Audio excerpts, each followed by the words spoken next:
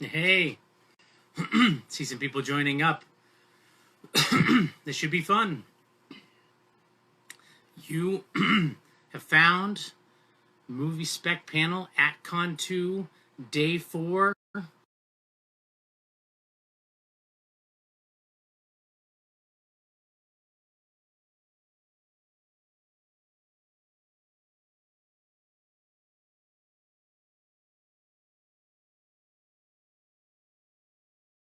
Excuse me. Wow.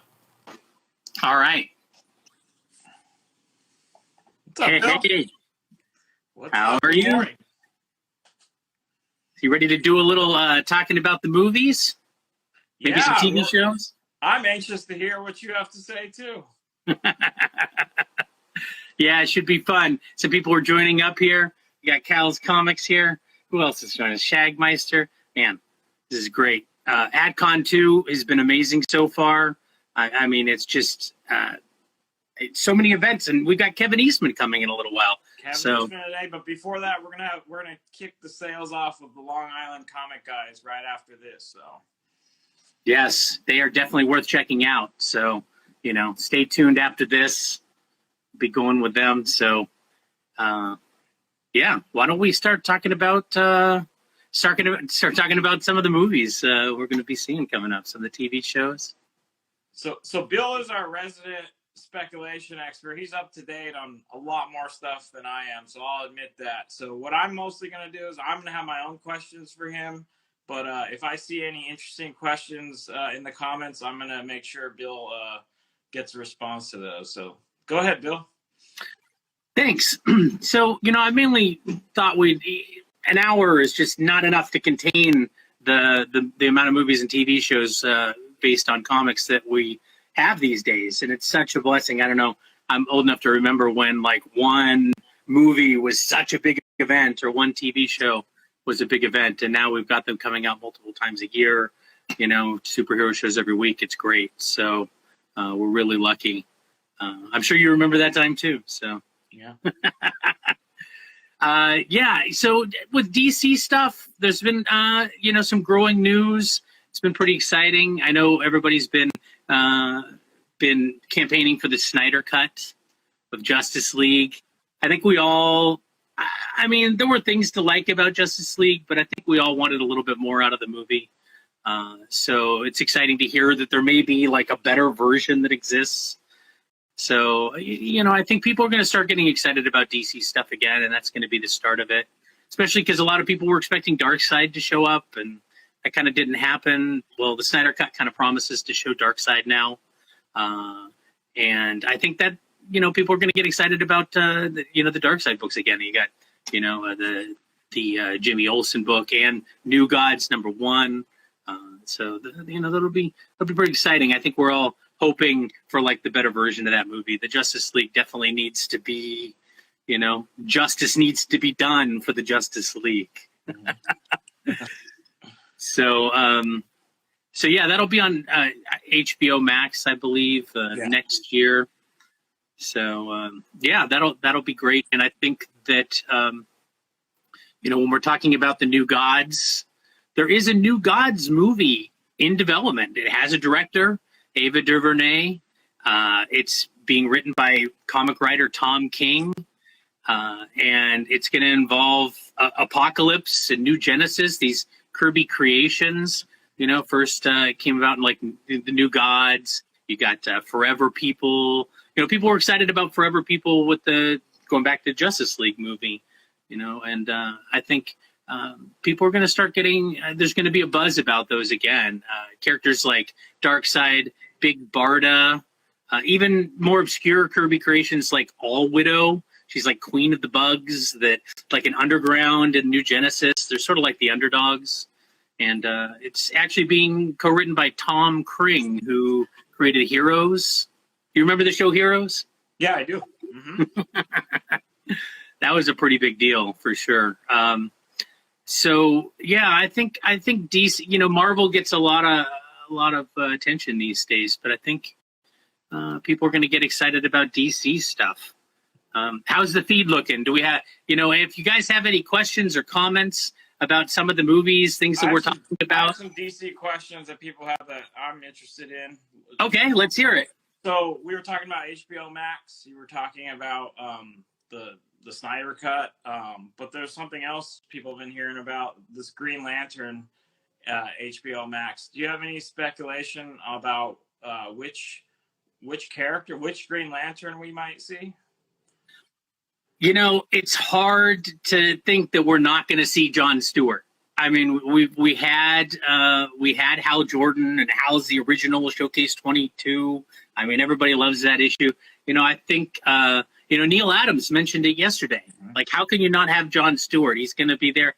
I agree. There hasn't been anything official, but I just don't see how that. And having like a cocky Guy Gardner also sounds like that'd probably be pretty fun. Add a little bit of like good guy, bad guy. He's a little bit more edgy of the Green Lantern character. And of course, they're calling it, I think, Green Lantern Corps. So we're going to see all sorts of Green Lantern Corps characters. I think I don't think just because they appeared in the Ryan Reynolds movie doesn't mean that they're going to not appear in the show. I know it's being created by Greg Berlanti, who does like the Arrowverse shows, but he's promised like movie level stuff from the TV show. So it's something to get pretty excited about. Structurally, are you covering DC now, or we're going to be more, you want all the DC stuff up front, or? Sure, yeah. I mean, let's stick with DC for a minute. I think, we get a lot of Marvel talk. I think I got a ton to talk about with Marvel. Are you talking about, on the DC end, people are definitely talking about the Batman. So thoughts on that? The Batman. I think it's pretty well known. Maybe it's not well known at this point. Probably is. Long Halloween seems to be the basis for that movie. It's going to come out October 1st, 2021 as of now. Robert Pattinson is Batman. I think a lot of people are unsure, so we're really waiting for a first trailer on that. But I think people are going to get excited about. If they aren't already, even more excited about the Rogues Gallery. Batman has an amazing Rogues Gallery. You got Paul Dano playing the Riddler. Colin Farrell playing Penguin. Peter Sarsgaard might be playing Two-Face. These are all characters that show up in the comic story. Jeffrey Wright is playing Gordon. Andy Serkis. Other characters that show up in the story, in the comic stories, Poison Ivy. You got Batman 181. Mad Hatter. He's got a few kind of appearances. I think he's got a Golden Age, first appearance. And Scarecrow. And of course, people are wondering, will they do the Joker? The Joker does appear in the story. So I'm trying to keep track of my Batman movies, but I think the last time I heard so many characters in one movie, it was like Val Kilmer or something. Yeah. The thing about the story, Clooney? I don't remember. I think people, once there's a trailer that comes out, it shows these characters on camera, people are going to be after these books again. I think things are quieted down on DC, but it's just poised to heat up. We've already seen some kind of Paul Dano and Colin Farrell's talked about kind of doing the makeup for Penguin. But the thing structurally about the story is you don't get too much time with any one of these villains, so they do have time to kind of cover it all. So it'll be interesting to see how the movie handles it. They've cast Catwoman also, so she's going to be in it. Nice. Somebody was asking if you knew anything about the next the Netflix Sandman series. Have you heard anything about that? I don't know much. I think Neil Gaiman is involved, I believe, and I personally love Sandman. I grew up reading Sandman, and if Neil Gaiman is involved to the level that he was involved in making Good Omens, I don't know if you saw that Amazon show, but it was really faithful to the source material and really entertaining. So if they can get Neil Gaiman to do that and really do justice to Sandman, it's going to be amazing. Beyond that, it's, I think things are kind of a little bit more on hold because of the studios are just starting to kind of start up again and produce and make movies again and figuring out how to do that. I think it's probably going to be a good thing for some of these movies, especially like Sandman. It's more time to develop it. They don't rush it. So is Sandman supposed to be? I don't know. Is it supposed to be a movie or a series? I think it's going to be a series. The story's just too big to try to do a movie. That's what I thought. Okay, and I mean, before we leave DC, you got to talk about this Michael Keaton rumor. Like, what's up with that? Oh, I mean, reportedly he's signing on for multiple movie appearances, which is interesting. Which makes me think that DC hasn't completely abandoned the connected movie idea. I think they tried, but they tried to rush it too quickly. I mean, him coming into it, you know, possibly play Batman again.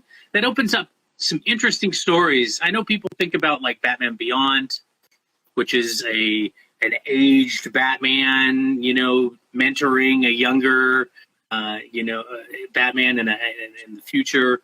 And, you know, since that story was told, we're kind of more in the future. So who knows? But, you know, it also opens up things like Kingdom Come, which is like an aged Batman story and kind of all the superheroes. Beautiful Alex Ross art. See, I mean, very cinematic. I mean, it's already storyboarded, basically. Just open up the comic. Dark Knight Returns, another aged Batman story. I mean, everybody loves that Frank Miller story. If they could somehow put that on the big screen, that would, yeah. I mean, kind of like a technology-assisted aged Batman, you know, takes up again. Who's the director that's attached to that project? Is there a director? Oh no, that's all me speculating what they could do with like having an aged Batman in the DC movies. Some of the doors that opens up. Okay. But as far as what's actually happening, there's nothing official. I mean, they just got him. Is there anything on Batman Beyond in the live action world? Any rumors?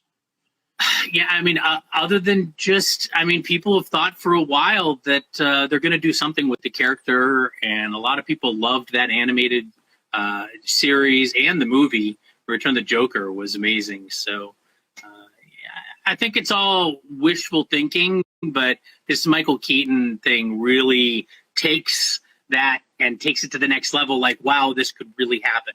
They've added an established actor who can actually make this come to reality. Okay. So, but nothing official.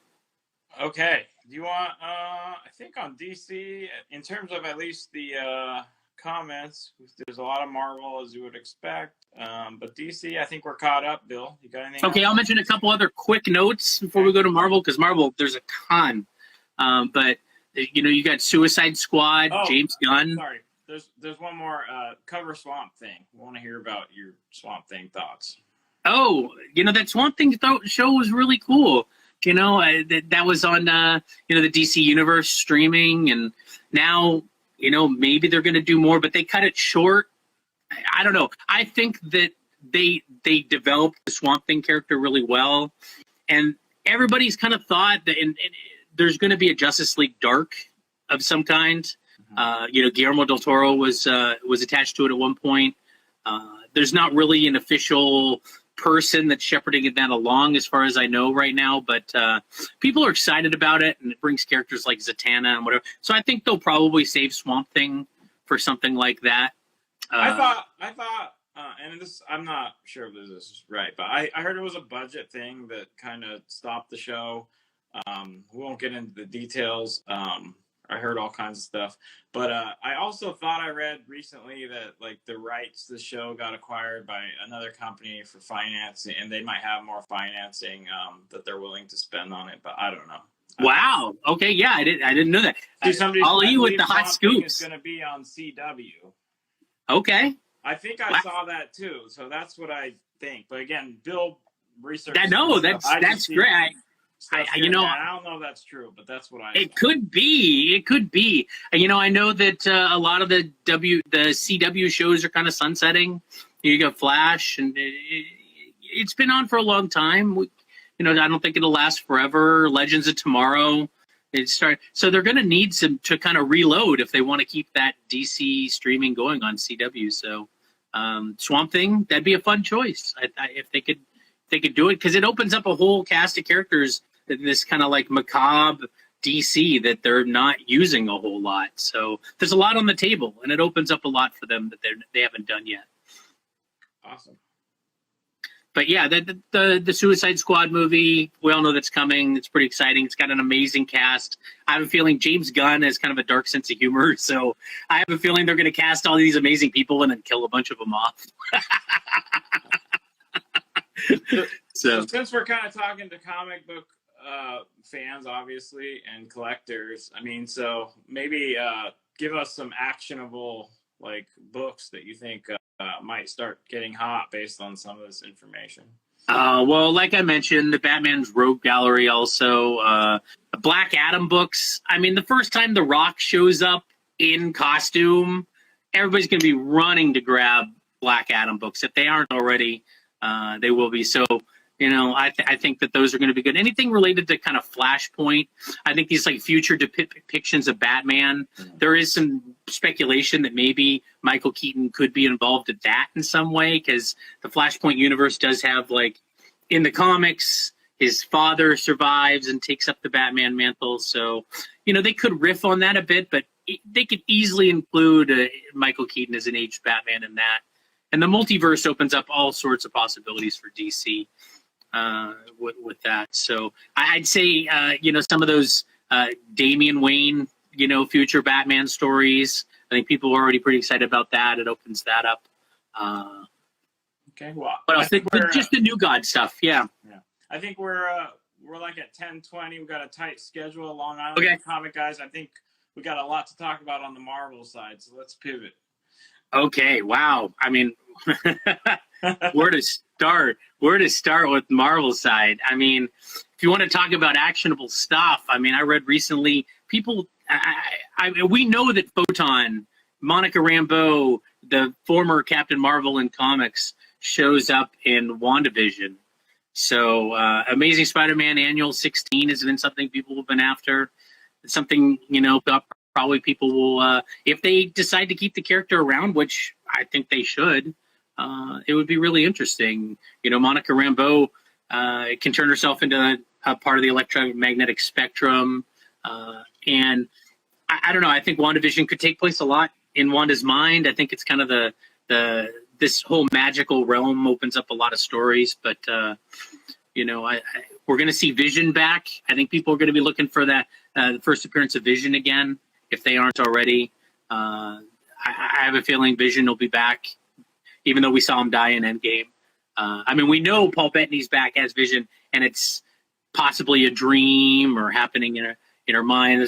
But in the end, he could end up coming out of this on the other end. So we're not sure if it's a flashback or it takes place in the past or the future, or what do we know? I have a feeling, you know, in the comics, Wanda, kind of her mind gets to be a little bit fractured. You know, she goes a little bit crazy, for lack of a better term, and she just experiences huge trauma, losing the person she loves. So it'd be easy with her reality altering powers to kind of maybe create this other fake reality that she's living in, maybe some other dimension. You know, Marvel's opened up these like alternate realities, alternate dimensions with the quantum realm. So, yeah, I mean, she's going to show up in the Doctor Strange movie, and that's all of it. It's called the Multiverse of Madness. So, I mean, and Wanda's going to be in it. So all sorts of characters could spring out of that. Nice. Okay. Yeah. In fact, I mean, if you want me to just throw this out there, I think that's how they're going to introduce a lot of these kind of like early 70s Marvel kind of horror characters. I think are going to spring out of this Multiverse of Madness. We know Blade's coming.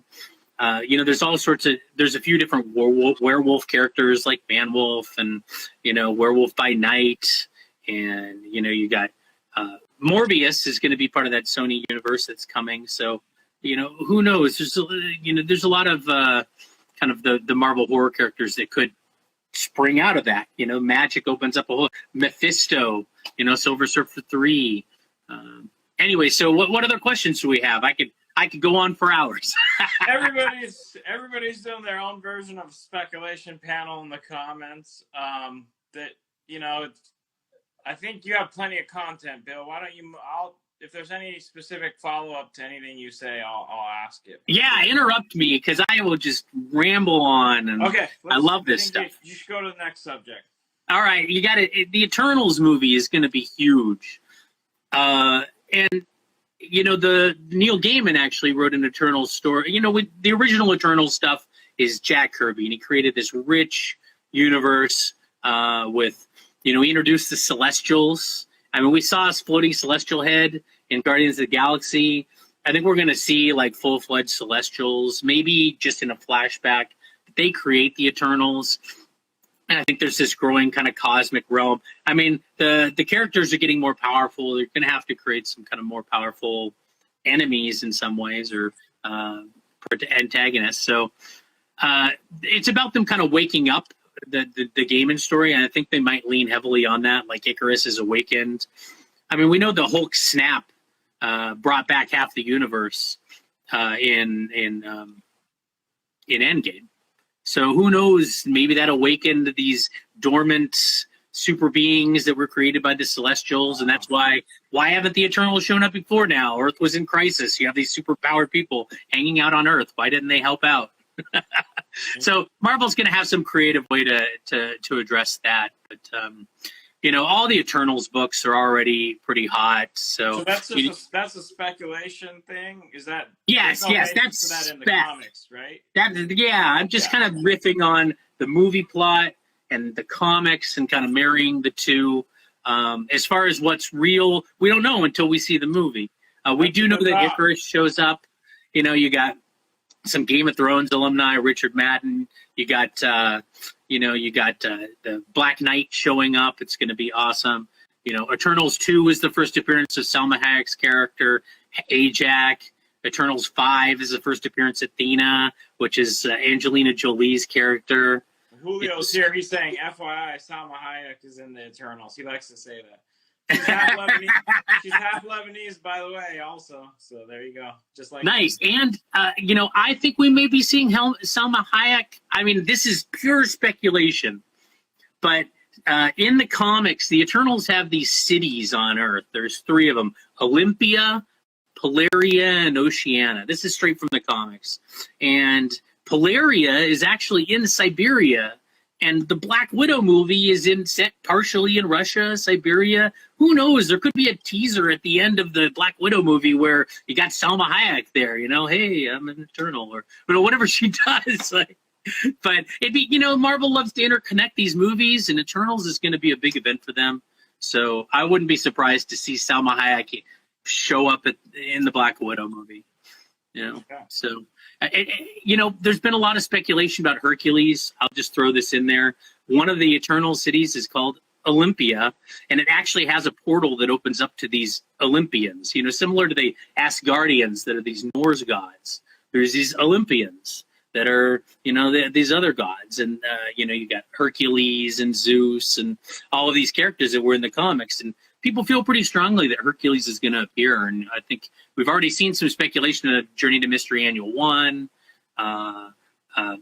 Thor 126 is a pretty early one, and the Hercules Thor on the cover, first of the Thor kind of like naming title. One other note. For me. One other note. Oceania. Sorry, I gotta say this because people are excited. Oceania's the third one. Oceania. It's their sunk city of Atlantis, maybe Namor. I don't know. Marvel likes to tie things together with their stories. Anyways, I was gonna ask a question probably, but so first Cersei, I've been approached by several people. They want the first Cersei. There's the older book, and then it seems like there's a newer book that may or may not get the actual credit on the CGC slab. At least I think I'm being accurate. Can you clarify which is the first Cersei, and do you have an answer for that? I mean, I kind of have it in my mind as Eternals 3. What's the other book I'm talking about? I don't know off the top of my head. That's a good one. I appreciate, I try to know as much as I can. But if anybody out there knows in the comments, let us know. Yeah. What's the other book? I'll shut up. No, you're doing great. It's an older book. It's older than that. Oh, Strange Tales 109. Strange Tales 109. Oh, okay. Let me see. Oh, yes, I do have that here. Cersei. So Cersei with a C, Cerci, was from Strange Tales 109. Oh. And there's also Cersei with an S, Sersi, which is the character that Gemma Chan is playing in the Eternals movie. So Okay.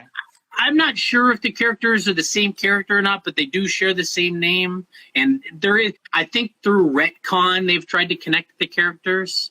Gotcha. So it's a little vague, but it sounds like Eternals. What number is the safest bet? Eternals 3, I think, 3. is yeah. Okay.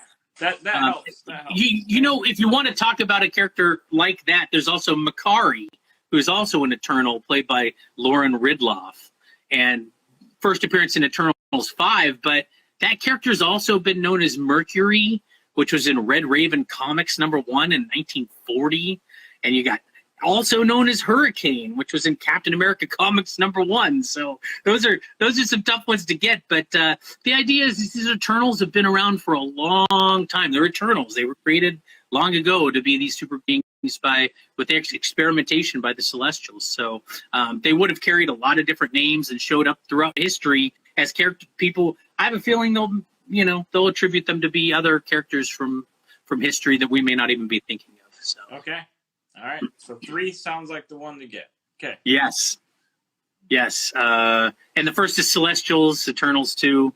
It's going to be a big one. So any other things in the comments? I could keep going. No, people have been really helpful about that. I didn't know the answer, and I think I got clarification. Looks like some other people did too, so that was helpful. You want to just go on to the next? I mean, I want to talk a little bit about the Morbius movie. I think that'll be cool. That's coming up in the nearer future, March 19th, 2021. Jared Leto is Morbius. We've actually seen a trailer for that. And one of the exciting things is we've seen, speaking of Michael Keaton, comic movie royalty, it looks like he's going to be back as the Vulture, a little teaser at the end of the trailer. But one of the other characters in this is Loxias Crown, I believe I'm pronouncing that right, played by Matt Smith of Doctor Who fame. And in the comics, Lucius Stroud becomes a character called Hunger, which is also similar to Morbius, this vampire-like character. First appearance, Spider-Man, Volume 1, number 76 from 1997. And, I think as people get more excited about that character, I think maybe people are already looking for that book, but I think that there's going to be some more interest once we see some more from that movie. Another person from that movie, Simon Stroud, FBI agent hunting Michael Morbius, is played by oh my gosh. All right, anyways, a really awesome actor, and his first appearance is Creatures on the Loose 30, which has a cool Man-Wolf cover. And, in the comics, this also ties into Kraven, which a lot of people think, why is there no Kraven? I think the more we see these kind of supernatural, kind of animal-like characters, how do you not introduce Kraven, right? The guy who likes to hunt the ultimate game. Man-Wolf on the loose, Kraven's going to be interested in that. So it's Tyrese. Helping you out was Tyrese. Thank you. Yes, Tyrese Gibson. Great actor. I think he's going to be really good. And how do you hire a guy like that and not keep him around? So. Gotcha. And then, people are asking, is it confirmed that there's the Sony universe is crossing over into MCU? But I think we just have that trailer to go off of. Right? There was a licensing. It seems like there was a licensing deal extended to use Spider-Man, at least to continue to use Spider-Man in the MCU. But there are still, I believe, and again, I don't know this for fact, but I believe that Sony still owns the licenses to a lot of that extended Spider-Man universe, and so they have to work out another deal separately if they're going to do crossovers with that stuff. So do you have any information on that, Bill? I believe that this latest deal, it included a last-minute piece that would allow Spider-Man to appear in these Sony-verse Spider movies. So I think it's going to be limited with the amount of crossover, but having Michael Keaton as the Vulture show up at the end of the Morbius movie kind of blew away this idea that it would only be Tom Holland. So I think that they're going to be allowed to use some of this stuff, but I don't know if the mainstream, all the Spider characters are going to show up in a lot of these other Marvel movies. I think there will be a little bit of siloing, but it looks like some characters will be crossing over. Tom Holland, now we know Michael Keaton's Vulture, so who else? I don't know. But I think some of the events in the mainstream Marvel movies that Spider-Man's going to benefit, especially like I'm speculating, this is, speculation that these horror characters are going to kind of open up because, it opens up the ability to have some of these other Spider villains, the Rogues Gallery, in a way that is cohesive. So yeah, I got a question for you. Yeah. Oh wait, actually, we'll save it for when you're going to talk about X-Men. I'm pretty sure you're going to talk about X-Men. Yeah, X-Men is going to be pretty interesting. Actually, before you get to that, Bill, if it's okay, let's just go ahead and let's address what do we know about Miles Morales? A lot of people are asking about that. What in terms of the movies? What do we got? What do we think we have potentially? Go ahead. Well, I know we have the animated, Into the Spider-Verse 2. That movie was so good. Of course, they're making a sequel to that. It's going to have a ton more Miles, and it's interesting. I don't believe we're going to see a live-action movie Miles, featuring in his own movie until at least this third Tom Holland one comes out. I think this third Tom Holland movie would be an excellent opportunity to, now that this multiverse exists, Spider-Man kind of has his Spider-Verse. It's a perfect opportunity to maybe do a teaser at the end to introduce Miles. But Peter Parker's had a lot of movies. I love Peter Parker Spider-Man. You've got, you've had an AF-15. Yeah, you understand that too. But, Miles it's inevitable. He's going to be in the movies. There's nothing concrete about that, but with the multiverse is here, it allows that character to exist. It's an excellent teaser to just kind of introduce that character, and it opens up Spider-Man 2099 also. I think that this is again, in my own opinion, this is just my opinion. With everything going on in the world right now and kind of the issues that are on people's minds with race and such, I think I've said this before, I think it's the perfect character for now, and it also ties into Spider-Man, obviously.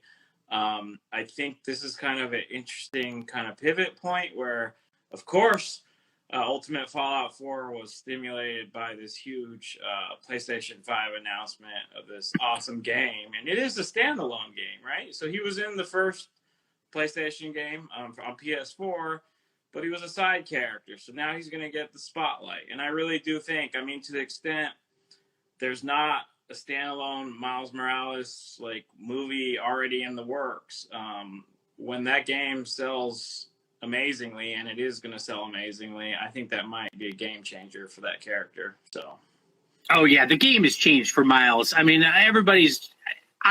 don't see that book going anywhere. Ultimate Fallout 4, it feels like it's here to stay. Miles really does feel like the future, not the only future of Spider-Man, but the unexplored in media future of Spider-Man. We got Edge of Spider-Verse. It was a huge success. I don't see how they don't just lean into that. And I agree with the events of things going on. A lot of shows are kind of rethinking how they're approaching characters. The Simpsons are kind of recasting all their voice characters for the people on their show. I think Miles is an excellent kind of featured character and really a brilliant character. And I just want to we're having fun. We're talking about storylines. We're talking about things we think we know, but there's also stuff obviously we don't know. And we're not saying go out and buy some specific books because you're going to be able to retire early and all this stuff. We're having fun, and hey, it might be the case that your books grow, but it might not, and we could be wrong about any of this stuff. So we're just having a fun conversation amongst fans. So imagine there's a disclaimer up here, you know, speculation, because that's what this is, you know. But these characters are exciting, and then it excites the imagination to think about how they could be coming. And you know, I love that the people that are making these movies are also fans. They grew up reading the stuff like we did. You know, it's the difference between, you know, when they were making comic movies in the 80s. I don't think people were necessarily always as big of fans of the characters as we are now. So, you know, we have tons to look forward to because these people that know filmmaking also know the comics. It's not like it used to be. Yeah. So, okay, that's great. Let's keep going. You know, speaking of characters that I think are, I mean, I don't want to say flying under the radar, but I think Shang-Chi is going to be really, I think that's going to be such a great movie. You know, I was actually watching, you know, the actor who's playing Shang-Chi was actually in this like breezy Netflix show called Kim's Convenience, but you know, Simu Liu, and you know, he was really kind of fun in that, and I think he has a lot of charisma, and I think he's going to bring a lot to the Shang-Chi character, and I think that Shang-Chi is going to kind of be like what. No offense to the Iron Fist TV show, and I loved it, but I think Shang-Chi is going to kind of offer some redemption to kind of like the martial arts, the chi, centering your chi, kind of like this crossover between the mystical and the reality, kind of like Doctor Strange provides. I think Shang-Chi is going to be a very powerful character, and I think they're going to use kind of like magic. There's this magic is this idea that there's this science on a level we don't understand. And, you know, that I think Shang-Chi's going to have some pretty awesome powers and be a pretty awesome character. They're going to make him sort of like James Bond, I believe, like kind of like working for spy agency. And my speculation, you know, all of this is from comics, that I think that he's going to be infiltrating the Mandarin's organization. We know there's a real Mandarin out there. And say what you want about Iron Man 3. You know, I loved it. It's a very divisive statement. But I think that he'll be infiltrating the Ten Rings organization. There's been speculation. I heard rumors that it was going to be like a blood sport style tournament. So I think it'd be really cool. There's actually a character called Gorgon who he has ties to Madripoor that we know shows up in is one of the locations in Falcon and Winter Soldier, also tied to mutants, X-Men. You know, it has ties to Hydra. First appearance in Wolverine, Volume 3, number 20. You know, Shang-Chi himself is, of course, Special Marvel Edition 15. People have been looking for that. I think it's cooled off a little bit, but first time there's a trailer or some other news, I think people are going to be jumping on that again. And, of course, the real Mandarin, Tales of Suspense 50. And the Mandarin may be Shang-Chi's father. Speculation. I just want to say, you know, kind of on the Miles subject too. I mean, again, like there's just, I mean, the reality is, and you know, I'm half Lebanese, I'm half Honduran. Okay, you're a kid, you're growing up. If you're one of these things, or a different kind of minority, you might not have had like the same kid. That's why I love Spider-Man. You know, Stan said it himself. You know, you pull down. He completely covers his face, and every kid in America can say, "Hey, that could be me. That could be me." But in terms of representation with superheroes, like you know, there's a lot of kids out there, people out there that don't really have a superhero they could point to, and things are changing. So, and obviously those characters exist in the comics, but I think in terms of the MCU and the huge audiences like here and in Asia for this specific character, I mean, there's a huge thirst for, you know, an Asian character or universe or sub-universe to be done well. So I'm really hoping they pull it off, and I think it's good. I mean, obviously there's a huge demand if it's done well, so let's cross our fingers for that. There's a huge demand. There's a huge need. I know there's been controversy over the years of traditionally Asian characters in media being cast by people, you know, different ethnicities, and I think that Shang-Chi is a chance for it to kind of be done right. I think Simu Liu is, like I said, amazing. I think he's going to be great. and I'm really excited to see what they do with it. I think yeah, you got a lot of people saying Fing Fam Boom. What's up with that? I can't help but think that Fing Fang Foom could show up. I know, I think that character is not enough has been done with that character in recent years. So it does open a lot of things up that movie does. So I don't know. There's a lot to talk about still. I don't know if there's any comments, questions that guide kind of what we talk about at all. This, I think we've done. Let's move to the next subject. Yeah, I mean, has anybody mentioned anything that any of the upcoming stuff that sounds interesting? I mean, I could talk a little bit about. No, let's talk. You got to talk about X-Men. You got to talk about Fantastic Four, and you got to talk about Wolverine. So let's get to it. Yeah, I mean, Wolverine, X-Men. I can't help but wonder, like, how are they going to introduce mutants? How are they going to introduce this concept of mutants? And my guess, speculation, is, when Hulk, Bruce Banner snapped his fingers and brought back half of everybody, who's to say he brought back half of everybody being exactly normal humans? Like, how do we know that, like, literally their genetic makeup wasn't somehow altered a little bit, that it unlocks the door for mutants to exist in this world? I know they could use the multiverse and, like, all these mutants could pour out of, like, a multiverse portal or this other world where mutants exist. And, there's a lot of different ways they could do it. But, in the end, mutants are going to appear. And the earliest, I mean, a lot of people were speculating that Wolverine's going to show up. Also, I've heard Rogue and talking about Captain Marvel 2, that Rogue could appear. I know Rogue was sort of an antagonist for Captain Marvel. Rogue was not a good, a hero when she first showed up. So I think X-Men are still a little while down the road, but there's going to be little pieces dropped, like Madripoor showing up as a location. We're hearing about Rogue. They're good. There's going to be references to maybe like a Weapon X program or something. Speculation, but I think it's going to be like it's going to be Professor X. It's going to be, my guess is it's going to be sort of a hybrid of the original team and some of the newer mutants. Obviously, because we're hearing about Rogue and X-Men and Wolverine, but nothing solid. I think the Hulk and versus Wolverine. I mean, I don't think we've never really seen that on the big screen. And now that Marvel has it all, this is their opportunity. I don't see how they don't do that. I don't see how something like Hulk 181 doesn't show up.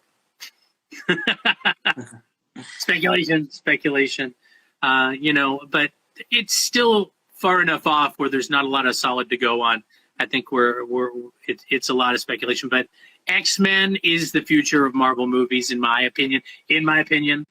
I think that it's such a rich fandom,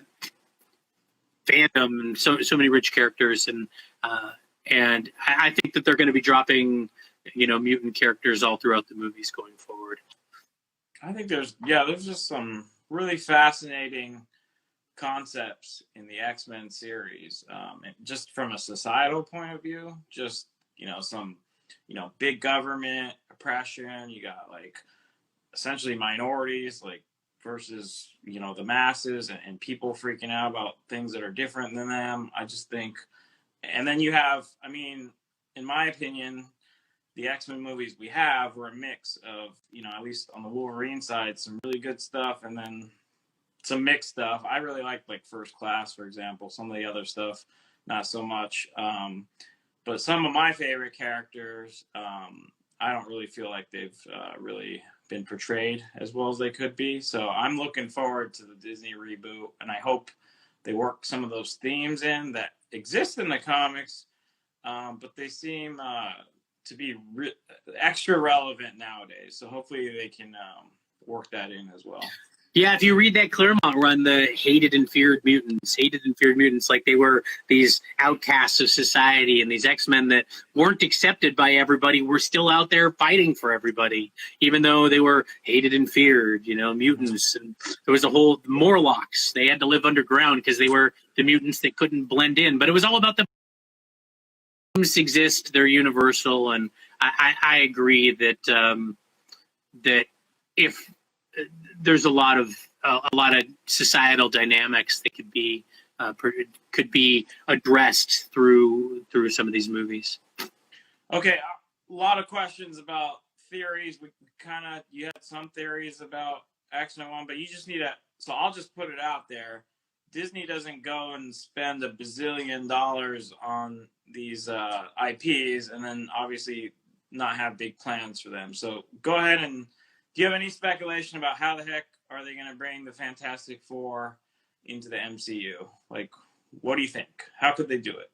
I mean, probably the simplest way would be to just retell their origin story, like these intrepid, this adventurous group.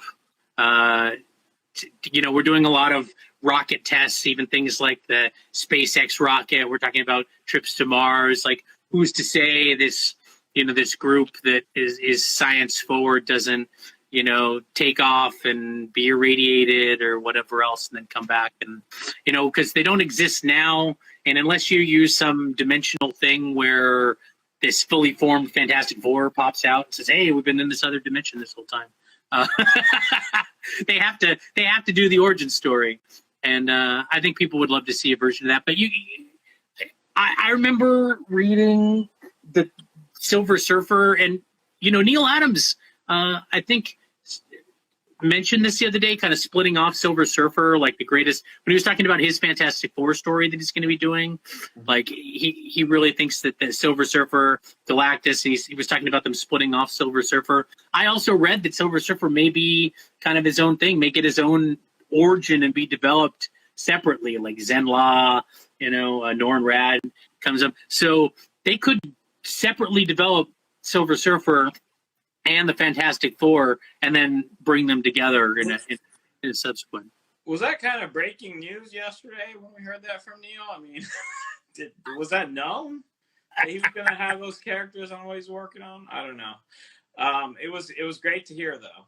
Yeah, I'm glad that Marvel's like, hey, if you want to do a Fantastic Four story and these are the characters you want to use, that's great. I'm glad that he's getting to kind of get the best toys to play with when Neil's going to do a Fantastic Four story. Let me ask you this though, again, you know a lot more than I about the speculation stuff. So with the alternate timelines though, that exist in the MCU now, can it just be as simple as let's just tell the Fantastic Four story as we know it and then essentially bring everyone together through just some time jump kind of thing, or bring them into the kind of timeline that we have been following as people watching the MCU after they've set them up the way they're supposed to be set up, No, totally. I think that's brilliant, Ollie, and I think that brings something really good to the table because Marvel is doing some stuff with time travel. Look at all the stuff we're hearing about the Loki TV show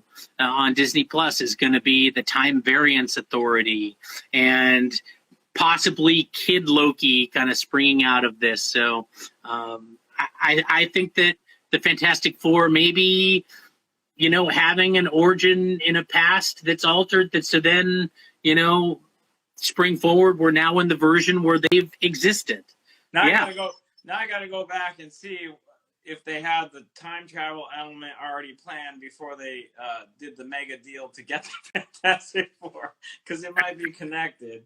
That's an excellent point. Them go back and retell what they had to skip previously because they didn't have the rights. Again, just speculation, but there you go. I gotta say, if we're speculating about time travel, B&B Comics, I just saw him say Kang the Conqueror.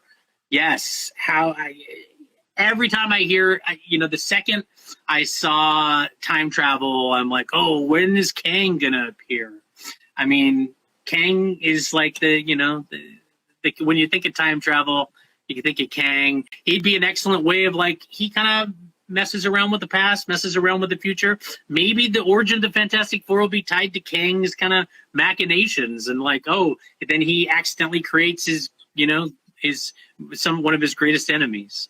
So with the cosmic stuff going on, do you have any bets? Are we going to see the Surfer, or Galactus kind of stuff, or Doom, or like anything? Any idea about which of those characters might be first? Are we just gonna maybe get like a after credits scene of a character, and which one would it be? What makes sense with like the Eternals happening? And I think Doom's gonna be a slow burn, but Dr. Doom has got to show up. I mean, that he's gonna be amazing, and I think a few people have heard, along with myself, that there's these plans to introduce Lucia von Barda, who is tied to Latveria. She was actually the successor to Doom as the ruler, kind of ambassador, when Victor Von Doom was kind of kicked out of Latveria. So she actually took on the Doom mantle for a while. So I think that would be kind of a fun way, like we dropped a reference to Wakanda early on, and then now it built up to the Black Panther. I think you could drop a reference to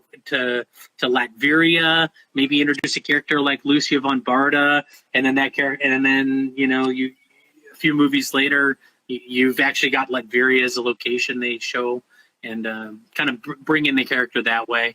But however the Fantastic Four come into existence, I mean, I wonder if Doom. His origin, him and Reed were friends, so it's hard not to think that Doom will kind of spring out of that also. Oh yeah, but they have flexibility. Like we're going crazy with theories. There's definitely ways they can do anything. I think they could even just tell it exactly like it was. Then with the alternate timelines, just bring everyone together, and it would work fine. But who knows what they're gonna do? And I just want to say that when you compare the MCU to some other franchise or some other universe. Some other film universes, one thing about the MCU is like the villains, okay? There's really good villains, okay? And so I think, and speculation, but it kind of makes sense, that you write the big check to unlock some of those awesome villains that are associated with the Fantastic Four. So I definitely think that's coming. And then we got a lot of Namor questions, so. Oh, yeah. Well, I mentioned earlier Namor kind of possibly being introduced, or the idea that this Namor, like through this Eternal City, Oceania. But I think there's the most spec I've read about Namor has been around Black Panther 2. I think in the comics, Black Panther and Namor butt heads more than a few times. And there was a small reference in Endgame of like this earthquake, the undersea earthquake that happened. And I think people are speculating like, oh, hey, maybe Namor, maybe this is something around. I think there was a Wakanda reference with that, but I think there were a lot of people that felt like that might have been the rumblings of something related to Namor, because I think a lot of people feel like so Eternals movie would be an excellent opportunity to kind of introduce Namor or idea of Namor, because then when Black Panther 2 comes around, they don't have to spend like a ton of time introducing the character and doing like a full Namor origin story, although, who knows. But I'm really interested to see who they cast as Namor. I think there was speculation that one of the actors from Crazy Rich Asians, who was a really charismatic guy, was potentially like being courted to play Namor. Speculation. But if they get him, I think it'll be great. So. Okay, well, I think we, believe it or not, we only have about 3 minutes left. So I just want to thank the audience, first of all, for continuing to tune into AtCon 2. We're about to do a live sale with the Long Island comic guys right after this. So we're going to have to get off in a few minutes. But Bill, I also want to thank you for all the work you did to put this together. And it seems like we should probably have you back on doing something like this, maybe with somebody who even knows more about the stuff than me. That probably might be best, but it was fun for me. And that would be thank you. That would be fun. And yeah, there's so much. I mean, I think that, the idea of these like dark heroes, I think that Dark Avengers, I think there's been some rumblings about something Dark Avengers related. I think they definitely have the setup for that. There's a new Black Widow that's kind of like a more morally ambiguous Yelena Belova. I think that they could build like a Thunderbolts or Dark Avengers or characters like that. And I gotta mention, you can't introduce the Skrulls and show how well they hide, and then they need a home world and not think of the Secret Invasion storyline. I can't help but think like people could already start being replaced by Skrulls. Who knows? Watch these movies carefully. Watch these shows carefully, because some of the characters we know. I mean, the Skrull invasion could already have begun. I mean, that would be such a slow burn that would pay off so big. So I'm hoping. Speculation. You know? Awesome, Bill. Thank you so much. Thanks everyone for watching. We're gonna shift gears and we're gonna do another live sale with the Long Island Comic guys. You'll want to tune into that. They've been stocking up. It's gonna be awesome. And then remember, you can see the figures behind me. We're gonna have Kevin Eastman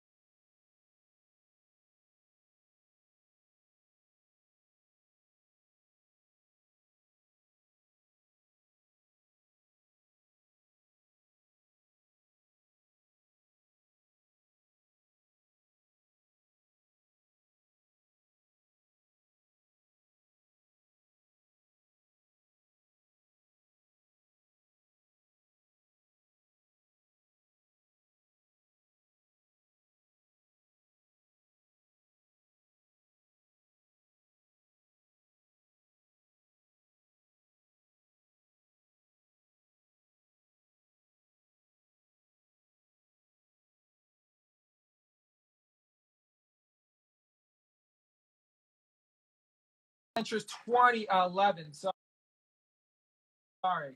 First furry beast. So 1A, $50. If anybody wants that.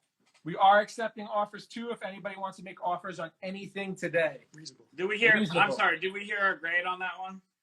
Sorry. Yes, it is about a 3.5 to 4.0, so about a VG minus VG.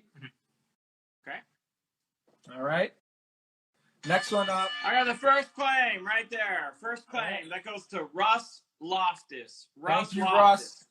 Russ. Big supporter of these. I know. I've heard that name a lot. Thank you, Russ. All right. So kind of a small book here. I don't know. We've got an Amazing Spider-Man 9. I'm going to do a quick story. We had the head grader take a look at this.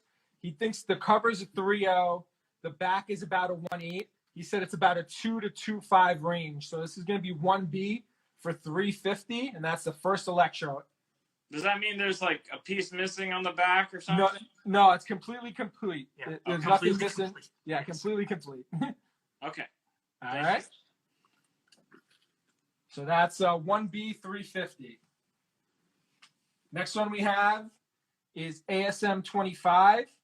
It's 175. It's about a 4.0 to 4.5, so VG to VG plus. And that is 175. 1C, 175.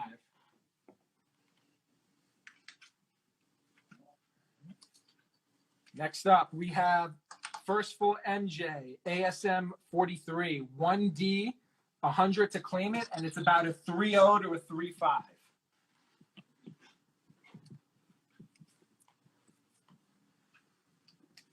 All right. Next, we have an ASM 59. That's 1E, 90 to claim. This one is about a 5.5 to a 6.0.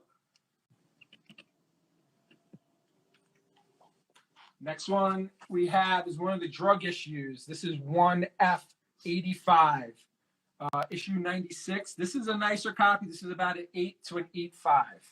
International shipping is actual cost. So if you live overseas, it's fine, but you got to pay your shipping. Right. Next up, we have ASM 97, another drug issue. This one is 1G, 70 to claim it. It is about a fine, so 6.0. I got a claim on 1F for $85. Okay. Who's it for? Cool drug issue goes to MROGOVIN 99. Got that? Thank you. Thank you, sir. Yes, everything's in US dollars. Yes. Okay. All right. Next one, we have a really nice copy. I got a claim on 1G for $70. Okay. It's to John Hertz, JONHERTZ, and it's 1019 at the end. Thank you, John. Thank you, John. And then I got, will you take, for 1D and 1E, will you take $175? Yeah. Done. Okay, let's give that to the_collectors_stash. And actually, I'm sorry. That's the first giveaway for the collector's stash. So, courtesy of Elite Comics 11, you're going to get, what is this? Venom 11, this Carnage Venom cover right here, and it has a certificate of authenticity on the back. So, thanks for tuning into AtCon. DM Elite Comics 11, and we'll hook you up. That's awesome. Okay, let me see if I got any other claims. Okay, let's keep going. All right, cool. So we have a really nice copy of ASM 134. To claim this one, it's 1H 100. It's about an 8.0 to 8.5. Next, we have an ASM 138. To claim it, IJ 65, 9.2 to 9.4. Really nice copy of that book. A lot of these next ASMs are really high grade. We have a first Grizzly, ASM 139, 1K, $35, 8.0 to 8.5 grade. Next up, we have ASM 145, about an 7.5 to 8.0. To claim this one, it's 1L30. Okay, I got a claim on 1K for $35. That goes to Jambion with a 0. So JAMBI0N. Thank you. Got it. Thank you. Thank you, sir. All right, I got another claim. Let's give it to 1L for $30. Jambion as well. All right. Thank you, Jambion. Do you have a 132 up there? Did we pass it? No. We have a 138 and a 134. I think 132 might have already gone, maybe. Okay. Yeah. Okay. Next one up, we have ASM 146. This is about a 9.0 to 9.2. To claim this one, 1M50. This is a really nice copy. All right. Now we have ASM 148. This one's about a 7.0. To claim 1N30. I got a claim on 1M for 50. Nice. That goes to Jambion again. Jambion, thank you. There you go. There's more Spideys coming, Jambion. All right, so last one in this row, we have ASM 152, very high grade, about a 9.4, maybe better. To claim this, it's 1P, and the price is $60. Okay, I got another claim. This time it's 1N for $30. 1N for $30. That goes to LVLATTIE. Thanks, Matt. Thank you, sir. All right, we'll do a quick scan of this first row. So we had the ASM 9, about a 2.0 to 2.5 for $350. We have ASM 25, about 170. It's about 4.0 to 4.5 for 175. Okay. We have this 134, 1H, about 8.0 to 8.5. I'm going to interrupt you for a second. I got a claim on 1P for $60. 1P. Let's give that to Times Myth 12. TYMES Myth 12. Thanks, Octavio. Got it. Confirmed. Okay. The wife is yelling at me. Somebody else says time for a divorce. No. Work it out. Okay, let's go. All right, guys. We're going to jump over to the graded rack now. So we're going to come back to the raw silver and bronze. So this is a ASM Annual 1.8, and we have 500 on it. It's been unprepped, and it presents. There's no notes on that label, right? No notes. Yeah, we just said. If you got an offer and you're reasonable, then you gotta make the offer, okay? Absolutely. So the only thing that's really killing this is there's this big break down here. Otherwise, it's a really nice copy. Can we see the back? Nobody's gonna buy that. Yeah, like that back is perfect. Wow. Yeah, it's just that front is what kills it. Okay, well that didn't look that bad. It might be something you want to get pressed. The ASM 9 was a 2.0 to 2.5, right? And then it was how much? That's correct. $350. $350. Okay, let's keep rolling. All right. Next, we have this book. I don't know if there's any significance to it. It's Batman Adventures 12. Oh, it's first appearance of someone named Harley Quinn. So to claim this one, it's B, and the price on that right now is $2,000. Nice. So just so you guys know, on this graded rack, the letters are next to it. So that's what it would be. It would just be B, 2000. For the Annual 1, it would be A, 500, or best offer. Okay. All right, this one's a pretty cool book. This is the Captain America 117 CBCS 9.0. It is also signed witness signature by Anthony Mackie, Chris Evans, and Stan Lee. Big one. Yeah. Big book. This one. It's a 2.0 to 2.5 on the ASM 9. Yes. This one is also going to be 2000. So C 2000. Offers are accepted. Offers are welcomed if they're reasonable. So this one is a Toy Story special. Just to let you guys know, this is a Daredevil 1 off-white pages. I'll show you the back quickly. Pretty nice back, but so We have 1995, the year Toy Story came out in theaters. That's the special price. This is unpressed. Toy Story special, so D 1995. 1995. All right, next one. This is a pretty cool one. This is original art. I haven't seen too many people do any of these. This is a Detective Comics 44 blank. It's signed and sketched by Tim Sale. You'll see that he wrapped it around to the back as well. So it's a wraparound. This one is going to be $900. How much was A again? Was that the $500. that was the annual one, 1.8. Really nice. Really nice 1.8. It's never been pressed either. And then will you take 1800 for D? What is D? D, the Daredevil? Yeah, 1800. I think best price on D is going to be 19. 1900 gets it, agent. 1900. So, okay, let him think about it. I don't want to take too long. We'll give you a minute here. So this is a pretty nice book right now, I've heard. This is a Edge of Spider-Verse 2, first Gwen Stacy as Spider-Woman.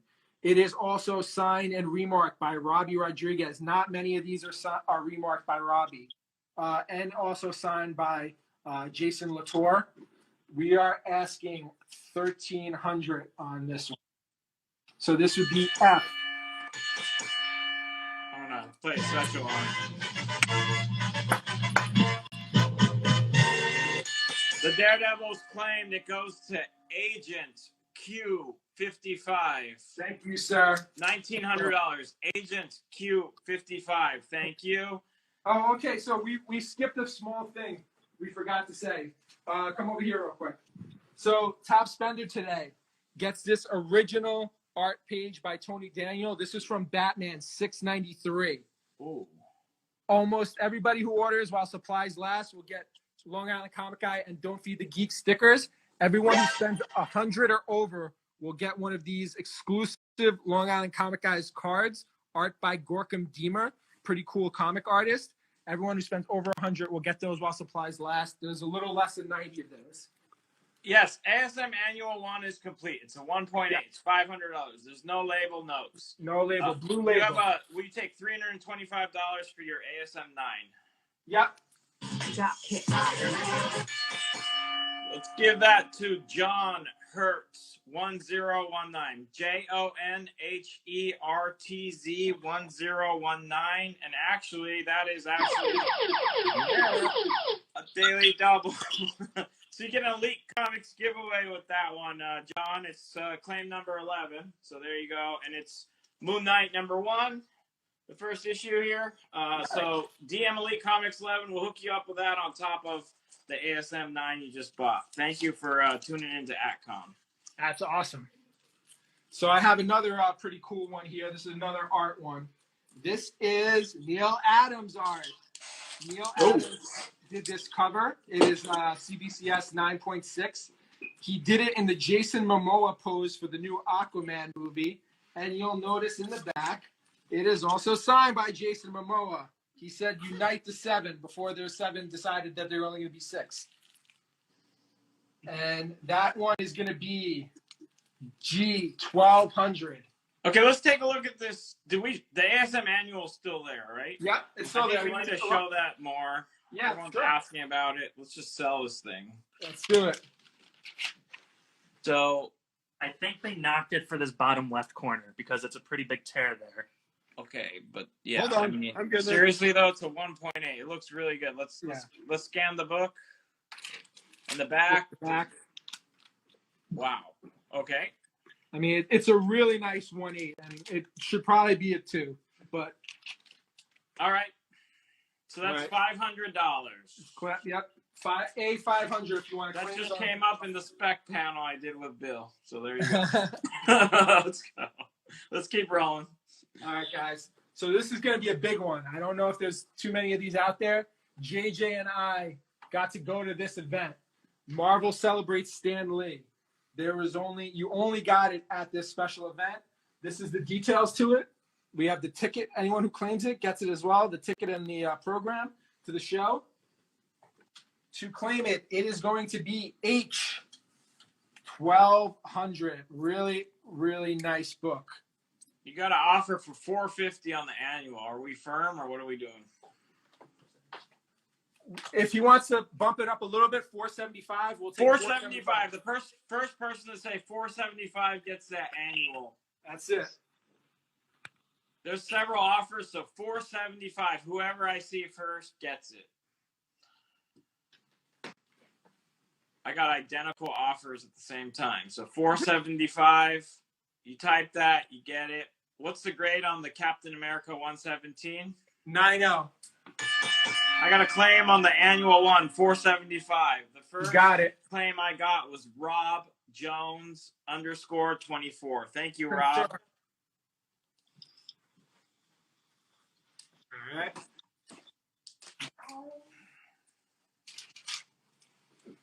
All right, we're going to do one more wrap. What up, Hella?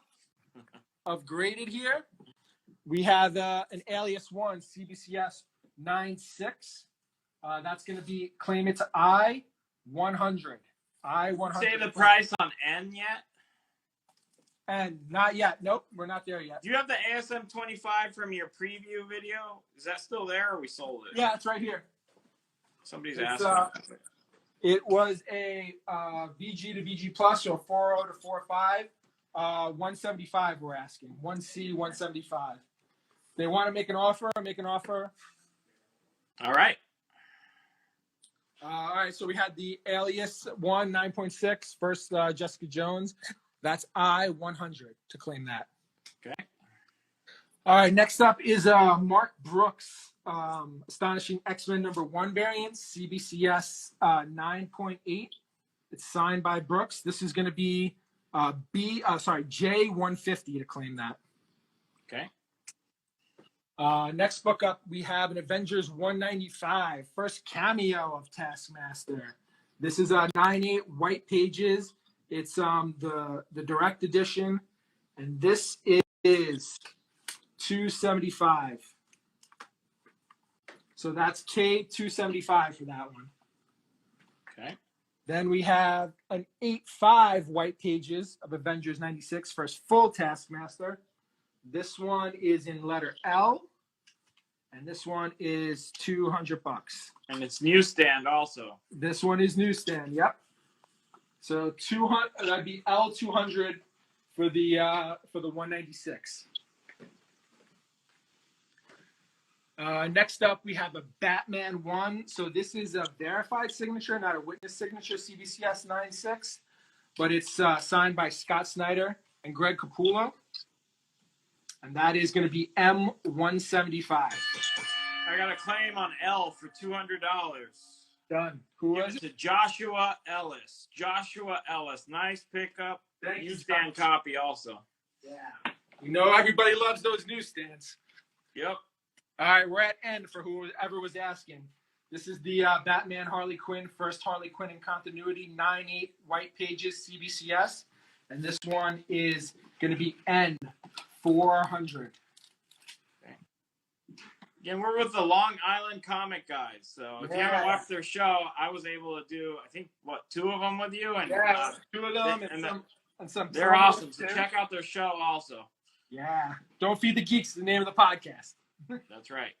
All right, so this is a Catwoman 0. This is pretty cool. It's a 9.6, signed by Lee Merriweather, one of the actresses that played Catwoman in the original Batman 66. I think she was Batman 66 movie, right? And that's going to be, 150. We take $100 for Jay. I don't know what the price was. What was it? That was 150. I would take, I do 125 on Jay. 125, moving, J.O. All right, let's keep moving. All right, this is a cool one. This is Justice Society, DC Special 29. It's the origin of the Justice Society. It's a 9.2 white pages. I think this is before they started doing direct. This is going to be P85 for this one. Is that Hitler on the cover? Or just it is Nazi? Hitler. It's got a Nazi symbol. Oh. Got a lot of old historical World War II stuff going on here. Yeah, we have. You could be Superman in the movie. What was that? Somebody was asking, do we go over the raw Spideys? Yeah, there's raw. We still got more. Yeah, we're going back. So after this, we'll do a quick scan of this row, and then we're gonna do a row of the modern stuff, and then we're going back to the silver. Okay, we'll be back to them. Don't worry. Okay. Yep, let's go here next. All right, we have something pretty cool over here. This is Age of Ultron Angela variant. This is Joe Quesada. This is not the sketch one. The sketch one's next. This is going to be 1A to claim this, and this is $200, still polybagged. Okay. This is the color sketch variant. Price on the Falcon. How much was the Falcon again? That was $2,000, but open to offers if somebody wants to make one. Okay, we should go. You want to back see it? really quick? Let's see it. So this is a 9.0. It's signed by Anthony Mackie, Chris Evans, and Stan Lee. Stan Oh wow, there. Chris Evans and Stanley. Cool. Yeah, Chris Evans, Mackie, and Stan Lee. Awesome. Yeah. So that's C2000 or make a reasonable offer. And it's white pages. I think It I is saw white it. pages. Yep, 9.0 CBCS white pages. And can you show P again? So $2,000 on that. That's pretty unique.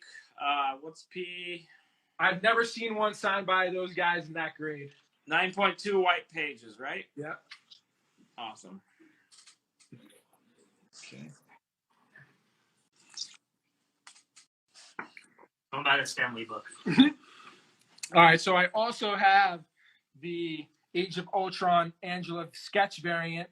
This is, I believe, a 1 in 1,000. 1B 350 to claim that one.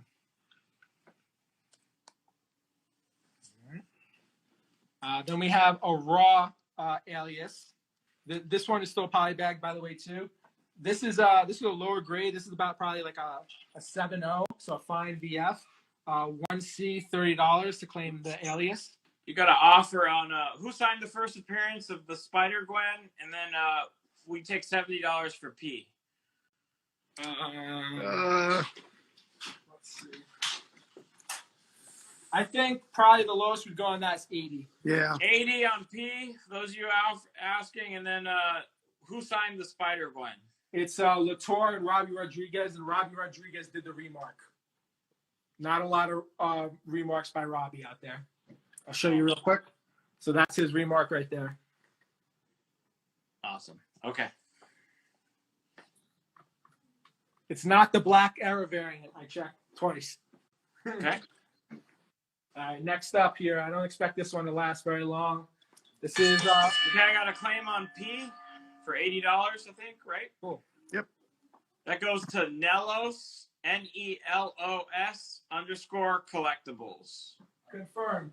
Just making sure there's somebody there that's writing these down, right? We got it. Confirmed. Okay, awesome.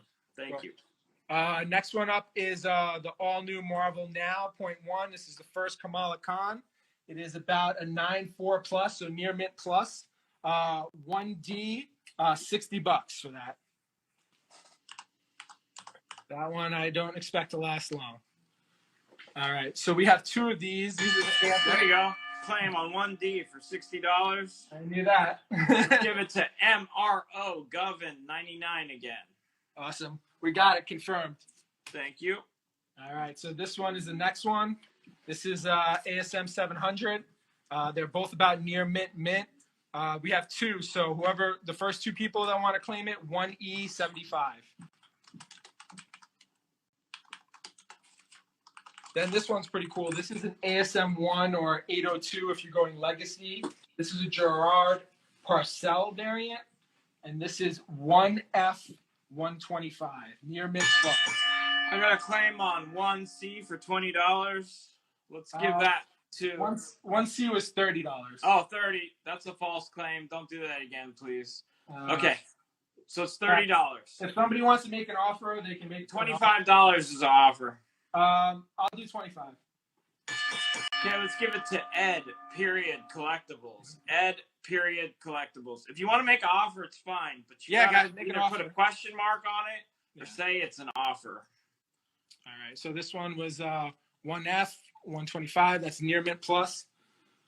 Next, we have this one. It's the Amazing Spider-Man comic exposure 16 variant. This is 1G40. 1G40. This one's pretty cool. This is a Spider-Man Annual #1. This is a Clayton Klein version variant. This is 43 out of 600, and this is near mint. It's 1H 150 to claim it. No problem, JP. This is another one that's pretty hot. This is the Amazing Spider-Man J. Scott Campbell Renew Your Vows variant. To claim, it's 1I 150. And this near mint plus. Very high grade on this one. If it's not a 9.8, I don't know what is on that one, but I'm not saying it is. I also have the sketch variant. I know this one isn't as hot. This one is going to be 1J to claim it, and that's 50. This one's near mint. I don't know if it's as high as the other one. All right, here we have an interesting book. I don't know if you guys know what this one is. Ultimate Fallout 4. Some spider guys in it. It is still polybag, guys. We think we had a couple people look at this. It's at least a 9.4 or better. We're saying to claim it, 1K 500. We're asking 500 on that. Do or do not. There is no try. Exactly. That's right. All right, this is a cool one. This is Batman 6, first full quarter vowels. This is 1L, $15. It's about a near mint to a near mint plus, maybe. That's 1L 15. Another cool one. This is a die-cast Batman 16. This is also about $15. This one's probably near mint plus or better. It's really sharp. That's going to be 1M 15 as well. I got a claim on 1L for 15. Let's Okay. give that to No Town Comics. NO Town Comics. Thank you. Confirmed. All right. So we also have a raw copy of this Stan Lee, Marvel Celebrate Stan Lee. We're asking 900 for the raw. This is at least a near mint or better. You also get the ticket and the program with it. Is the Mark Brooks on the J the Virgin variant? Mark Brooks on the That's- J. You talking about the Campbell? That's No, he's talking about the one over here. No, this isn't Virgin. This is the regular cover. The Astonishing. Okay. Yeah. Okay. Next up, we have a Warren Loud. I got a claim on M15 or 1M15. What is that? Yeah, that's this one. Okay, let's give that to my friend TFO88. Thank you, TFO. Thank you. Thank you, buddy. All right. So we got these Warren Lows. We have the black and the white cover. This was from the Batman 50, and that is $60. So that's 1O60 and 1P, same price. They're both about near mint plus, guys, on these. So both of them are 1P and 1O60. All right. just We'll gonna do a go. quick scan of this row again. Miles is still there. Yeah, in case anybody wanted it or wants to make a reasonable offer. Cool. Said it's a near mint, so 9.4 or better, it looks like. Yeah, at least. Real poly bag. I'm not going to say 9.8, but it is in the poly bag. So, all right, we're going to come back to this row real quick. Okay, let's do it. We'll do the top row really quickly again for anybody who missed it. Those are the top three there. And then we're just going to start moving along here. New York Speed. All right. What's even left on that row? Is there anything? There's Other than 3 those books. Okay, we did good. Yeah, so that Spidey's apparently a popular character. Yeah. So here we go. We have ASM 154, about a 9496, super high grade. This is to claim this one 2A 75. Is 1H newsstand? 1H. I don't see anything on it. No barcode on it. And we take $150 for 1C. Ilsun. Ilson, yeah, if it's Ilson, I'll do it. Ilson, you got it. Nice Thank you. pickup. I know he's a good contributor, Ilson. Oh yeah, he's the best. All right. So next we have the ASM 155, about a 92 to 94. All these in the 100 range are really high. To claim this one, 2B 75. You got another big spender today so far, Joshua Ellis, IH for $75. What is that? It was 100. We'll do 85. 85, Joshua, if you want it, and then you have an offer for $70 on 2A. That's first tarantula. 85. Sorry, which one? 2A. 2A. What was the offer? $70. 70. Yeah, we'll do that. All right, let's give it to Matt. LVLATTIE. Put it in his stack. And then I got a claim on 1H for $85. 1H for $85. Let's give it to Quick DJ 19 with no C. All right, we got both of those confirmed. Okay, great. Thank you. All right. Next one up is ASM 156. I think this is the first Mirage. 80 to 85. It's going to be 2C35 to claim it.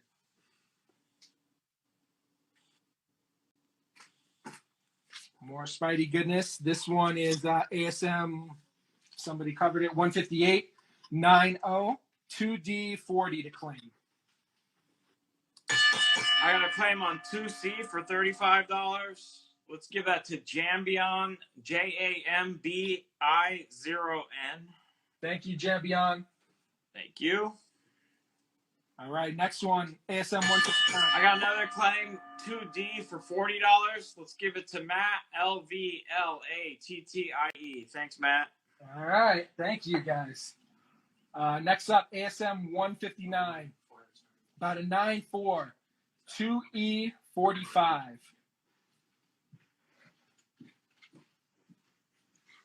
Just waiting for the bell. Oh, you bring it. ASM 161, 80, 2F, $30, 2F30 to claim that. Nice books. Yeah, these are all really nice. These were cultivated, a lot of them, by Toy Story. He's very picky with his books. We have two of these. The better one is this one. This is the first Jackal. This is 2G. It's 8.5, and it's $55. This one's about a 7.5 to 7.0. This one's $35. So 2G 55 and 2G 35 to claim those two. Jambion, she went to the store. You got to hurry up and do your damage. Come on. There you go. All right. 2G for $55. That's claimed by Jambion. Thank you. All right. Thank you, Jambion. Confirmed. Another one we have two of. This is ASM 163. The top one's 7.0 to 7.5. The second one's about a 6.5 to 7.0. It's 2H25 for the better one, 2H20 for the lower one.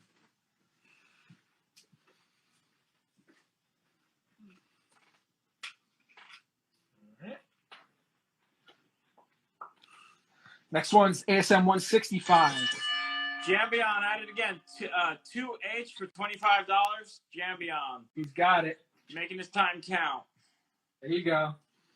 Another one for you, Jambion, if you're interested. 165, 2J, 7.5 to 8.0, 2J 25 to claim. She went out to spend money too because he's buying comics.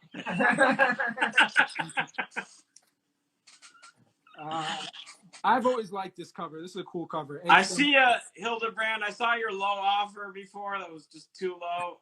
So I see your question too. So go ahead. I see claims. I got a 2G 35. Let's give that to _collectors_stash. Thank you. Thank you. That's confirmed. We have another one. We have, again, I always like this cover, ASM 166. It's a 9.2 to 9.4, really sharp.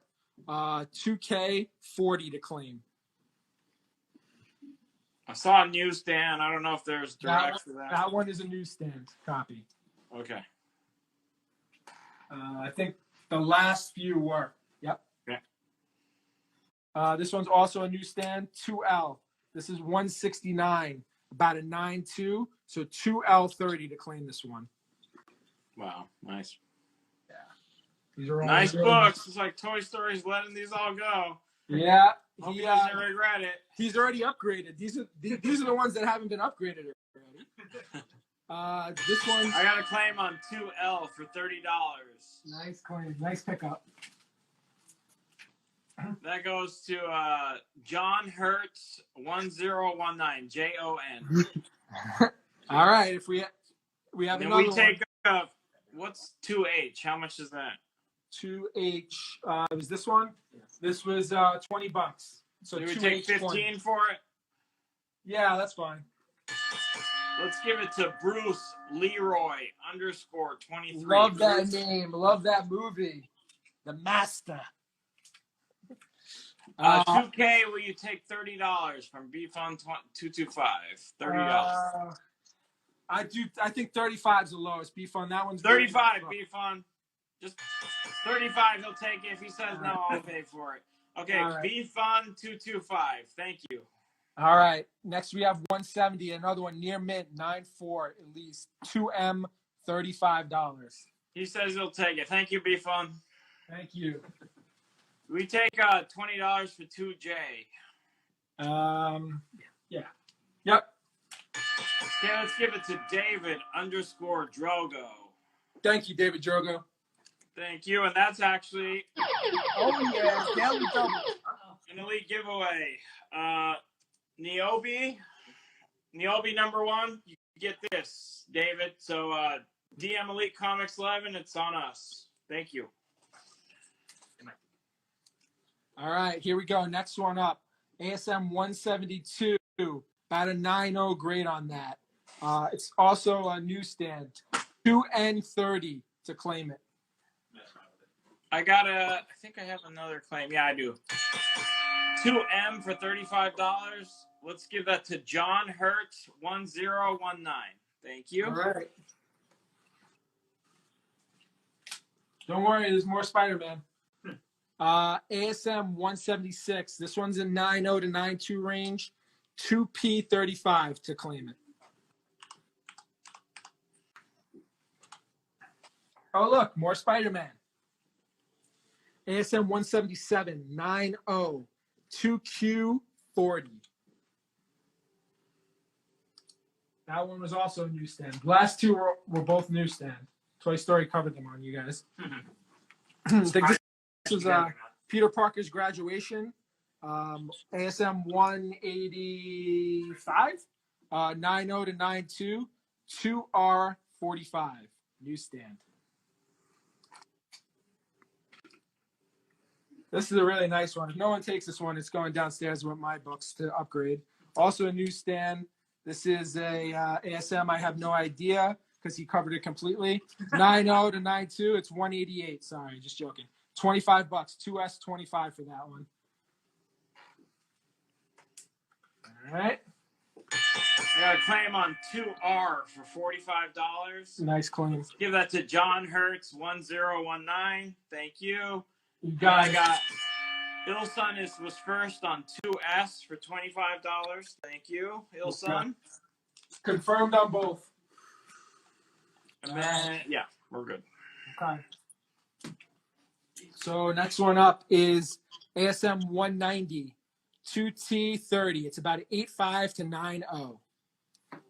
2T30 to claim that one. Next we have ASM 192. This one is super high grade, near mint plus or better. 9.6 to potentially 9.8 range. 2U50 to claim it. Will you take any shot at the Brooks Psylocke for $120? I don't know what the price is, but yeah, I'll do 120. That's fine. All right. All right, that's great. So that goes to R.NA_collectibles. Offer accepted. $120. Thank you. Thank you. All right. Just go back to that one real quick because I feel like that one's gonna get claimed. So this was really, really high grade. This said near mint. Yeah, it's near mint plus or better. We couldn't see anything wrong with that one.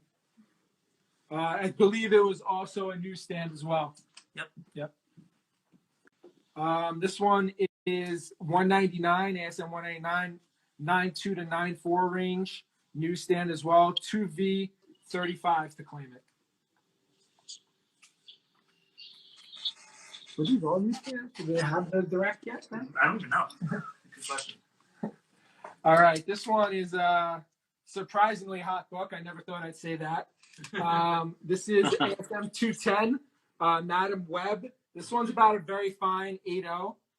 It's not newsstand, it's direct edition. And this one is 2W85. All right, so we're going to do a scan of what's left of the Spideys. Actually, you know what? Let me do one more, and then we'll scan.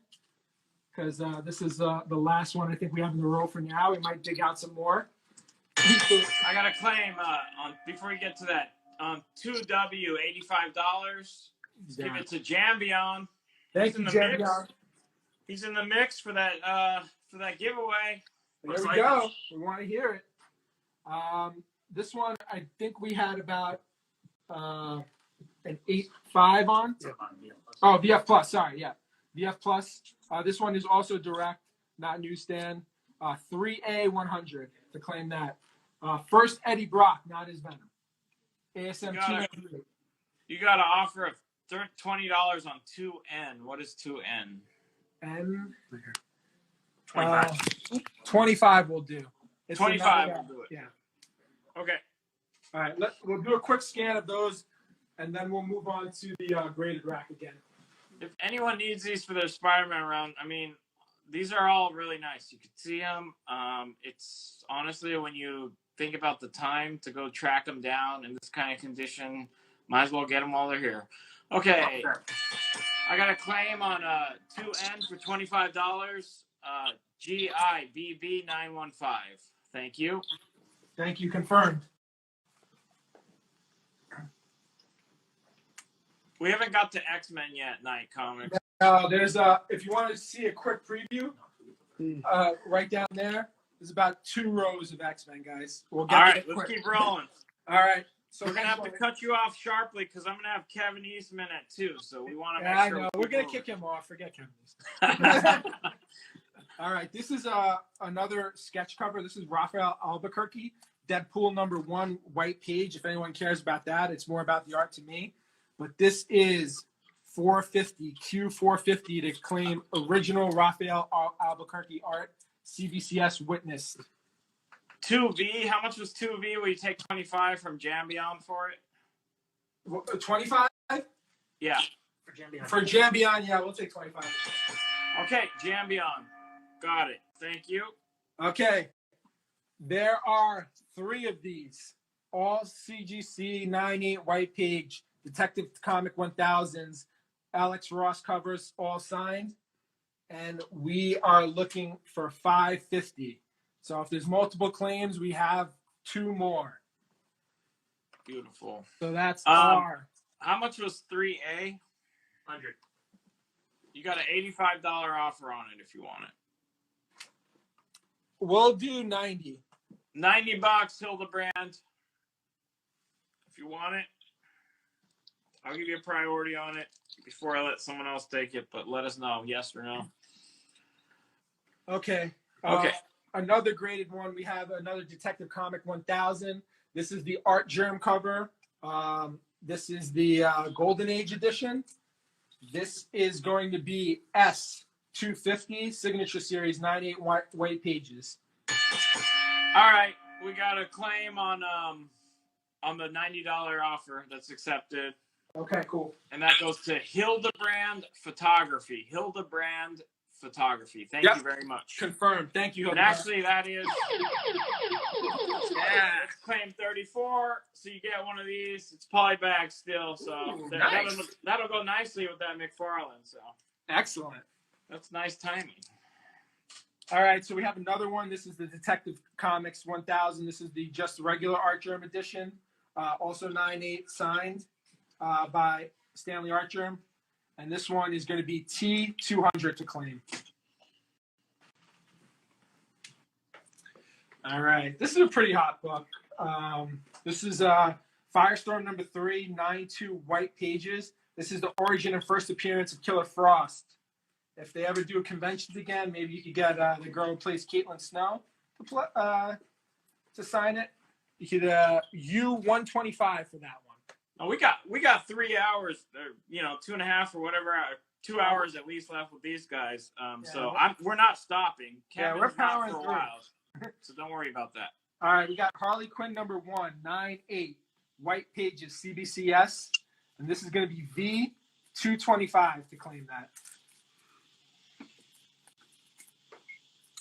Another hot one, spec on maybe Disney Plus appearance here. Hulk number 1, 9-8 white pages. It is W325 for that. First Red Hulk. Ed McGuinness art. We have another one. This is the Wizard World Los Angeles. This is the Michael Turner variant. It's also 9-8 white pages. That one is going to be X300 to claim. All right. Yep. So we'll do one more slide, then we're going to do one more rack of graded, and then go back to the moderns. All right. So we have a Rust number 1, guys. This is the limited edition version. First ever publication of Spawn in the back of this book. It's a CBCS 9-8 white pages. If you're a Spawn fan and don't have this, this is an awesome book to have. This is going to be Y350. Really nice book. Especially. I just want to say on your show, Don't Feed the Geeks, I've heard, like, oh, they're great. These live sales are great, but they should do this, they should do that, they should do this. I'm like, yeah.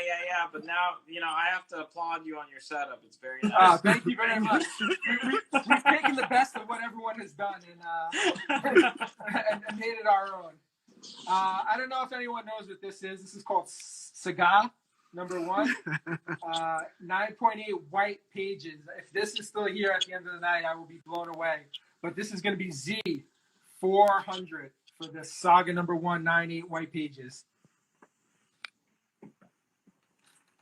Next, we have a CBCS 8.5 off-white pages Showcase 75. First origin and appearance of Hawk and Dove. This one is going to be AA 250 to claim that. Kyle's saying he taught you everything you know. Yeah, no. I don't know who that is. This is Silver Surfer 44, 9-8 white pages. I think this is the first appearance of the Infinity Gauntlet. Yep. This is a direct edition. This is going to be double B, so BB 200 to claim that one. All right. So I have a bunch of these Spider-Man Deadpools. These are all signed and verified signatures of Joe Kelly. Joe Kelly never goes to a convention. To get his autograph is next to impossible. I went to a private signing at a comic book store out here and got his autograph. But this is also an Ed McGuinness remark, and it's also signed by Mark Morales as well. So we have 3 signatures and a remark by Ed McGuinness. So this one is going to be CC 300 to claim this one. Next one up is the hip hop variant. This one's pretty hot right now. This is also 9-6 white pages. All 3 signatures on this one as well. It's Joe Kelly, Ed McGuinness, and Mark Morales, and this is going to be DD 150 to claim that one. This one is the Slinny retailer incentive, 9-6 white pages, 3 signatures, Joe Kelly, McGuinness, and Mark Morales, and this one is also EE 150. I got a claim on the DD for $150. Let's give it to Jambion. Thank you. Yep, I knew that one was going. Nice. Thank you, Jamion. All right. So this one's pretty cool too. This one has 4 signatures. John Tyler Christopher with remark sketch of Spider-Man right there. This is his variant. Also signed by Joe Kelly, Ed McGuinness, and Mark Morales. This one is a 9-8 white pages, and this one is going to be FF $350 to claim this one. Really nice remark by John Tyler Christopher. How much are the Red Hulks? Somebody's asking. The regular one is $325. The other one is $300. Okay. Would possibly take a reasonable offer. Okay. All right. So that was that whole row. We're going to do a quick recap, and then we'll show some of the top as well. I know. I'm getting there.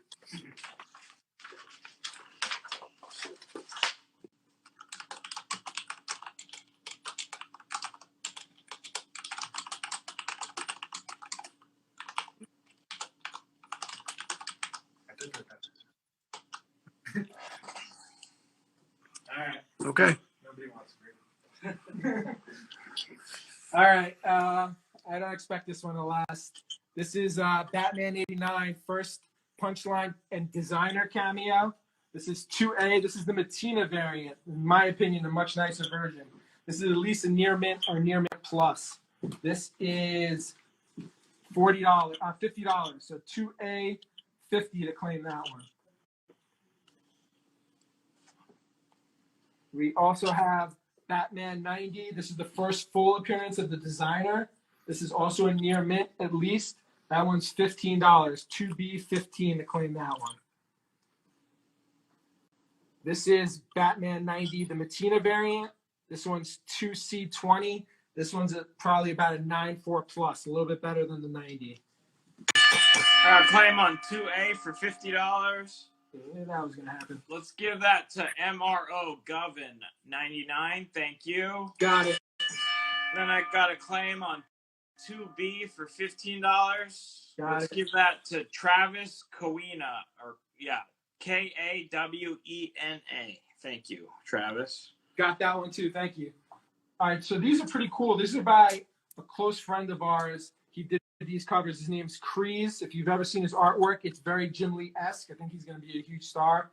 I have 3 of these Batman and the Max covers. This first one is it's 15 out of 250, and this is near mint to mint. This is like the closest thing to 9.8 I've seen. This one is $50 to claim that one. So I'm just going to put that one there for a second. 50. Yep. And then I have 2 more. They're both about a near mint, and they're both $30. So those would be 2D30 or 2D50 for the bigger one.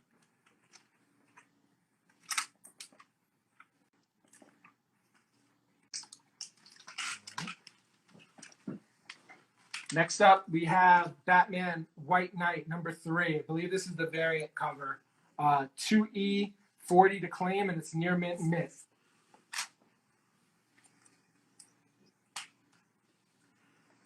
This one is the Black Panther 16. That was the NYCC 2019 Todd Knock variant. It's a Marvel MasterCard cosplay variant that you could only get from like the Marvel MasterCard booth. 2F25 to claim that one. All right.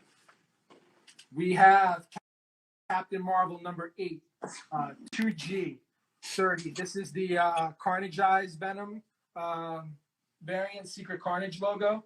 This one is 2G30 near mint to claim that one. Was there any Venom left before this? Did you miss any Venom? I don't know if any survived. Did we have any Venom? We didn't get there. We're getting there. We didn't get there yet. At the bottom of this. We didn't get there yet. We have a bunch of them though. Okay, they're coming up. Yeah. So 2H Captain Marvel 8 near mint, mint $35. We're gonna move this along. Yeah. Captain Marvel variant here 2I 25. This one's also condition on 1K. What's the condition on 1K? It's a 9.4 or better. Oh, all right. Yep. So it's still polybag. It's It's still near polybag, mint or yep. better. We have the Conan the Barbarian photo variant. That's number 1. That's 2J40 to claim that one. These are really nice. I'd be surprised if these didn't go by the end of the night. This is a Danger Girl G.I. Joe J. Scott Campbell variants. This is number 2. And this to claim this one is 2K125. And we also have number 4, my favorite one. This is the Baroness. Baroness 2L 175, and this one's a near mint to mint. That was Danger Girl G.I. Joe number 3. Then we have, this is the Dark Knight Metal number 3. This is the Virgin Torpedo Comics variant, and this is 2M15. It's about near mint. All right. You don't have Kyle over there helping you? What's up with that? I know, right? Yeah. Dark Knight 3, 2N75. That's the J. Scott Campbell sketch variant cover. Then we have this other one, Dark Knight 3, Dark Knight Master Race 3, book 120. That one's 35. That's a Brian Bolin variant. What's the price and grade on 2K? 2K. This is near mint 125. Super high grade. Yes.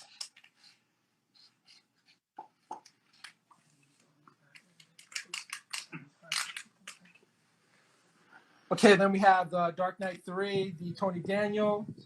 That's 2P35. And then this one is the last one in the row. Dark Knight's Batman Who Laughs number 1. This is about a near mint 94 plus. And this is going to be 2Q25 to claim that one. All right, we'll do a quick scan of that row. Okay, claim 2P. P? Mm-hmm. 2P. Okay. How much is that? 35. 35 and 20. What the heck's 20? 20 and 2P. 20 Okay. and 2P. Let's give it to Cobian FG. So COBIANFJ. Okay, thank you. I cannot spell today. And then I got a claim on 2Q25 as well. Okay. And that goes to TFO88 on 2Q for $25. Thank you both. Thank you to both. All right. All right, we're going to go back to the silver and Kyle bronze. said he was going to help you guys, but he's too busy counting his money. That's what he said. I believe it. Something like that. He didn't say that exactly, but that's my translation. All right, so now we're going to move into some Avengers books. We have an Avengers 20. This is about 50 VGFN. This is Swordman Joins Avengers. This is 3B40 for Avengers 20. Okay. Then we have Avengers 21. This one's about 55 to 60. This is going to be 3C35.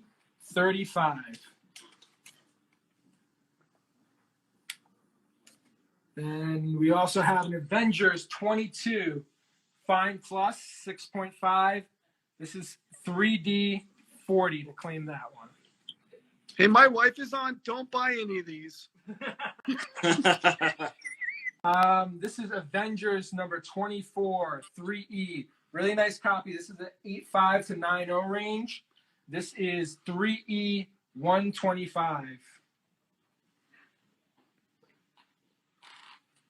Next one is Avengers 27. This is about a fine to VF, so 7-0. 3F 50 to claim that one. Then we have an Avengers 32, really nice copy, another 85 to 90. This is 3H 150 to claim that one. That's a G. 3G. Sorry. I didn't understand your handwriting there. Then we have an Avengers 37, fine minus the fine, 3H 35. Moving on here. We have an Avengers 39. This is about a fine minus to a fine.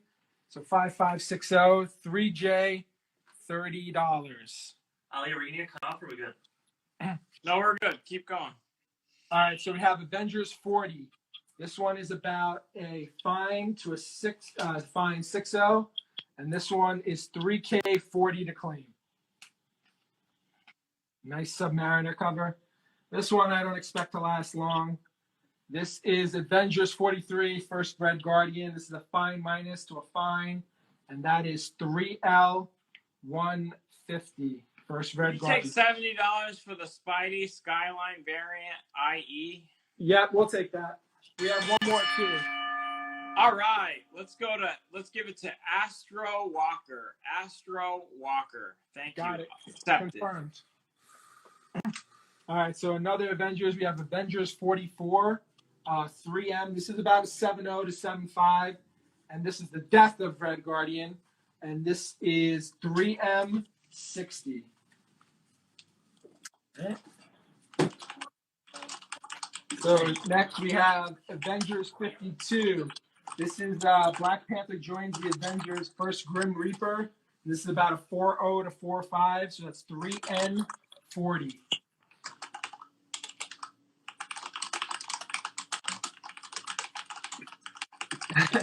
Is that bad? Avengers. This is Avengers 53. This is the first Avengers versus X-Men. It's about a 6.5 to 7.0. That's 3P 75 to claim that one. All right. We're gonna get through the Avengers, and then when we're done with the Avengers, I'm gonna get off. Bill's gonna come on. We're gonna keep going. All right, okay? sounds good. So Avengers 55, first Ultron. This one's a lower grade. It's about 3.5 to 4.0, and this is 3Q 50.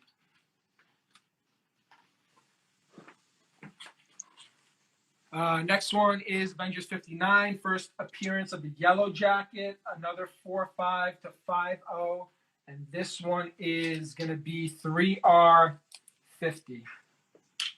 Price on the first Red Guardian. What was that again? It was 150. 150. And what was the grade? It's about a 5.5 to 6.0. Nice.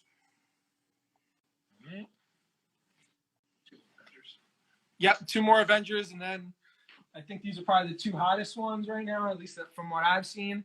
So this is the Black Panther origin. This is Avengers 87. It's a 6.0 to 6.5. It's really nice, but if you look in here, there's like some weird color break, and that is $75.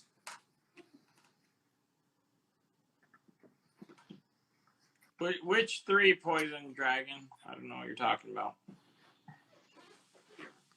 Hold on.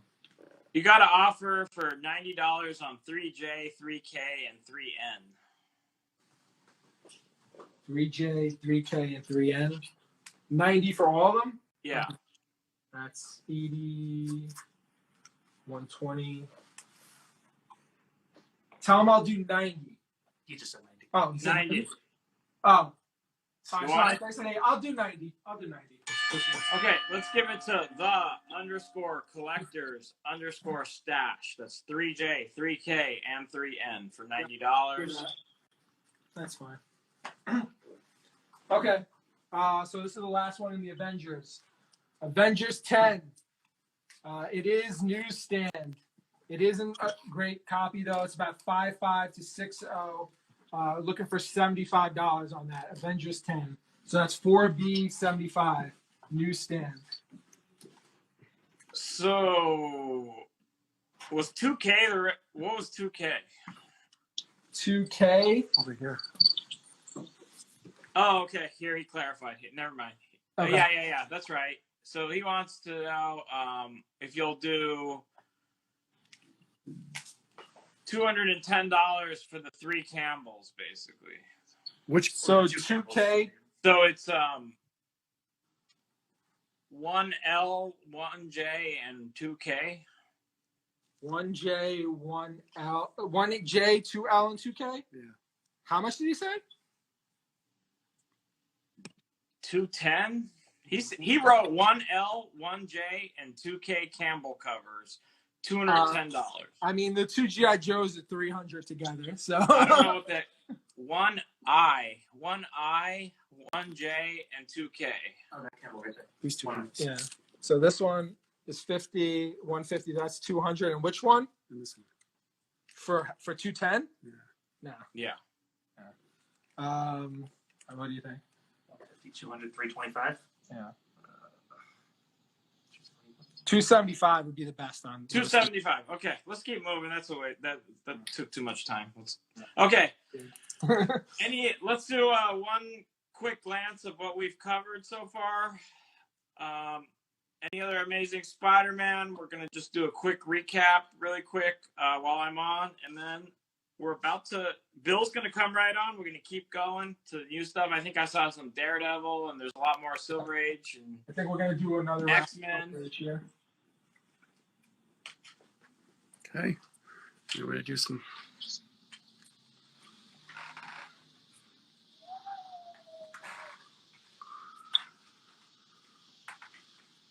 We do... For Jambion, will you do 2U for $30?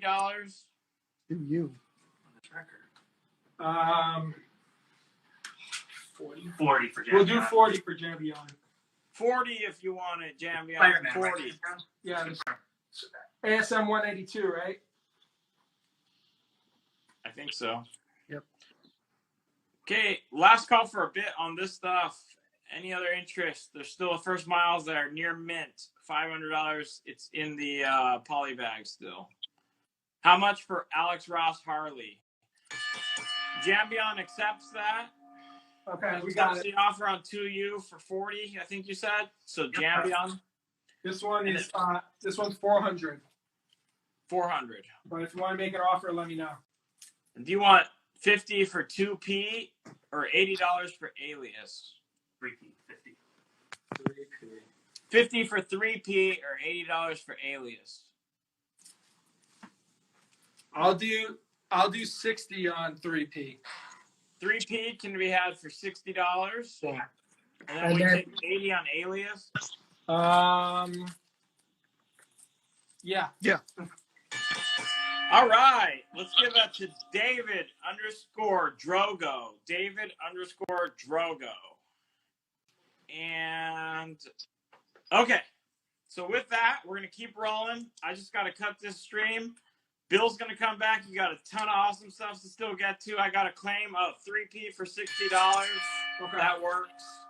So let's give that to Hildebrand Photography. 3P, $60. Confirmed. Thank you.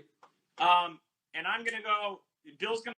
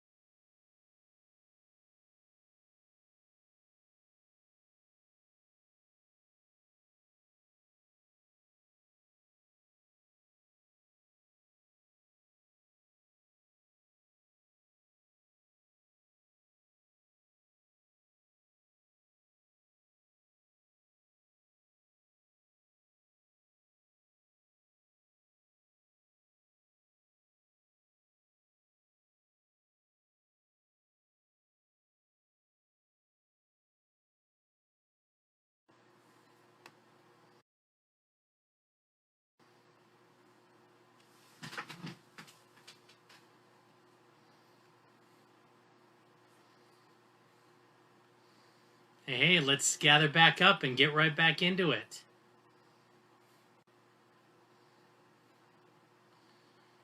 What's up? All right. Long Island comic guys are ready. They're going to jump right back in. We're going to keep things rolling.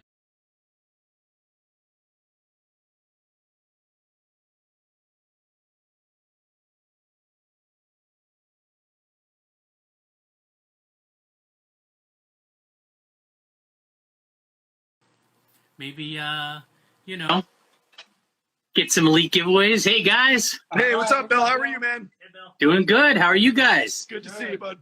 All right, we're gonna jump right back into it. We got more silver and bronze. We have Sounds good.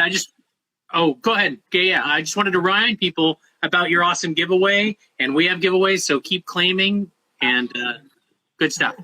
Cool. All right, so we have a Black Lightning #1, about a fine to fine plus.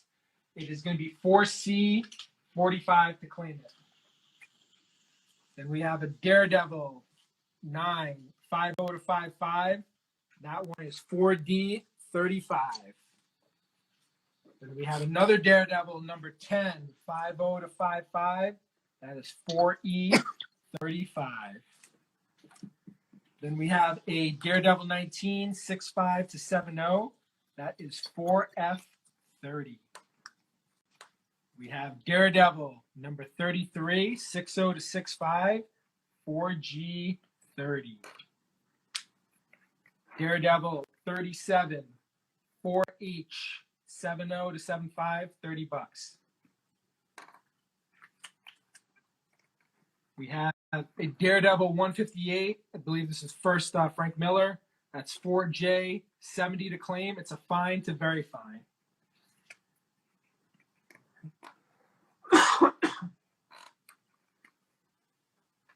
We have a Daredevil 168.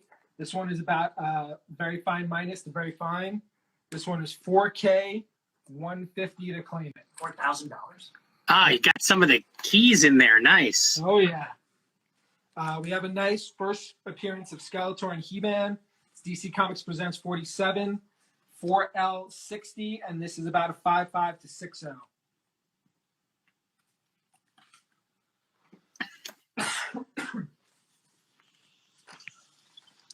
Doctor Strange #1. Doctor Strange 169. 4M, $50. This is about a 3.5, guys. Nice. Iconic cover, though. Oh, yeah. Fantastic Four 45, First Inhumans. This is about a 4.0 to 4.5. 4N 200 to claim that one. All right. We have our claim 4M at $50. That is going to go to Death Cult Comics. Thank you for kicking off this hour. Thank you, Death Cult. We got a pretty cool Firestorm, Fury of Firestorm here. This first plastique. It is 4P, $20. It's about a near mint, so 9.4 or better. That's 4P, 20 for that one. Can you clarify what the price was on 4B? We got 75. Okay, and the grade? That was about a 5560. Nice. Yep. All right, first rogue. Nice. It's newsstand also. Oh, okay. Yep. So this one I have to do a little explanation. So this is a Green Lantern 87. I know it's super hot. There is some color touch issues here. It looks like someone tried to remove it. It's a really nice book. Otherwise, it's probably a 5.5 to 6.0, but does have a color touch issue. This is going to be 4Q75. It would be much higher if it didn't have that issue. And is there a JJ? We haven't gotten there yet. We haven't gotten. Okay, yeah. All right. So yeah, don't be reading ahead. We got a little preview of what's coming, so we'll get there. But 4Q, we do want to take care of first person claiming that. Got in his No Town Comics. Got in on that. Cool. Thank you. So just a reminder, there is a little, the issue with the corner. Yeah, I just want to make sure that's clear. Yeah, but getting a book like that, it's a great pickup. So this is Incredible Hulk number 271, first Rocket Raccoon, not Rocky. This is about a 8.0 to 8.5, and this is 150. So 4R 150, 8.0 to 8.5. Nice. This is an awesome book. I love this one. This is Iron Fist 15, the last in the issue, the last in the series. It's also first appearance of Bushmaster. This is about a 5.5, and it is $60. So 4S60 to claim that one. Nice. I believe Wolverine's in his Fang costume too, which is pretty cool. Oh yeah, it's somewhere in there. I think it might be covered. All good. This is a pretty cool one. This is about this is Jonah Hex #1. It's about a 5.0, 4T30 to claim it. So Jonah Hex #1, about a 5.0, 4T30. Okay. And what was the price and grade on 4P real quick? 4P was about a near mint, so 9.4 or better, and it was $20. All right. All right. And we will have a claim on 4T for 30. Awesome. It's going to go to Hiram Brady. Thank you. Thank you, Hiram. All right, this is one I don't really expect to last too long. This is Marvel Spotlight 32 for Spider-Woman. It's about a 7.5 to 8.0, and it's going to be 5A 100 to claim it. Oh, wow. 5A100.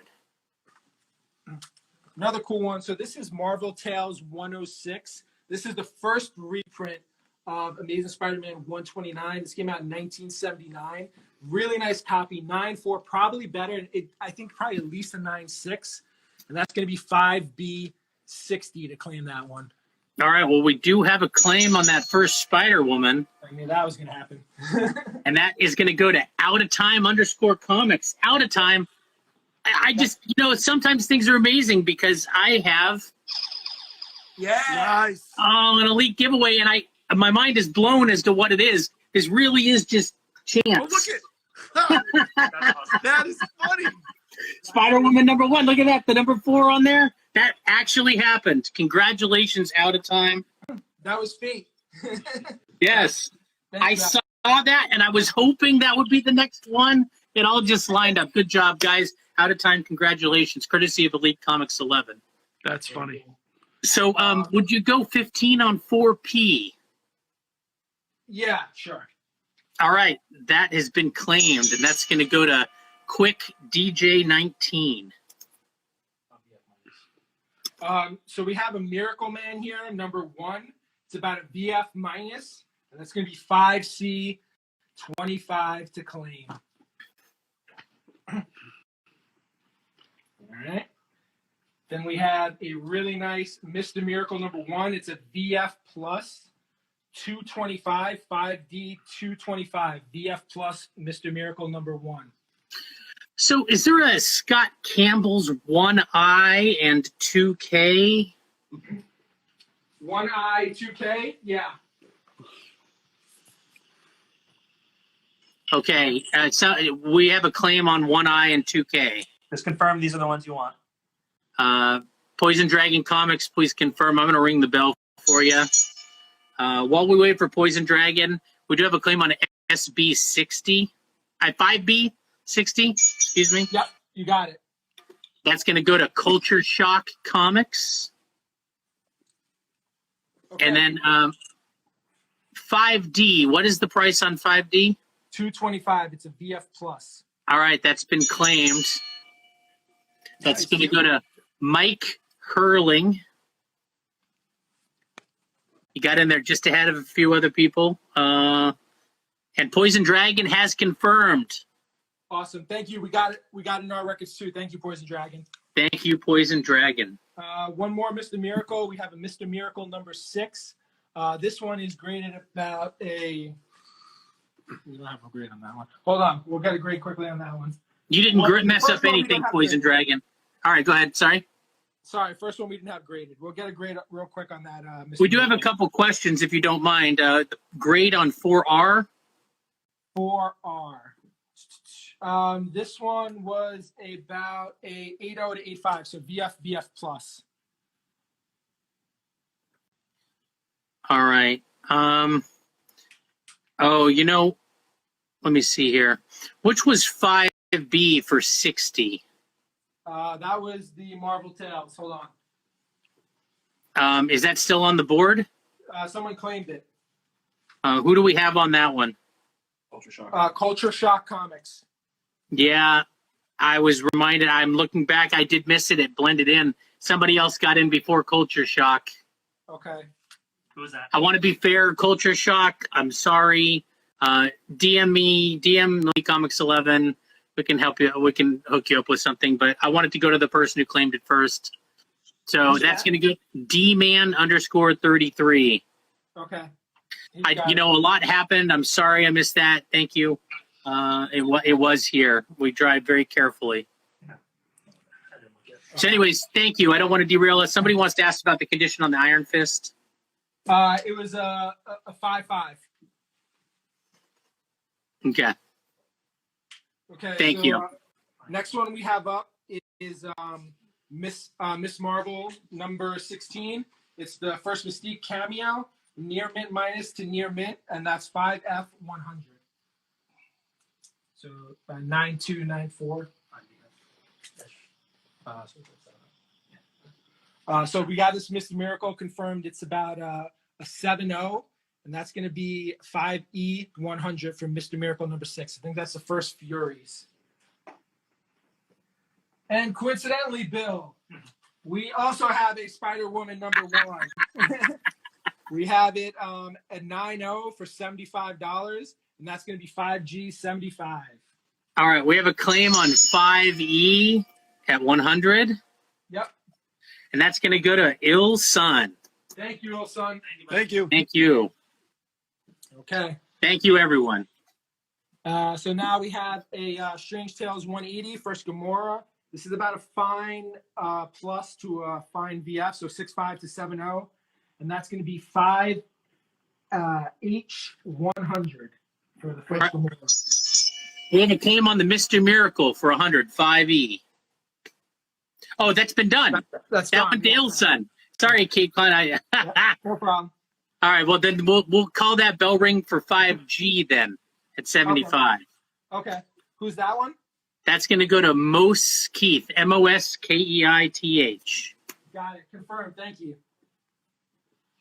All right. So next we have the new Teen Titans number 1, about a fine to fine plus. That's $40, 5J 40 to claim it. All right, we have a 4R. Did we do that one? 4R. Yep. We still have it. That's been claimed at 120. It's Wait. 150. Oh, yes. So somebody's offering 120. I'll do 130. All right, AS Comic Collectibles. And 5J in the meantime. That was 40. Yep. Okay. That's been claimed. Awesome. And that's going to go to Mike Hurling. Thank you, Mike. And Mike, hold on. Uh-oh. Mike Hurling, congratulations, courtesy of Elite Comics 11. I'm writing your name down here. Please DM us if you win an Elite giveaway from Elite Comics 11. Here you go. A Tyler Kirkham, Deadpool, Carnage. Awesome. Congratulations. Awesome. All right, so next one up, I think this is a hot one too. This is Tales of the Teen Titans 44, first full Nightwing. That's 5K 75, and it's a VF to near mint, so about a 9.0. That one's. I expect the bell on that one pretty soon. This one's Web of Spider-Man number 1. It's about a VF plus, about 8.5. This is 5L 30 to claim that one. And let's leave the X-Men for the. We'll do the X Factors and then we'll go to X-Men next. And somebody's asking about the details on the Avengers 56 and the condition on the Avengers Annual 10. The pricing condition on 4J, just to hit you with them questions real quick. I don't have an Avengers 56. Okay. Did they mean 55 or 59? I'll wait for them to clarify. Yeah. So the Avengers 10, that was 5.5 to 6.0. It is a newsstand though. It was $75. If you want to make an offer, make a reasonable offer, I might take it. 4B 75, a reasonable offer. Yes, I know. I've been hearing about my soundboard. We'll see what we can do at next time. Bill? So. Bill, I'm gonna knock that down to 60. So Avengers 10, $60. That's my on newsstand. That's the lowest I'm gonna take on the Avengers 10. 4B 60. Yeah. Found the bottom, guys. Yeah. You do have a $40 offer on the first Yellow Jacket. I don't know what the price was. Yeah, it was 50. I'll do 40. That's All right. good offer. That's going to go to dman_33. Thank you, D-Man. All right, so we're going to do 2 more of these, and then we're going to move on to the grade rack again. So this is X Factor number 5. Near mint, it's like at least a 9.4. 5M30. First cameo of Apocalypse. And then we have the first full. This one isn't as high. This is probably about a 7.0. This is first full Apocalypse. That's going to be 5N40. And then a couple more questions, if you don't mind. The Sure. 4L, how much was 4L? $60. It's not a great. It's not high grade. It's about a 5.5 to 6.0. And what was the price on Strange Tales 180? 100. Okay. And the grade on that was 6.5 to 7.0. Okay. Okay. All right. So we'll do one more quick pass, and then we're going to move on to some more graded. And then we got a claim on 5M for 30. Got it. And that's going to go to Chupa Mibirga at CHEWPA _ Okay, good. And then grade and price on Red Guardian. The Red Guardian is 150, and the grade is about a fine minus to a fine, so 5.5 to 6.0. But it presents really well. It's a nice copy. Nice book. And then was there an Avengers 28? Yes, this one was 28. Wait, no, there isn't a 28. Sorry. And then 3Q, what was the price on 3Q? 3Q was $50. It was Avengers 55. It's about 3.5 to 4.0. All right, well, I'm ringing the bell. That's been claimed. All right, cool. That's going to go to Hiram Brady. Thank you, Hiram. Okay. And Ilson is saying 65 on the 2 X Factors. One was already claimed. Okay. If he wants to make an offer on the X Factor 6, I'll take it. And then before we move on, 3C, 3D, grade and price. Okay. 3C is about a 5.560, and that's 35. 3D is about a fine plus, and that is $40. So 75 for both if someone was interested. So that's 20 and that's 21 and 22. Okay. All right, we're gonna move over to the graded rack now. Sounds good. All right, so Star Wars 9.0 white pages, not the 35-cent variant. Sorry, guys. That is GG 200 to claim that. Really nice. All right. Then we have a Superman Unchained #1, 9.6 CBCS white pages. It is signed by Jim Lee, Dustin Nguyen, Scott Snyder, and it is 150. So triple signature HH 150 for that one. Wow. And thank you for helping each other out in the comments. I appreciate it. Thanks, guys. We have a Tales of Suspense 46 here. This is the first appearance of Crimson Dynamo. It's 3.5 cream to off-white pages. And this one is II 120 to claim that one. Okay, so you do have an offer on 4L of $50. 4L? Yeah, that's okay. I'll do that. All right. Accepted. D-man_33. Thank you very much. Thanks, D-Man. And for 4B, you have an offer of $50. That's the Avengers Annual 10. No, I'm going to stay with 60.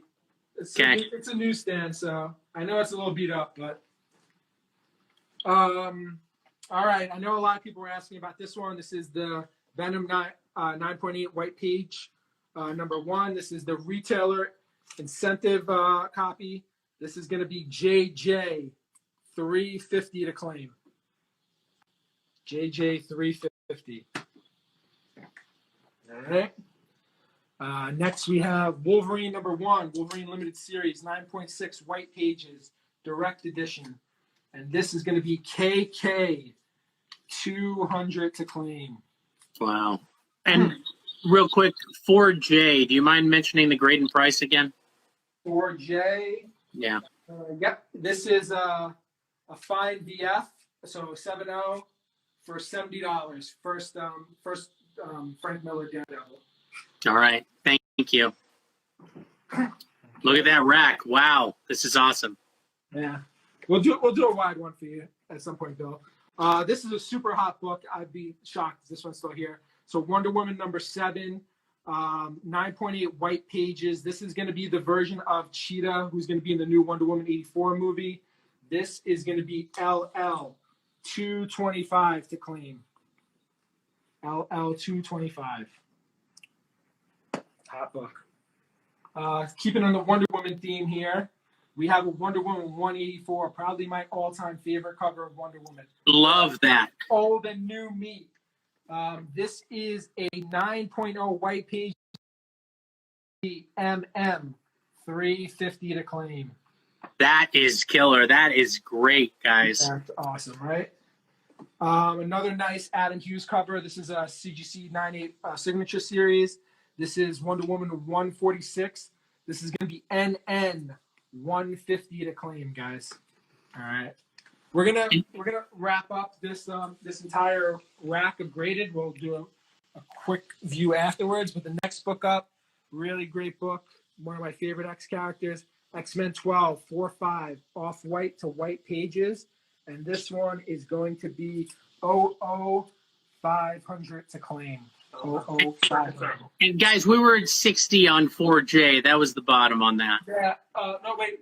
4J? No, that was 4B. We're at 60. 4J is we'll do 60 for that one. Someone wants for 60. Yeah, 4J. We'll take 60 Well, we have a $55 offer on it. on 4J. You want that? Yeah. All right. We'll take 55 for 4J. All right.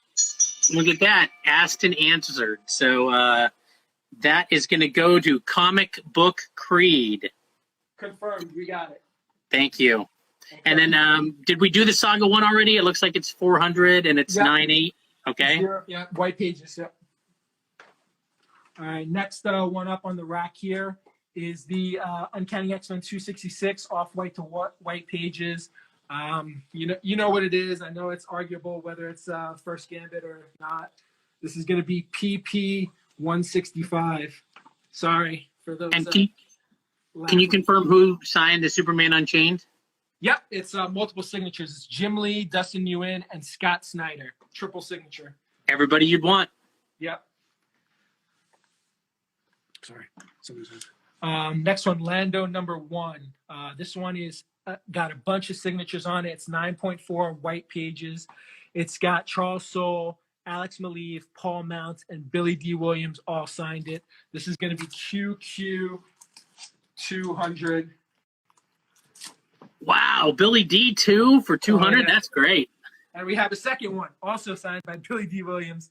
This is Lando #5. This is the Mike Diodato retailer incentive. To claim this one, it's going to be RR. This one is also 200. All right, we got a claim on the Superman Unchained. Awesome.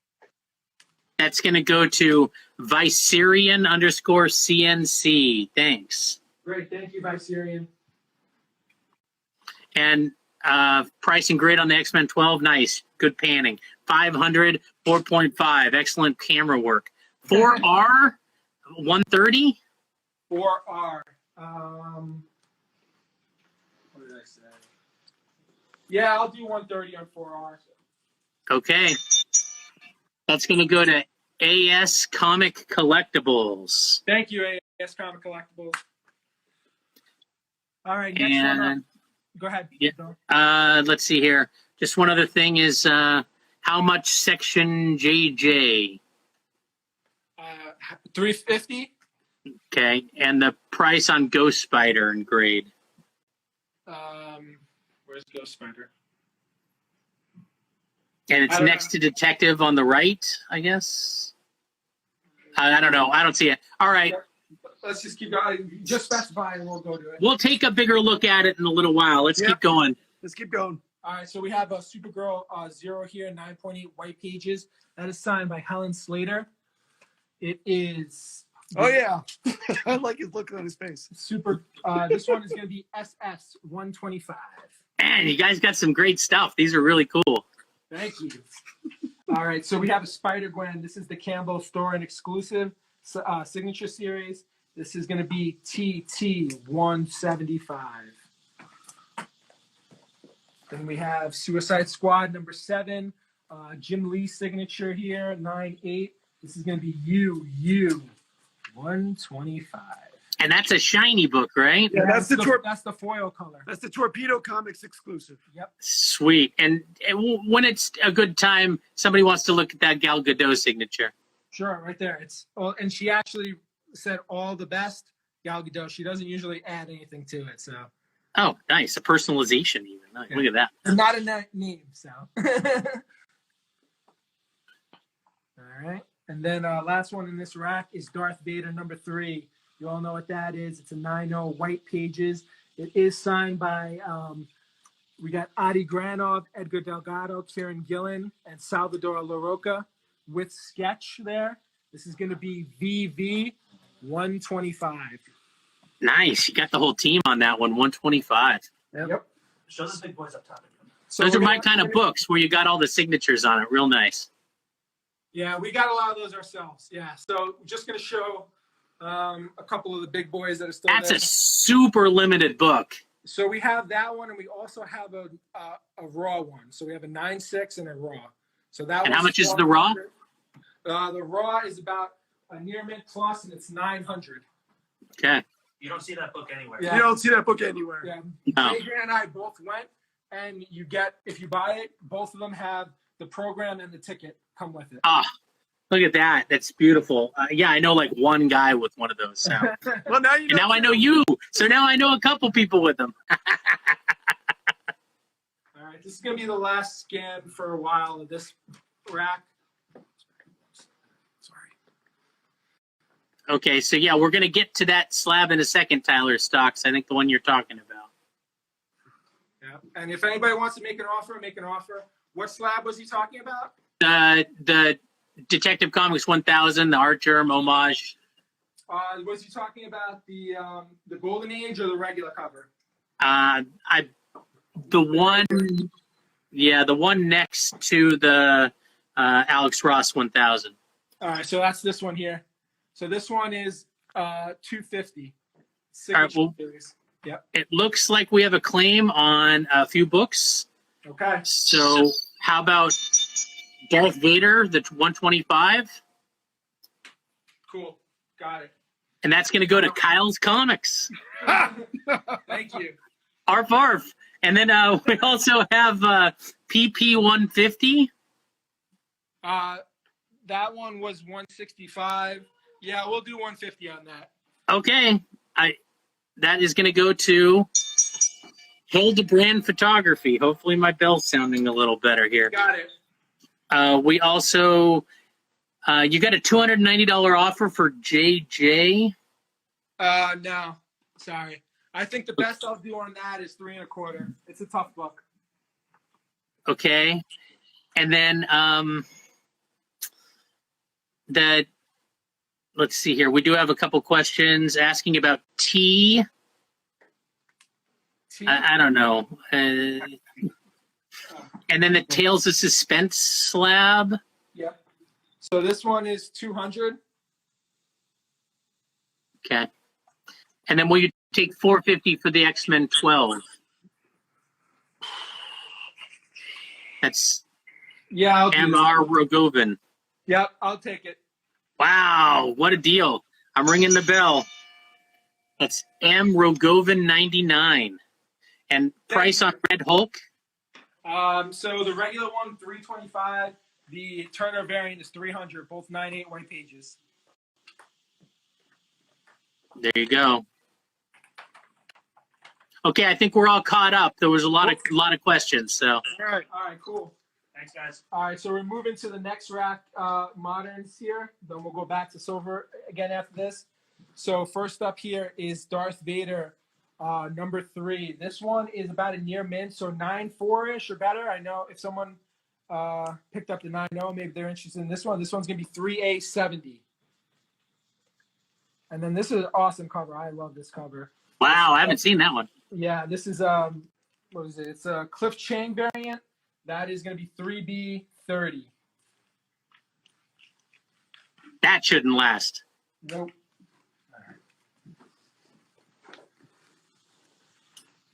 3B, there it goes. Yeah, there we go. All right. That's going to go to Bruce Leroy _23. And Excellent hopefully, claim, excellent name. hopefully they hear that.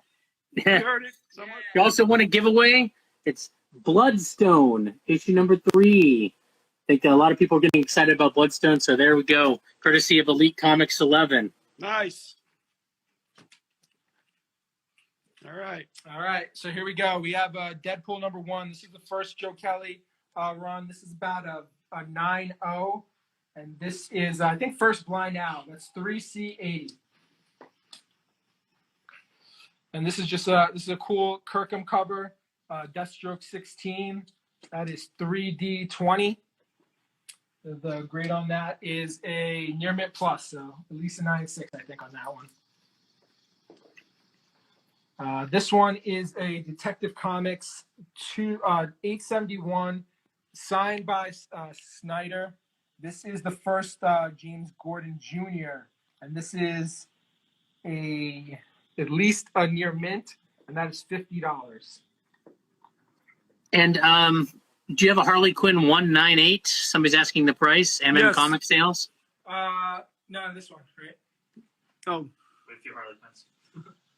Is that if that's the one you're looking for? This is the 9.8 Harley Quinn 225.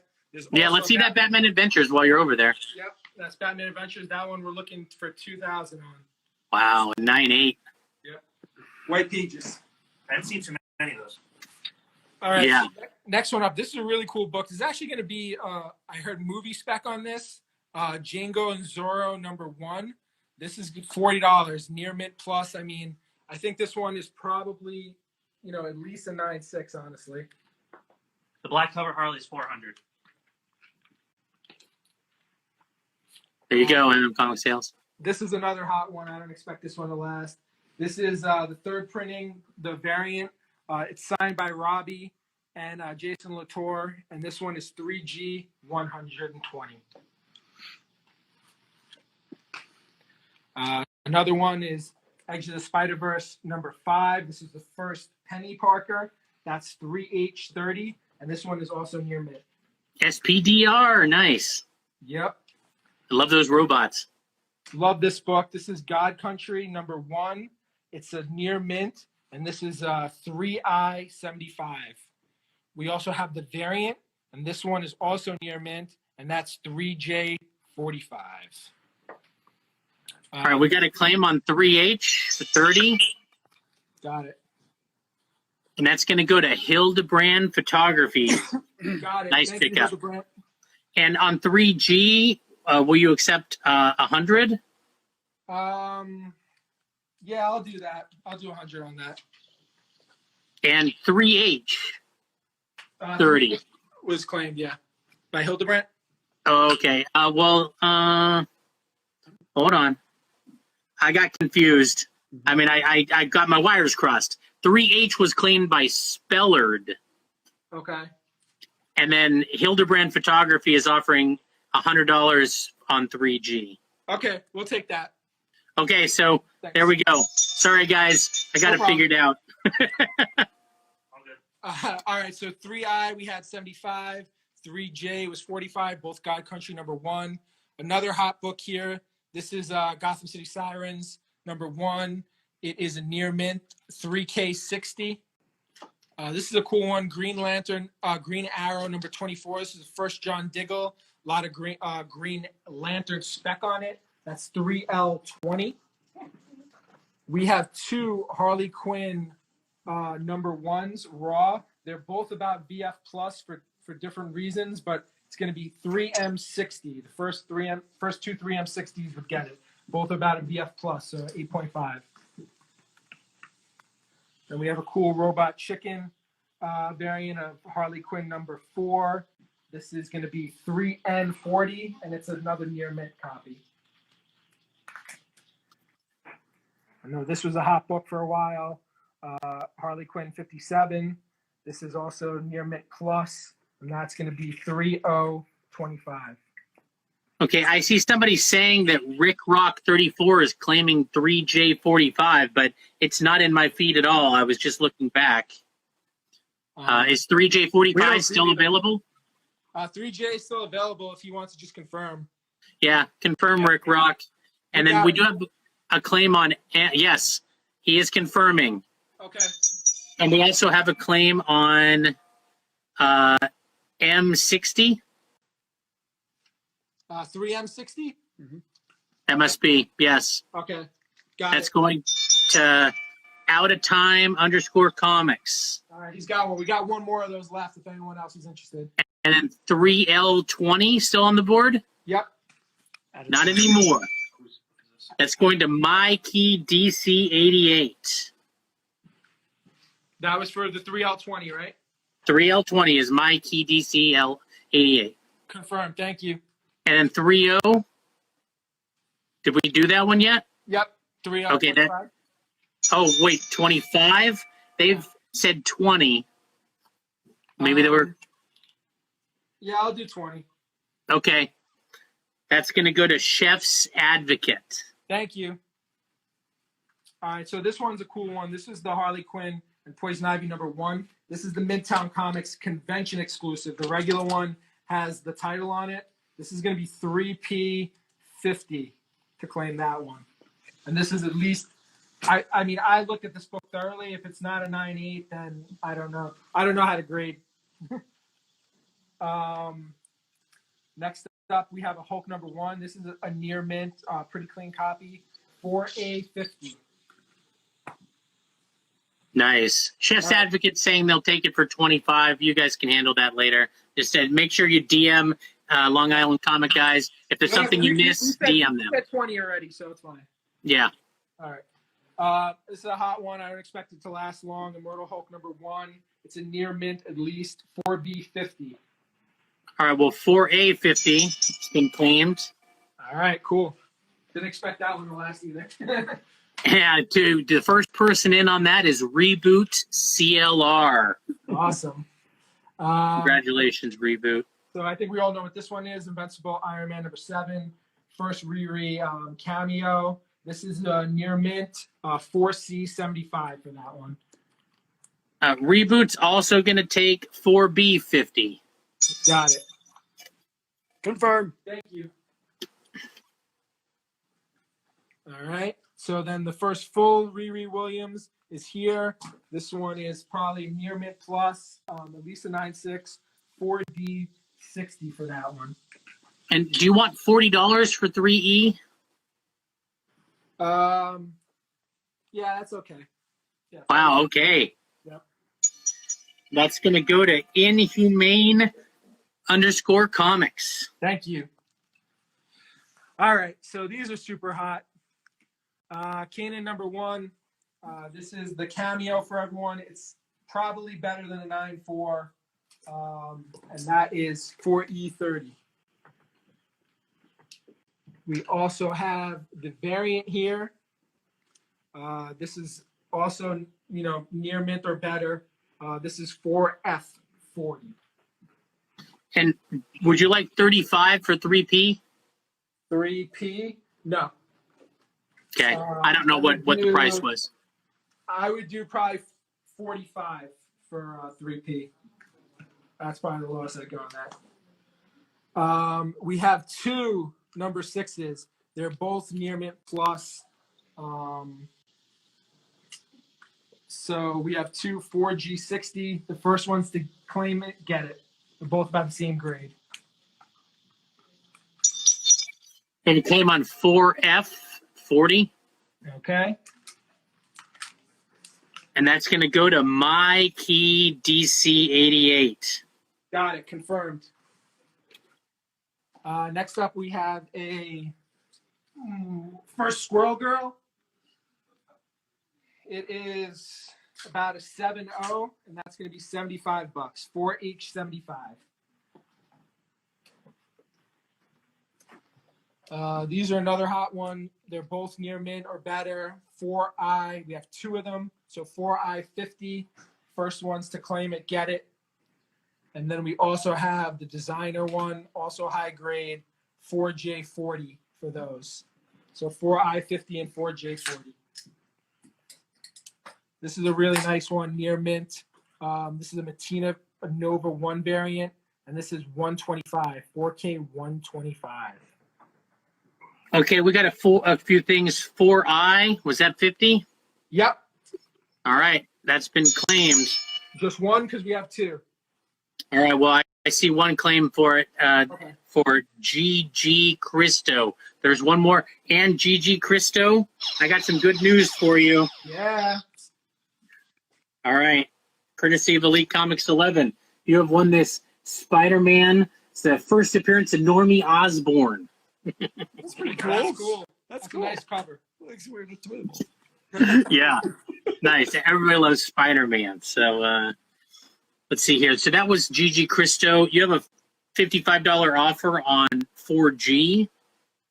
4G. No, I think we're going to stick with 60 on those. Those are really hot.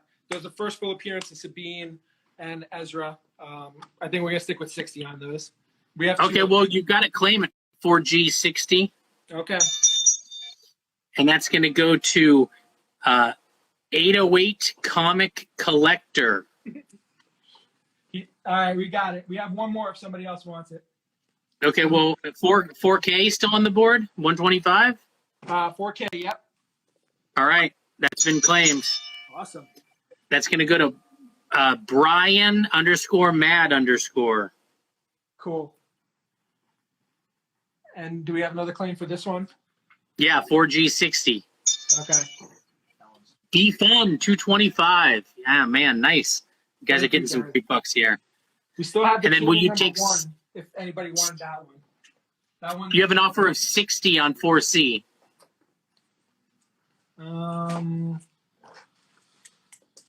Yeah, I'll take it. All right. All right. I'm ringing the bell for J Hertz 1222. Oh, thank you. He's brought a lot, so. Hey, so we'll go for about 5 more minutes, and then why don't we reset, and then we can have the last hour to finish strong. All right, we'll get through this rack and then we'll move on. Perfect. Yeah, I don't want to force it. I just want to be time aware. Yep. So these are Matina variants, both super high. Delatos, 4L60 for the trade dress, and 4M100 for the Virgin variant, Punisher ones. Then we also have this variant, again, another high grade near mint. That's 4N20. Redneck number 1, that's going to be 4020 near mint or better. This one's really high grade, near mint plus, possibly a 9.8. This is 4P200 for that one. Nice. And then another saga. This is the Ghost variant to Chapter 7, 4Q, and that is going to be $60. 4Q60. And did you have a price on that Zorro Django book? Yep, that was 40. 3F40. All right, thank you. Where do you want to go? All right. So how much time we have left, Bill? We can go. How much more of the rack do we have? Well, we have a lot of that rack. We were going to move to another rack, but we just wanted to make sure. Okay. Yeah, I mean, I was just going to try to have his turn at the hour. So, Okay. whatever seems like a good breaking point. We'll do a quick scan of what we just went through. We have time. We can just keep rolling. Let's just keep rolling. Let's keep rolling. Okay. Let's do it. All right, Let's keep it up. We're going to go back to this rack. This is going to be the hot one. This is X-Men. So we have X-Men 15, a fine minus for 120. Then All right. While we were doing that, I see 4020. I don't know what that is, but 4-0. 40. Is there a 40? Yep, that was we got it confirmed. Who's that All for? right. Thank you. Cheese Donkey 79. And then 4N20. Nice username. Got that one too confirmed. All right. Mikey DC 88. And 4P and 3I 225 offer. 250. All right, GL Core 250, and the Saga one was very high grade, near mint plus. Yeah. Yep. At least near mint plus. Near mint plus. And the Squirrel Girl was 75, I believe. That's correct. Yep. All right, good. We're caught up. All right, let's go. Okay. So we have X-Men number 20. This one is a fine, so 6-0. So that's going to be 5Q 75. iPhone Elite, it's 200 on the Saga. If you're close, make an offer. He's offering 150. 175 best price. There you go. You found the bottom. Yep. All right, let's keep rolling. All right. So we're gonna move these X-Men over and start stacking them up. This one is super nice. This is X-Men 21, really bright. VF to VF plus. That's 200. 6A 200. All right, Saga. We got 175, did it? You got a couple people, but the first one in, iPhone.Elite. Awesome. All right. Thank you. Thanks for the claims, everyone. Keep moving with the X-Men. This is X-Men number 25. This is a fine minus 6B65 to claim. Did you want to revisit the shipping info real quick? Yep. $5 for 1 to 2 books, $8 for 3 to 9, $8 for 3 to 9 books. Sorry, 10 and up books $15, and CGC books $15. If there's anything more than that, we'll get you. It might be a little more. We'll get you a custom quote. And the Saga 198, is that a first print? It is. And what was the price on it again? 400. All right. Thank you. All right. So next one up is X-Men number 27. This one is about a fine to fine plus, even though there's some boxing. It's nice otherwise. 6C 75 for that one. I know there's some X-Men fans out here, and now's your chance. Yep. People were asking earlier. This is X-Men 32. It's got a big crease in the middle, so it's a good to VG. So that's going to be 6D40.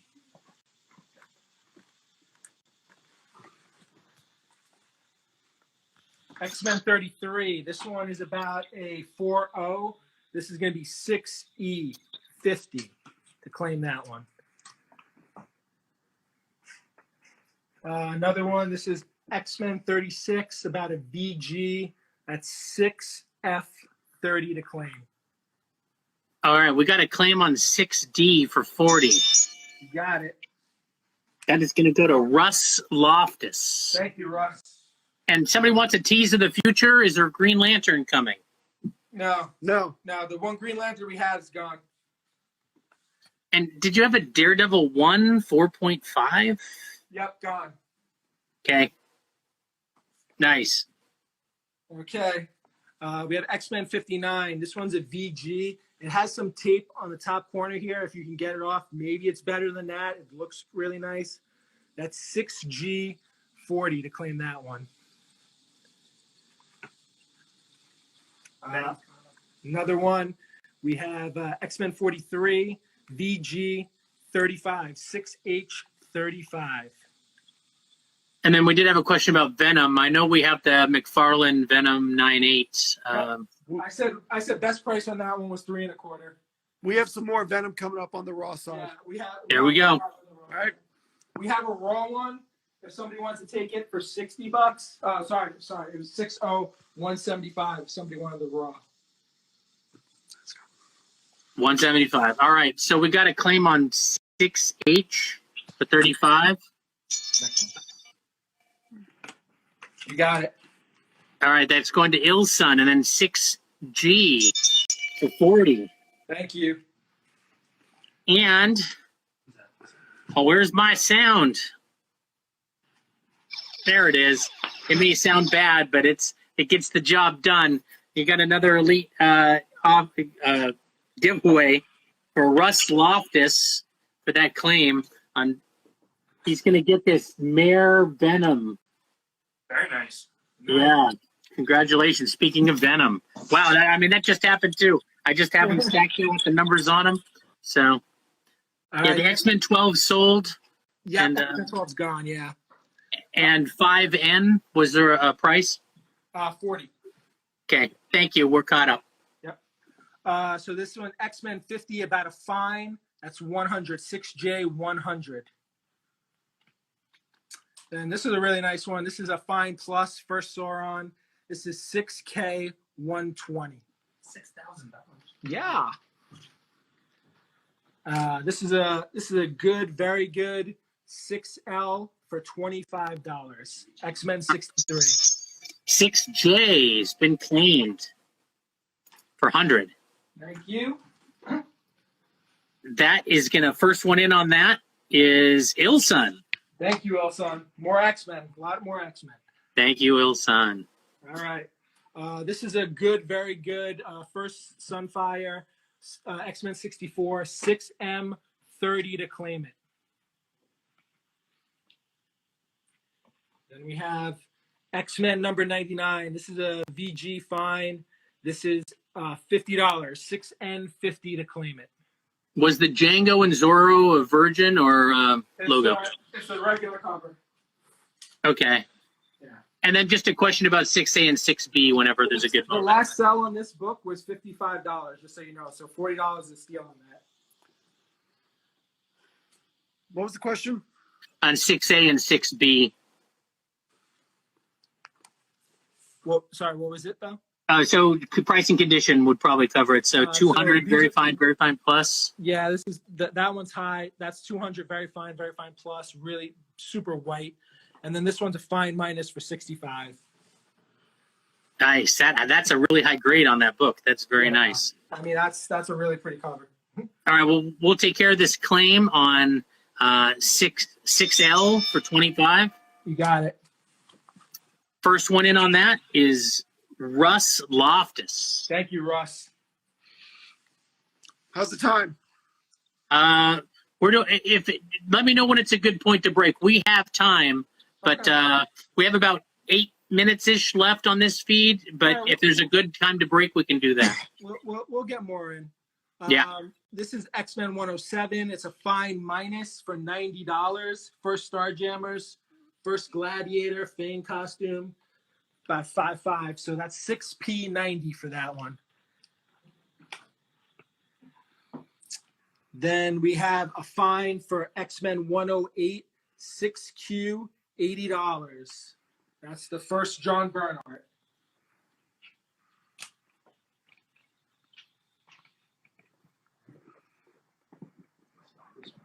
Yeah, that storyline's great. That's really great time in the X-Men. For people who actually want to read comics, it's I want to believe that these storylines are being read somehow. We are. So this one's an awesome one. X-Men 109, first Vindicator, first time Wolverine's called Weapon X. Fine to very fine, 7.0. 6R, $85. Then this is the last one in that rack. This is a really nice copy of X-Men 111. It's probably a near mint minus, about a 9.2. 6S60 for this copy. Nice. That's not an easy one to find in high grade. Yep. This one was I don't know if this was before the newsstand or not, but that one was a newsstand. All right, so next we have X-Men 113, about a 7.5 for $60. 7A 60. And 5L and 5N, I don't know what the prices were, but somebody's offering 50 for the pair. I'll do 60 for the pair. It was 70, so it's 70 for both of them. I'll meet you in the middle at 60 for Web of Spider-Man and X Factor 6. And then we have a claim on 6S for 60. Yep, you got it.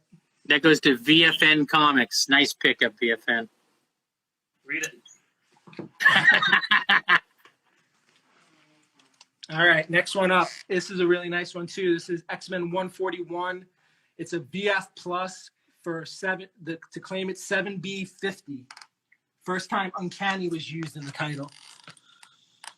And then Hildebrand Photography saying XR50. I'm not sure. Maybe that was a mistype. I don't know what XR is. No idea. Yeah, let us know, Hildebrand. Let's keep going. All right. So we have X-Men 118, 7C60. This is 7-0. First Mariko Yoshida. Mariko Yoshida. Yes. Good pronunciation. Thank you. Would you like 65 on 6R? Let me see. I'll do best price on that. I'll do 70 on 6R. All right. Weapon Alpha, links to Weapon H, Weapon X. So you got all sorts of. So this one, X-Men 120. I don't expect this to last. This is the first cameo of Alpha Flight, and this is 80 for 75, 7D 75 to claim that one. Do you want 40 for 7B? 7B.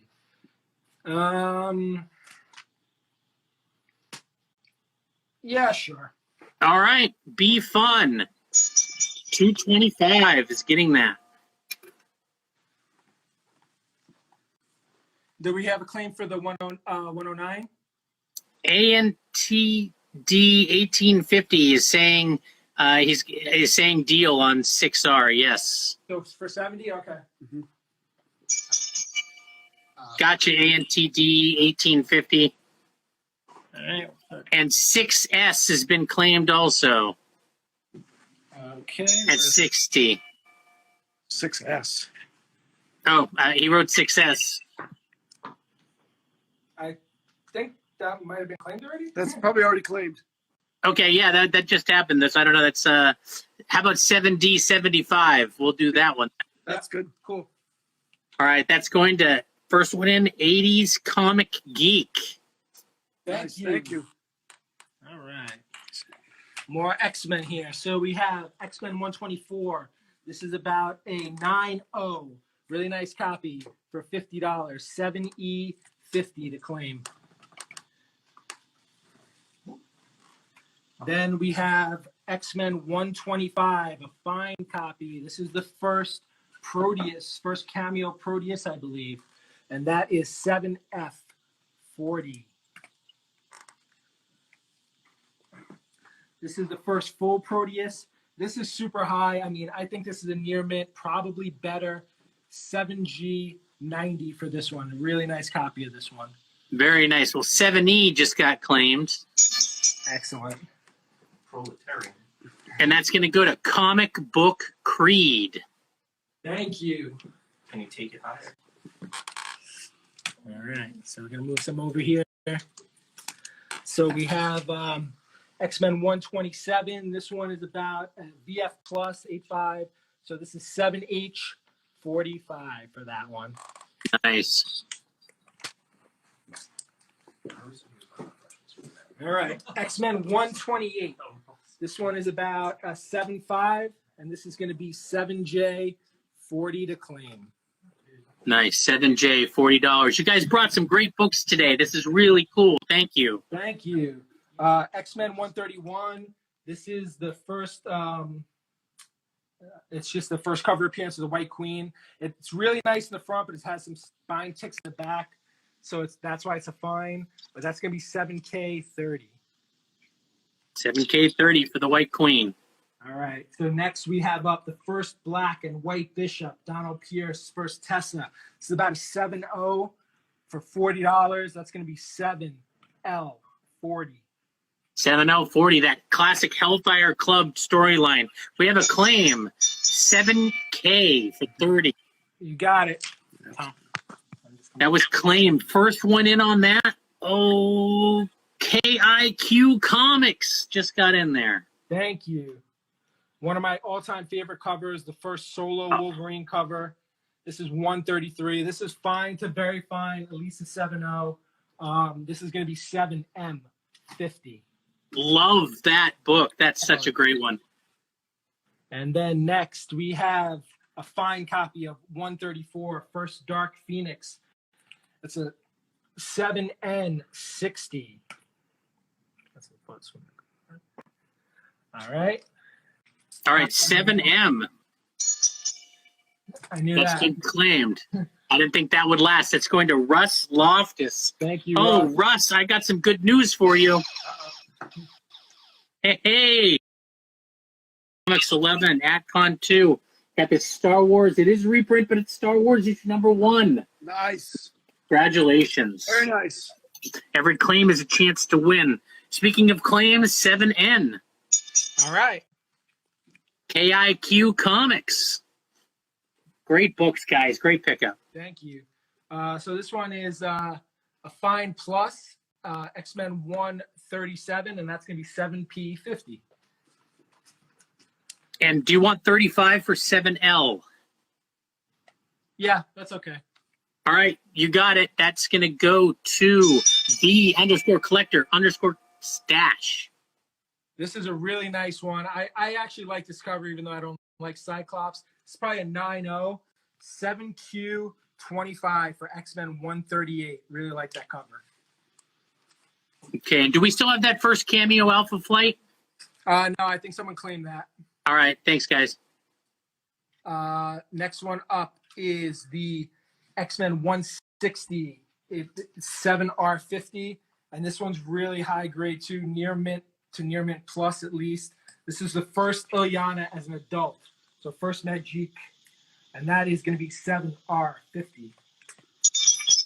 7Q25. Thank you. All right, that has been claimed. Hey, guys, I think we need to cut and restart here. All right. Okay, cool. When we come I think back, this is we'll fire so. the rest of the X-Men, and then we'll go back to the moderns. All right, we're going to do.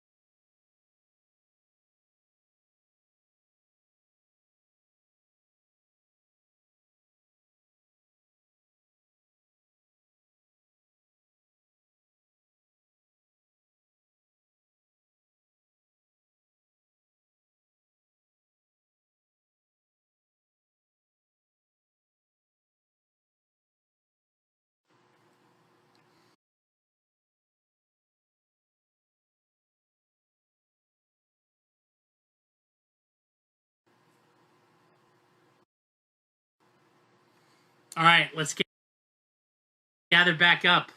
Let's get together. Let's see the Long Island comic guys. Let's continue this. Man, they brought.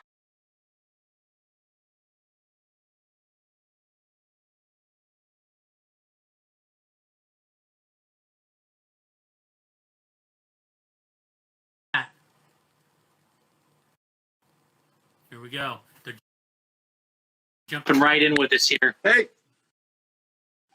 Hey, guys. All right. Hold on. Let me turn this around. You want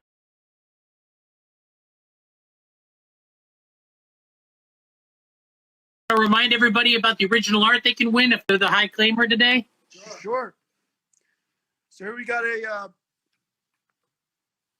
It's a Tony Daniel Batman 693 right. page. Don't touch it, Jim. And then everyone who spends over 100 will get one of those exclusive Long Island Comic Guy cards as they're available, and then everyone will get stickers. There we go. Great, guys. And some elite giveaways, too. Every claim is a chance to win. You guys, there's a lot of contenders. Keep going. You got until 2 o'clock. We're going to be here with these guys. They got some awesome books. We're powering through here. So we have X-Men 164, first Carol Danvers' Binary. 7S, a very fine copy for $30. I'm waiting for the bell on that one. X-Men 213.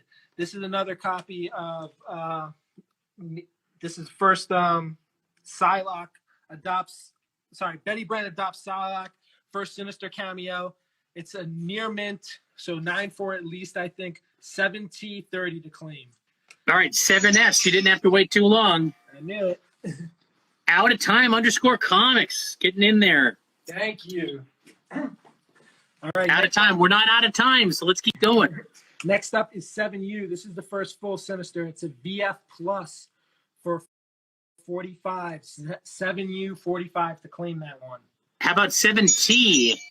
You got it. That's going to go to Jambian with a 0. Thank you, Jam. Nice. Good pickup. All right, 7S is off the board. 7T is off the board. Let's keep rolling. All right, 7U, about to be off the board at 45. Here we go. That's going to go to B Fun 225. Thank you, B Fun. I don't think we need to speak. Just show the picture. All right. 7V, X-Men 3. It's very early Frank Miller cover. It's probably a 8.5, could be a 9.0. Really nice copy.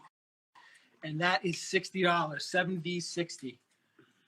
And then this one, I know there's a lot of controversy around it. What is the first appearance? This is at least a near mint, I think. 7W 60 for that one. And that one I expect to be a bell. And that is the last of the X-Men for now. All right, well, then we can review a couple quick ones. Somebody's asking about 5Q, 6A, and 6M. 5Q is a fine copy for $75. That's X-Men 20. What was the other ones? 6A and 6M. 6A is a very fine plus. That's $200. And 6M. And M, like mutant. That's a good, very good. That was $30. All right, let's see if we got. Yes, we do have a claim in here on 7W. Yeah, I knew that one was going. 60. That's going to go to KIQ Comics. Oh, wait. Uh-oh. So, a bunch of people joined and it got all mixed in here.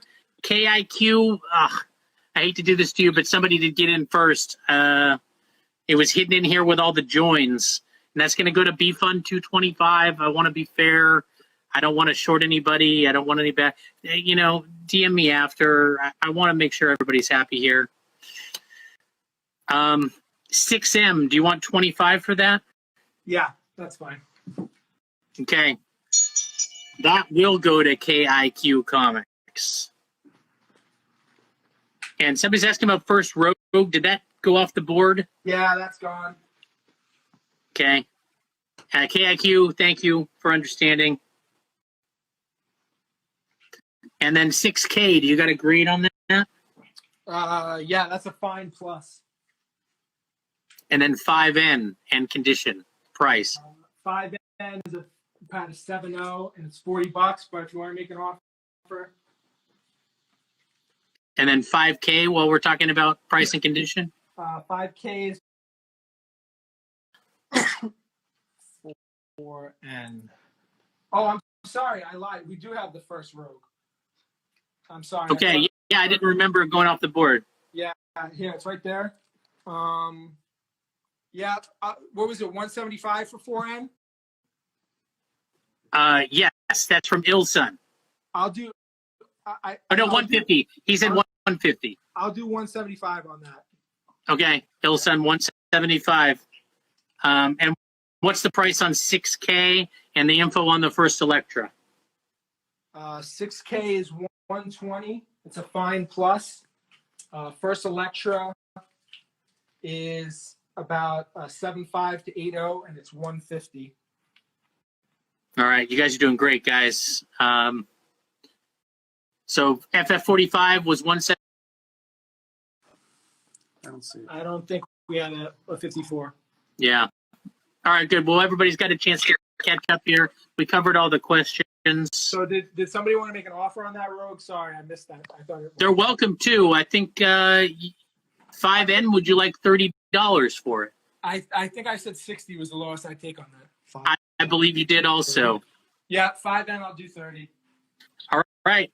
I'm going to ring the bell for K Kinzer 17 jumping in. K Kinzer, you want to see the big rack? And then would you take 60 on 5K? Did we cover that?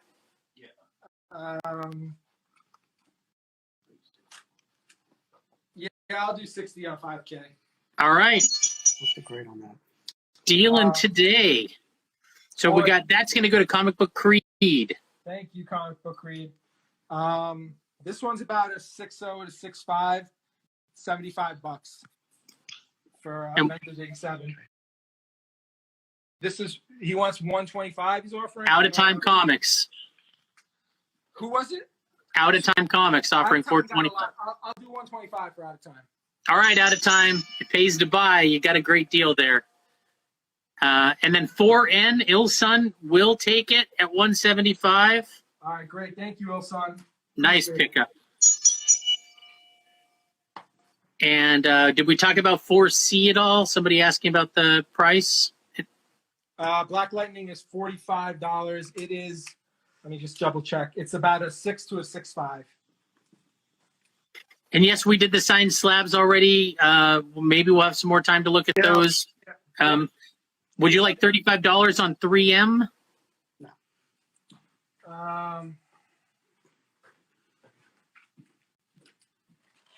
I'll do 40. Okay. I'll do 40. I'll do a deal on that. $40. Scary's Comics in the house. Kate Kinzer wants to know if you want 60 for 4B. 4B. Yep, done. Okay, he's the first one in. Kate Kinzer got it. And then we got in Ilsun on the 175, that one. Yep. Lavenser is asking about the Avengers 87 and Django for 80. No. Okay. No, that's 75 and 40 for the other one, so that's 110. Cheese Donkey 79 saying 4C 75. Is that still around? 4C was 45. 45. Oh, 45. I'm sorry. I said 75. Cheese at 45. Yes. Okay. That is done. Cheese Donkey. I know we're jumping around. You guys are doing great. I'm going to give us a 2-second interlude here to congratulate Cheese Donkey 79. Please DM Elite Comics 11. We are giving you this Detective Comics 1000 Jim Lee Sketch Edition. Very nice. Yeah, nice. Congratulations, Cheese Donkey. Every claim, chance to win. Let's see here. Iron Fist 15. Yeah, you're looking at it. What's the $60? 60. 4S. 5.5. And we got a claim on offer on 4H of 35. It's a $30 book. Oh. You can pass more. The Collector's Stash. Is that the right one? Let us know. Yeah, just confirm. All right, confirm Collector's Stash, and I'll ring the bell for you. Congratulations, Cheese Donkey 79, and everybody who's won. And congratulations, everybody who's claimed some of these awesome books. How we doing, guys? What's up next? Let's do a quick scan of over here for people who joined, basically for Kate Kinzer. Good idea. Collector Stash is as confirmed. 4H for 30. You got it. We got it. Thank you, Collector Stash.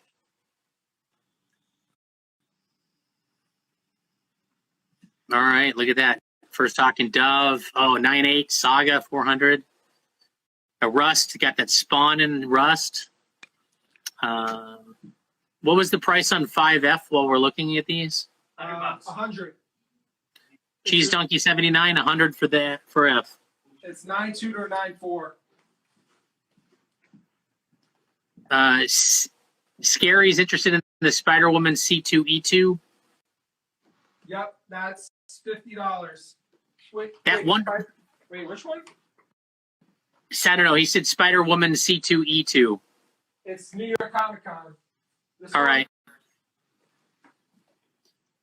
There we go. Yeah. So some of these signed slabs are amazing. You got some. You got Billy D. Williams signing a few of these. You got Gal Gadot signing a really awesome huge Wonder Woman. You got these first Red Hulks here. Kay Kinzer saying Batman Adventures 12V. It is 2,000. What is he? Is he making an offer, or is he just asking the price? I don't know. Please confirm, Kay Kinzer. And we do have some offers. Which one's JJ? This is the Venom one. Okay. Do you want $325 for that? Yep, I'll take 325. All right. That is going to go to Mose Keith. Thank you. And would you take $340 for the Saga 9/8 first print?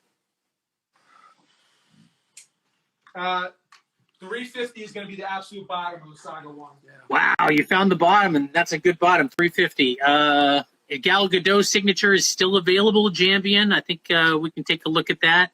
Look at that. Amazing Hughes cover. You got Hughes' signature and Gal Gadot, $350. You do have an offer on that Gal Gadot book for $310 from Viserion CNC. Make it 315. Make it 315, and we'll do it. All right. And Scary wants to know if you'll take 40 for the Spider Woman. I think 50 is the best we could do on the Spider Woman. It's Scary. And 6B, $50. 6B. What was it? 50? Yes. Yep. That's X-Men 25. Yeah, we'll do 50 on that. All right. I'm ringing the bell. And let's see here. What else we have? The Hulk Red 198. How much was that? 325 for the regular, 300 for the variant. Okay. And can we have a look at that Spawn issue when you have a second? Which Spawn? I guess that's a good point. And let's see here. Who signed the Silver Surfer 44? It's not signed. All right. Then that answers that. Scary wants to know the grade on the Spider Woman, and I'll take care of this 350 claim on the Saga 1. It's at least a near mid, Scary. So Saga 1 has been claimed by Paul B _AF15. Wow, nice book. And while we're taking care of claims, Viserion _CNC is going to take that Wonder Woman for $315. Wow, awesome. Chickens are wanting to see the Batman 12. Red Hulk 298. Will you take 115? Red Hulk 1. How much? I don't know. Red Hulk 98 115. I don't know what that. Yeah. And is that KK? Which letter are we looking at there? Kay Kinzer wanted to see the Batman Adventures 12. Thank you. I know I'm a little bit behind. There's been a lot of comments, like the price on EE. We got that. So, claim Swoman 50. Oh, Spider Woman. Ha! At 50. Was that your price on it? The Spider Woman. All right, Scary. Thank You got it. Thank you. All right, we're going to do one quick scan of this rack. There's also the Cap 117.90 triple sign, Chris Evans, Stan Lee, and Anthony Mackie for 2,000. And then 6B, did we get that for 50? Yep, we got it. Okay, Rick Rock, we got you. Okay, we got to move on. All right, we're going to try and power through this next rack here. Want 1,800 for the Batman Adventures 12? Kay Kinzer wants to know. Kay Kinzer, make it 19 and I'll do it. 1,900. Oh, we're so close, Kay Kinzer. Oh, man, such a killer book. So, yeah, we got you, Rick Rock. TOS, $95. Yeah, we got to move on. Yeah, sure. Okay, that's going to Ilson. All right. All right, guys, we'll wait for K Kinzer. He says 1850, and you got it. Yeah, fine. I'll do it. Oh, we did it. I already regret it. K Kinzer, this is this is amazing, K Kinzer. Wait. Your timing is so good. Congratulations, guys. K Kinzer, you've also won this New Mutants 18. Nice. Yes, every claim is a chance to win, courtesy of Elite Comics 11. All right. All right, guys, we're going to move on to the modern rack here. So we have Silk #1 here. It's a near mint, probably better. 5A, $25. Now, this is a hot book. Something is Killing the Children, near mint or better. Not 5B, 60. Same thing. This is the variant cover, near mint, $35, 5C. We have a few Spawn #1s. I know these always go. They're both about a 9.2 to 9.4, and those 5D 40. First two to get those. Did we do GG 165? Is that still? GG. Where'd the Star Wars book? 165 on GG. No. This is an All right. awesome book. This is I don't know what that. This director's cut Spawn #1. Gold foil. Gold foil. That's a near mint or better. 5E 30 for that one. Then this is Spawn 227. 5F 100 near mint or better. Then we have another one here, Spawn 231. Another Spider-Man cover, 5G 100. All right, Boba Fett is going to take the GG 175. Okay, he's got it. Thank you, Boba Fett. All right. Love the name. All right. So we have Spawn 293. This is also a near mint, 5 each, 25 to claim that one. This is a hot book. This is the Spider-Gwen 5A 50. It's also a near mint, 5I 50. Don't Feed the Geeks wants to know if you want 400 for N. No, I was telling you the price. Oh, all right. Let's keep rolling. All right. So 5J. This is a Spider-Gwen. That's $20. It's also near mint. We have a Spider-Man Gold second print. That's 5K 30 for that one. We have 3 of these Star Wars #1s. Dark Horse. Dark Horse New York Comic Con variants, 65, and they're all near mint. 5L 65 for those. All right, we got a claim on 5J for 20 that goes to Out of Time Comics. Thank you. All right.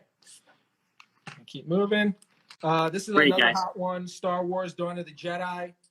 This is a near mint or better, 5M80. All right. So these are hot. So just so you guys know, we have 2 full sets of these. I'll show you them right now.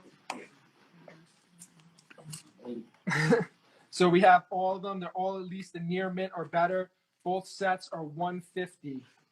So first 2 to claim the set, 150. You want 40 for 5i? 5i. This is a really hot comic. Let's do 45 and we'll take it. All right, Gigi Cristo, let us know. All right. All right. And then we have a Superboy, first King Shark. That's 5P. It's at least a near mint for $25. Suicide Squad. Sorry, keep going. No problem. All right, Gigi Cristo confirms. He'll take it. 5i. Thank you. Thank you, Gigi Cristo. All right. So this is Action Comics #9, first Calvin Ellis cover appearance. It's at least, I mean, I don't know if this is a 9.8. I don't know what is.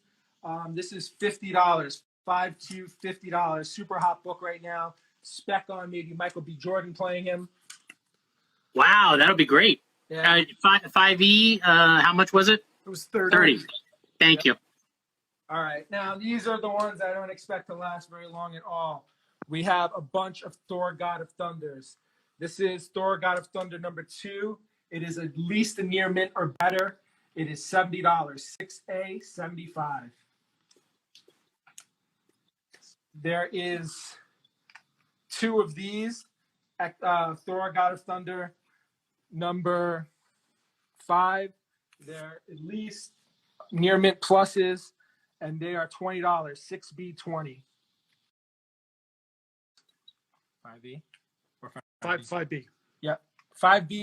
It's $60 near mint. First print. Thank you. Um, You want 20 for 5P? 5E. 5P. Oh, 5P. Yeah. All right. Take that. That goes to No Town Comics. And also, Kay Kinzer is going to claim 6B, 20. He's got it. There's one more left. All right, that's going to go to Gib915.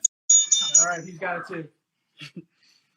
All right, there's also the 6A still. And then You got a bundled deal offer here, 5Q, 5E, and 5C for 100. What? 5Q, 5E, 5C. 5Q, 5. For how much? For 100. Culture Shock Comics wants to know. And 5C. What's that one? 35, 60.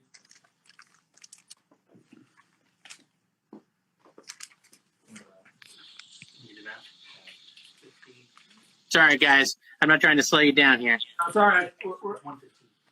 Yeah, it's fine. Yeah, we'll do that. Done? All right. Culture Shock Comics. You got it for 100. All right, this is another one that I don't expect to last long. This is the Thor God of Thunders. This is the hot one, number 6. There is 2 of them. One is better than the other. One is about a near mint minus. The other one's at least a near mint plus. There's one. The near mint plus is 90. The near mint minus is 80. So 6C 80 and 6C 90. All right. 6090, 6080. All right. Then we also have Thor God of Thunder, number 8. That one is 25, and it's a near mint. Then we have the Thor God of Thunder 19, another near mint, and that is 40. All right. 6090. All right. Kay Kinzer. All right. And then 6C80. We'll just do that one too. done. Got it. That's going to Odin's Vault. All right. Next one is 6F is 20. That's Thor God of Thunder 20. Then we have the variant to Thor God of Thunder 25. That is 6G 20. And then we have 3 of these Thor number 1s. First full Jane as Thor. And those are going to be 50 apiece. I'm sorry, we have 2. 50 apiece, both high grade. We have an Angela Asgard Assassin number 1. That's 6I for $15. The Undiscovered Country. That is the variant. That's 6J for $50. All right. We're going to claim on 6G for 20. You got it. And we're going to claim on 6M for 50. We haven't gotten to 6M yet. No, we're not at 6. Okay. 6J. Well, 6G is Odin's _ vault. Okay. Okay. D-man, don't be jumping ahead. Yep. All right. Okay, and then we have 6K is 40.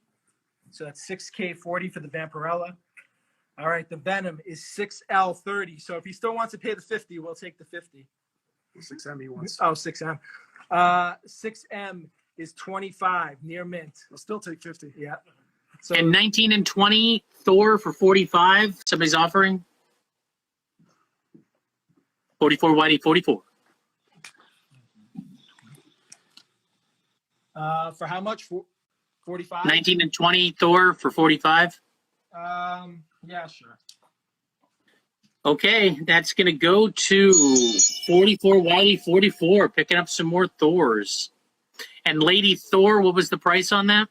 Those are 50, and there's 2 of them. All right, that is what D-Man wanted. That's what he said for 50, so We'll put him down for one of those. Okay, he's got one. Okay, and then 6M. Yep, that was 25. Okay. You know, I see the first person who got 6M and the price is going to go to Chef's Advocate. Okay. And then 6H, do you have 2 copies? Yep, we have another one. Well, we only All have right. one left. We have one. Scary is going to take that. Okay. All right, he's got it. Thank you, Scary. Okay. Yeah. All right, so we have a Venom Gabriel Deodato, 150. That's a near mint plus, really clean book. That's 6N50. Then we still have this retailer incentive cover of Venom #1, the Todd McFarlane. That's a near mint. It's 175. A couple people missed, the price on 6L, $30. Thank you. Yep. Then we have this cool one. This is the Marvel Unlimited, probably the best variant they've ever done. A Venom #1 at 6P for 50. That is about a near mint minus on that one. All right, 6L, claimed at 30. Great. Poker 24/7. All right. I expect this one to last about a second. This is a near mint plus, and this is 6Q100. All right, well, 6O, it's been claimed. Awesome. Alberto Madeira, KQ3333. Confirmed. 6Q, $100. Yeah, First, crazy. That no. should be gone by now. Come on, In people. 30 seconds or less, I bet you it probably will be. All right, what's next? Okay, let's move it on.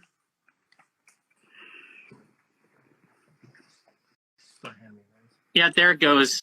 There it is. Out of time comics. Thank you. Good stuff.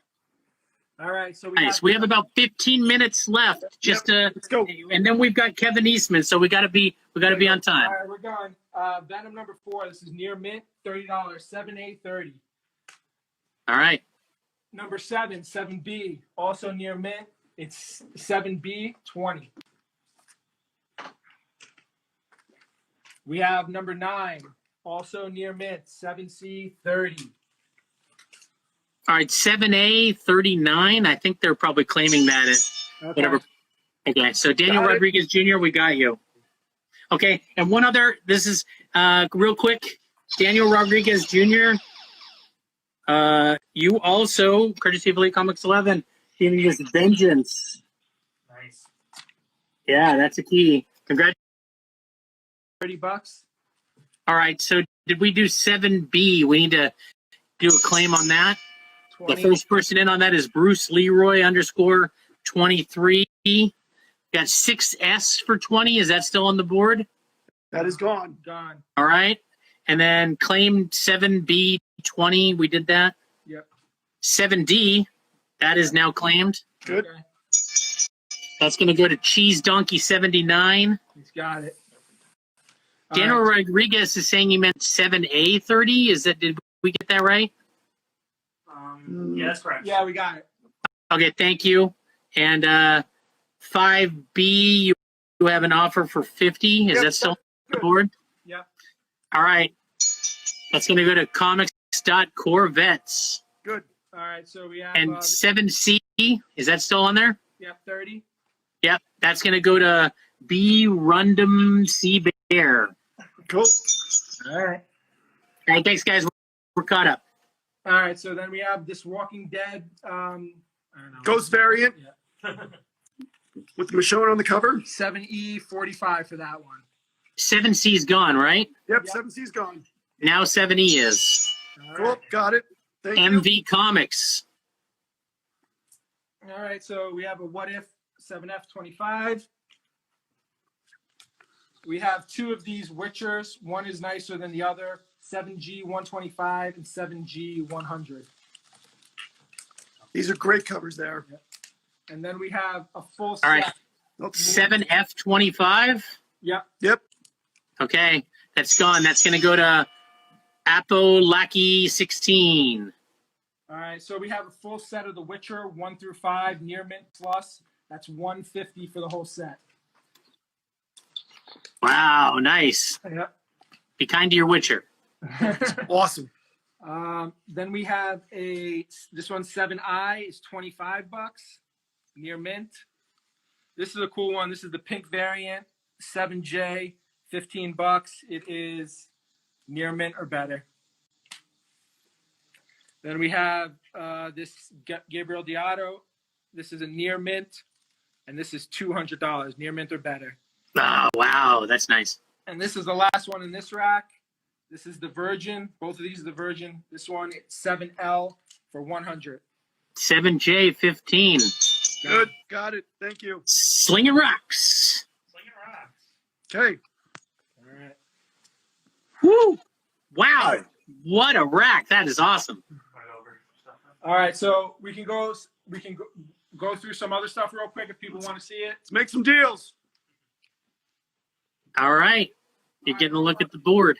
This is gonna be the big deal that I'm gonna do. I'm willing to take $17.50 for this Captain America 117 9-0 signed by Anthony Mackie, Chris Evans, Stan Lee. $17.50 best price on this book. 9-0. Wow. 1750 signed by. Wow. Stan and Chris Evans and Mackie. Wow. ER slab price, EE slab price, it was corrected to EE. E is 150. It's a 9.6. It's triple signature. You got Joe Kelly, Ed McGuinness, Mark Morales. All right, 150. There you go. 3C for $20. Avengers 3C. Done. All right, you got that. Bruce Leroy 23, and then do you still have a first print Immortal Hulk left? No. I think those are raw. No. Gone. Okay. All right, yeah, here we're taking a look at some of these slabs. Oh, where can you send a DM to claim? Thank you. Please, yeah, let me add that in here. Add Allied Comic Guys. Thank you. We'll come over there next. I'm adding it right now. Yeah, we're getting back to Raws. 1 sec. Let me just get through this. Let's go wide. Just go. I'm going to go wide.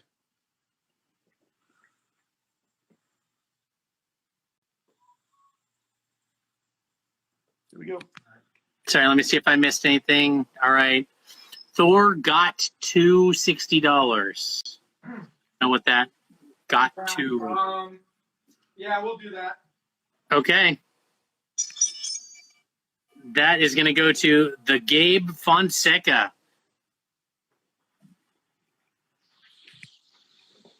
What is T on the slab wall? TT? Is that TT or T? That says T, single. What's the bottom on T on the slab wall? I guess what's your price on T? Make an offer. What's the price? And $200 right now. Make an offer. there you go. Web of Spider-Man, $20. I don't know. Did we see a Web of Spider-Man just a minute ago? Yeah, that's fine. Okay. Red Guardians 150. Okay, Jiff, you get that. Jiff 7661.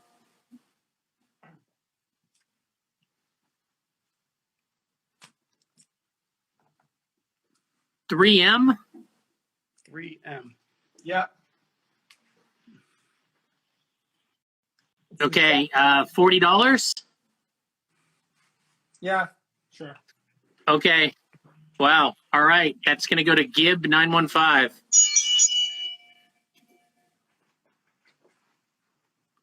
So, yeah, we have about, I'd say 6 more minutes with the really great Long Island comic guys. Do price and grade on 6E. 6E. Yeah.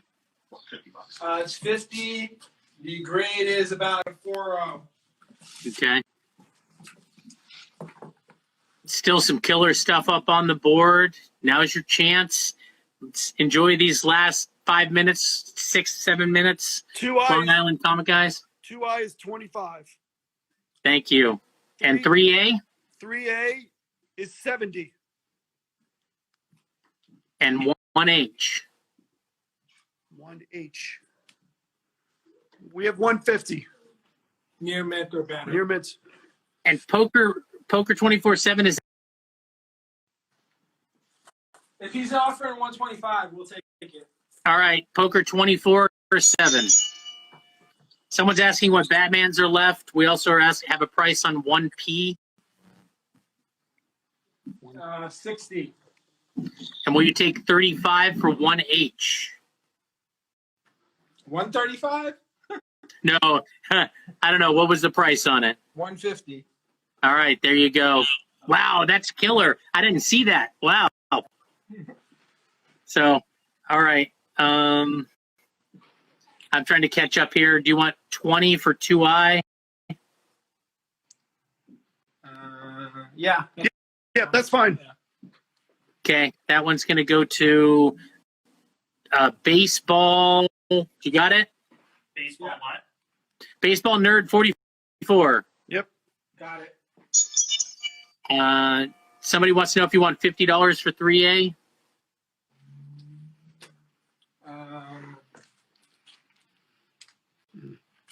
Make it 60 and you got it. How about $40 for 4I? 4i. Yeah, fine. Okay. Poker 24/7 says claim E at 125. Yeah, we got it. 4L and 4M, what are the prices? Wait, sorry, Bill. What was 4i for? Sorry. I know I'm going quick here. 4I at $40. Did we accept that? Yeah, we did. Who was it for? Out of time _ comics. Okay. And we got the E 125 Poker 24/7. Got that. And then we're asking for the price on 4L and 4M.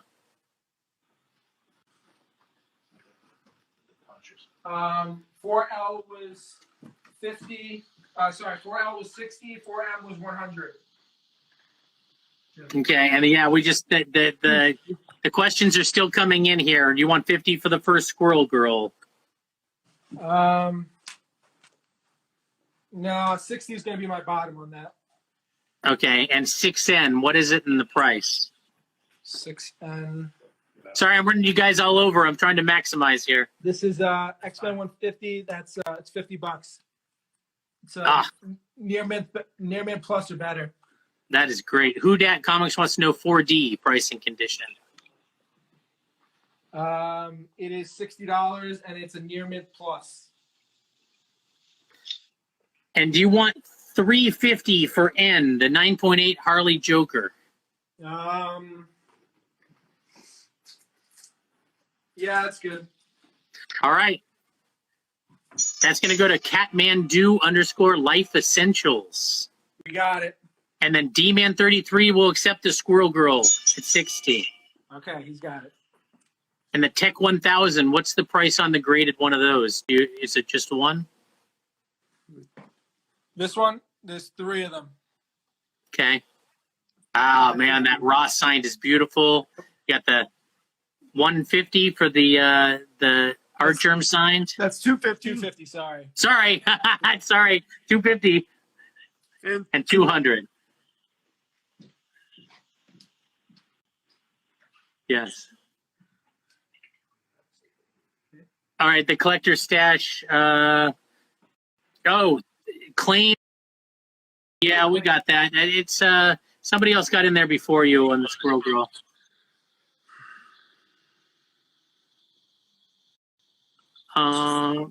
Wow. Okay. I mean, questions are still coming in. Price on Venom black cover. Condition on 3i and price. This Venom black cover was 50, near mint plus. What was All right, the other question? I just want to say that this has been great. I don't think we're going to have time to do too much more. I want to encourage people to DM Long Island Comic Guys Absolutely. to continue this. They have look at all this stuff they have. Please Send them a message. Confirm all your claims. Is there anything else you want to say on the way out here, or anything you want people to look at one last time? No, we just want to thank everybody. This probably won't be the last time you see us. Thank you so much, everybody. Thank you so much for what you've claimed. Bear with us. We're going to try and get stuff out as soon as possible. But enjoy. We hope everyone enjoys Kevin Eastman. Yeah, should be safe. Con's been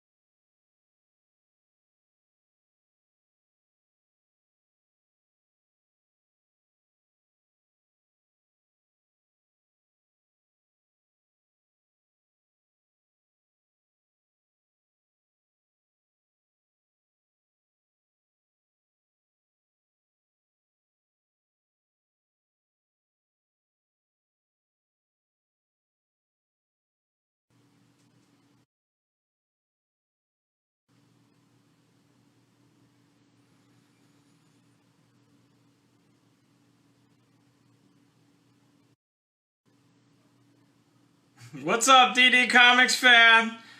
If you're a Turtles fan, you're in the right place. Alright, let's gather in.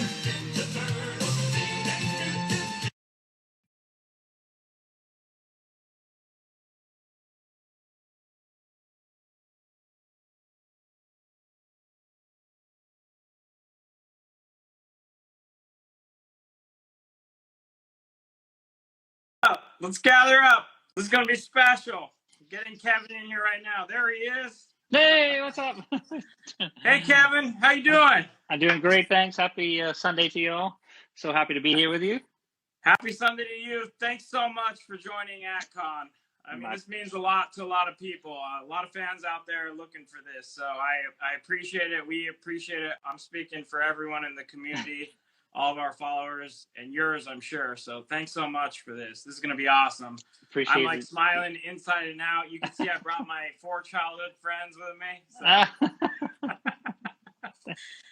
Let's give everybody like 10 seconds or so to pile in here, and then we'll get started. No, so yeah, super excited to be here. This is great, and it's fun to still be able to have this kind of communication with the fans and outreach, and all the stuff that you guys are doing is great. So it was really a treat for me to join and be part of it. So thanks again for inviting me. Thank you. Thanks. Okay, let's get started because there's a lot to ask you. So I'm sure you get this one a lot, but we kind of have to know the origin story of our childhood. So, Teenage Mutant Ninja Turtles, how the heck did that come about? Well, it feels like 100 years ago sometimes, and it feels like 2 weeks ago at other times. But no, I can still see, almost as a video replay in my mind. Late one night, Peter and I were sharing a studio, and we were teaming up on a lot of different drawings and concepts and things like that, trying to get work submission. We submitted lots and lots of samples and got lots and lots of rejection letters. So kind of late one night, we were working really hard, and I was wanted to come up with something to make Peter laugh. And so I thought to myself, if Bruce Lee was an animal, what would be the silliest animal that he would be? Fast moving martial artist, slow moving turtle. And so I did this sketch. It's the sketch here on the hat. This is the first doodle of the turtle, first turtle ever drawn back in 1983. And I put it on his desk, and I said, "This is going to be the next big thing," ha ha ha.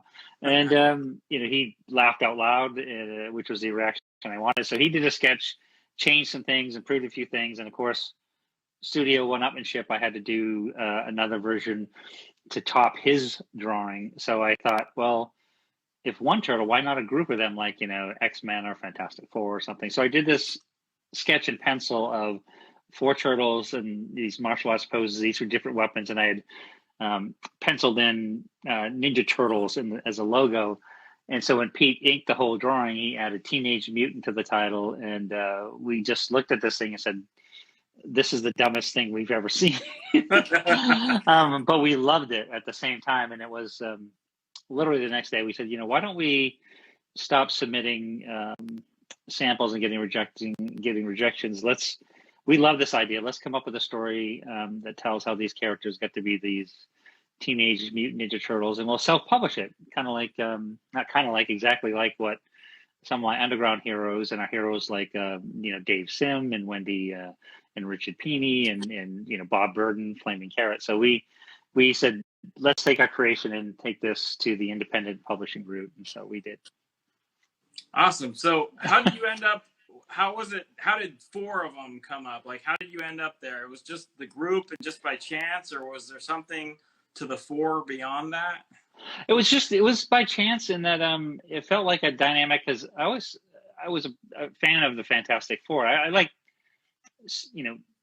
my guys were Daredevil, Captain America, or Batman, and those kind of things. But I love the X-Men as a superhero group. I love the Avengers as a group. But Fantastic Four was one of those early Stan Lee, Jack Kirby creations that I really adored as well. And I like the fact that you would have these 3 interesting and dynamic personalities that would be like a family element at Thanksgiving, where they would fight and they would have disagreements and they would take odds, but you always knew whenever they teamed up and kept the family joined together as a family, as one singular fighting unit, that they would succeed. And so I think it was 4, and I think it also made a nice grouping on the page. So it's probably, I think it was more, I'm probably making a lot more of it. I think it was more accidental than purposely, but hindsight's always 20/20, so you can add these these factoids after the fact easily. Okay. Now you need to correct me if I'm wrong, but so you start the Turtles in the comics. That's a little gritty. That's a pretty gritty series. Then there's the TV show you're making, and my understanding is that you were involved in that development. So you basically have to create the original Turtles, and also maybe you could tell us a little bit about your role creating the TV versions. How was that? What was your role in that? Sure. Well, luckily Pete and I, as self-publishers, we owned and controlled every aspect of the Turtles and what was to be done with them and what couldn't be done with them. And we were very aware, and we knew how lucky we were that we had those rights, because it was, these giants that we stood on the shoulders of, guys like, Jack Kirby and, countless other guys that worked within the work for hire system in the early days, which was a standard system. Even Jack himself has said, look, that's the way the business was at that time, although he created so many of those fantastic characters. And finally, after many years, has gotten a lot of the appropriate recognition for it. But we knew how lucky we were that we could control the destiny of our characters. So we told our agent, who was out representing the turtles as potential toys and cartoons and other things, that we would only do any kind of deal if we had 100% control and approval. So we worked intimately with the toy company, Playmates Toys, a great super bunch of guys, and the animation company they brought on to visualize at least the first 5 episodes initially. And so things like, we knew that the black and white comic books were written for an older audience. We knew with the cartoon series we were specifically working for a much younger audience.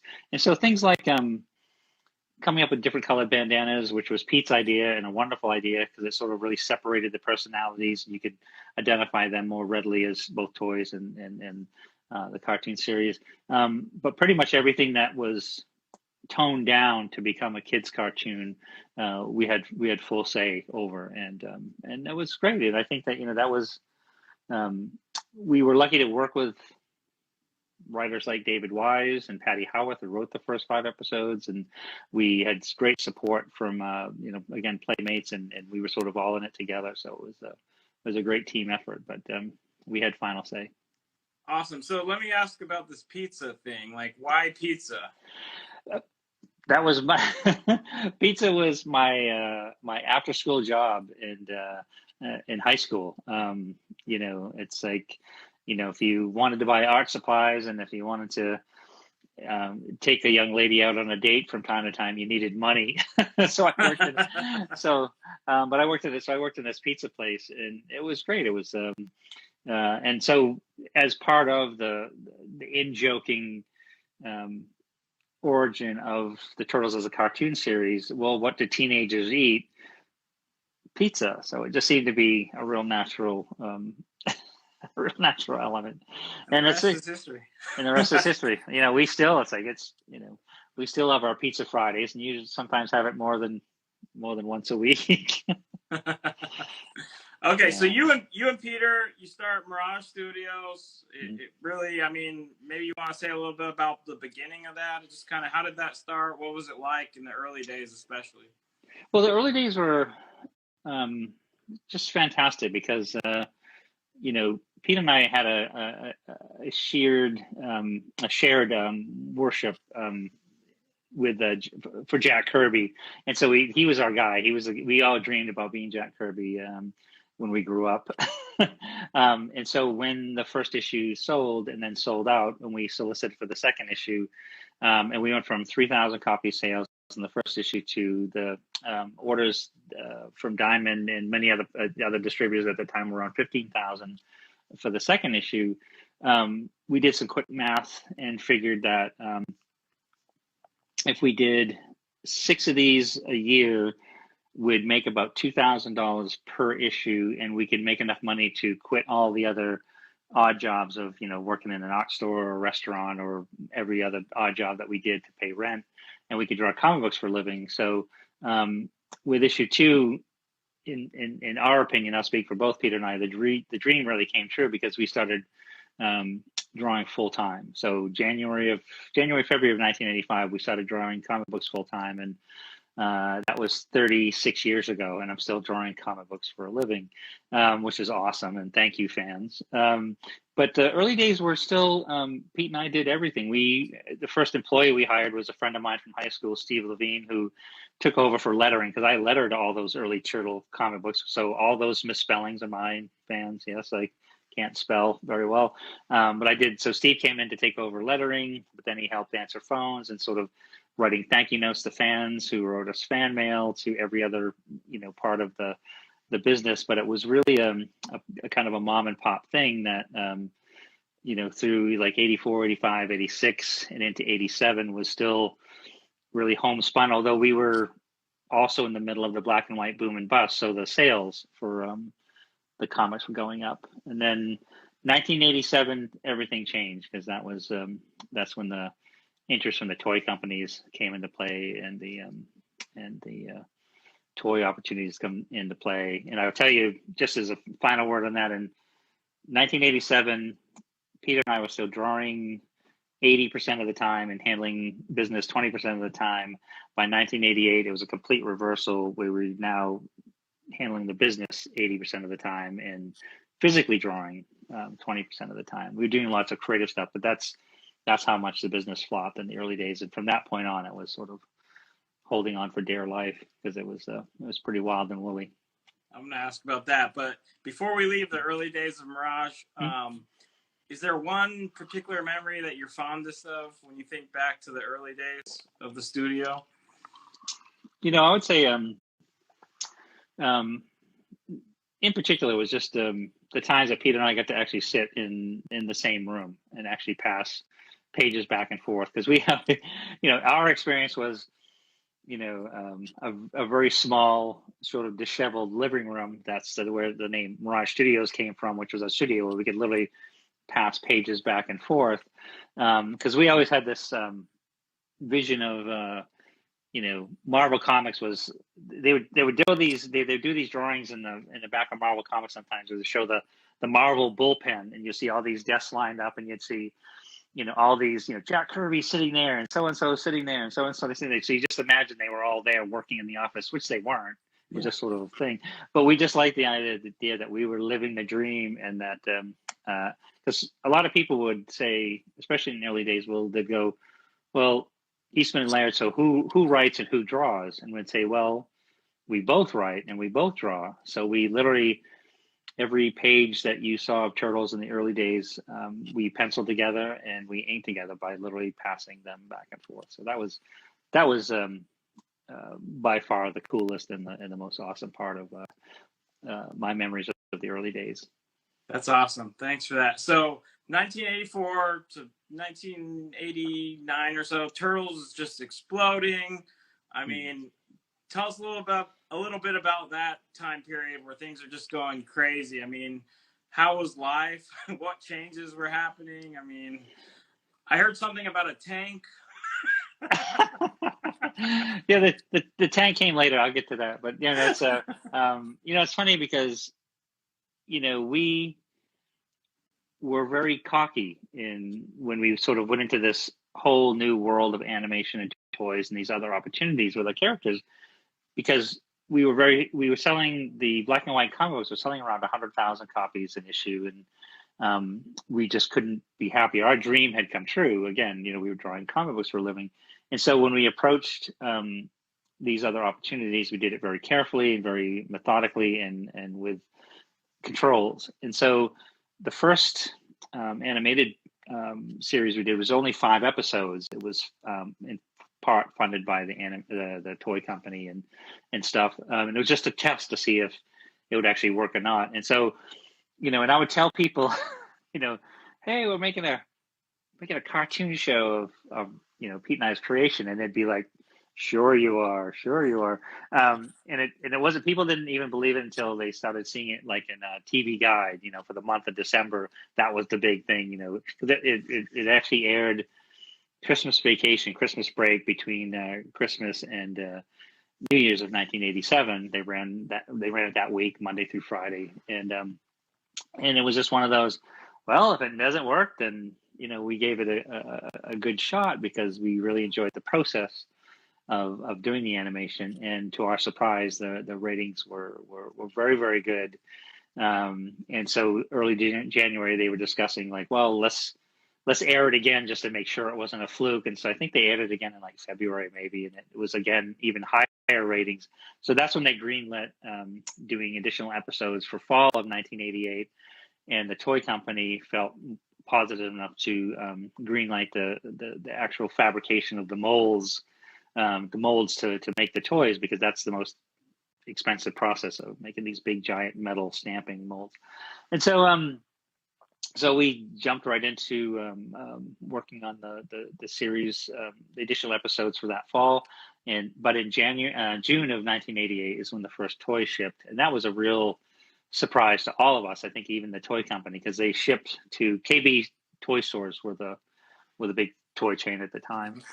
And so June of 1988, the toy shipped and sold out. And everybody was sort of like, whoa, I think we've got a hit on our hands.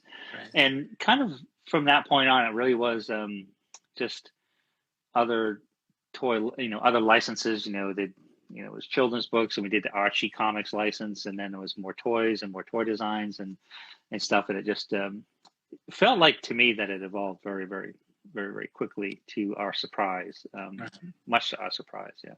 Speaking of surprise, I don't know if this is accurate, but I heard something about your first contract might have been on a napkin. Is there any truth to that? Is that true? That's complete fiction. It was. I love that, because we all love those kind of stories, and even it was one of those like, because we had been approached by a couple of different licensing agents or agents that wanted to represent it as a property out there, and Pete and I were big on personality and compatibility, and we didn't care for the people that approached us. But when this particular agent, Mark Friedman, drove all the way up from New York and sat with us for the afternoon and talked about what we wanted and to make it all work. And we basically had a handshake. It was just so to say, like, look, we'll give you 30 days. If you come back with something interesting, we'll give you another 30 days, and so on and so forth. And so he kudos to him as well, because he took a big chance and just said, I believe in this. And he came back within 30 days with interest from like Playmates and other stuff. And so we stayed with Mark from 87, early 87 to probably the probably 10 years, like 97, 98 kind of stuff. But he was a good guy. He knew his stuff and he guided it. We all, we're in it together because it was basically a three-way partnership at that point for the destiny of the characters. So from what I understand is when he was out pitching it, did he have some sort of giant rubber turtle prototype with him? Is that true? It is, and it's funny. It's like Pete and I have talked about this, and to this day we don't know where that thing ended. That's what I want to know. And there may have been an answer, but I might have forgotten it at this point. But I think it just sort of, I don't know. We have ideas where it could be. So no, we had this really cool guy. His name was Tony Basilicato, I think was his name. He had worked doing puppetry and building puppets and things within the Henson organization for a period of time, but he was also a concept artist. So he built puppets and he would do these live puppet shows and stuff. And he was a huge fan of the turtle. So we kind of got a call from him when we were living in Connecticut at the time, and said that he was a big fan and he had a present that he wanted to give to us. And he drove up and he had this full size. It's sort of about, maybe 3 feet tall. It was a full working puppet of a turtle. Donatello, and gave it to us, and that's the thing that Mark Friedman took from us, and then he boxed it up and shipped it to Playmates Toys, and to kind of reel them in, and at some point we just lost. We don't know what happened to it from there. So it was sort of that's what it was. Oh, that brings to mind. So the names, where did they come from?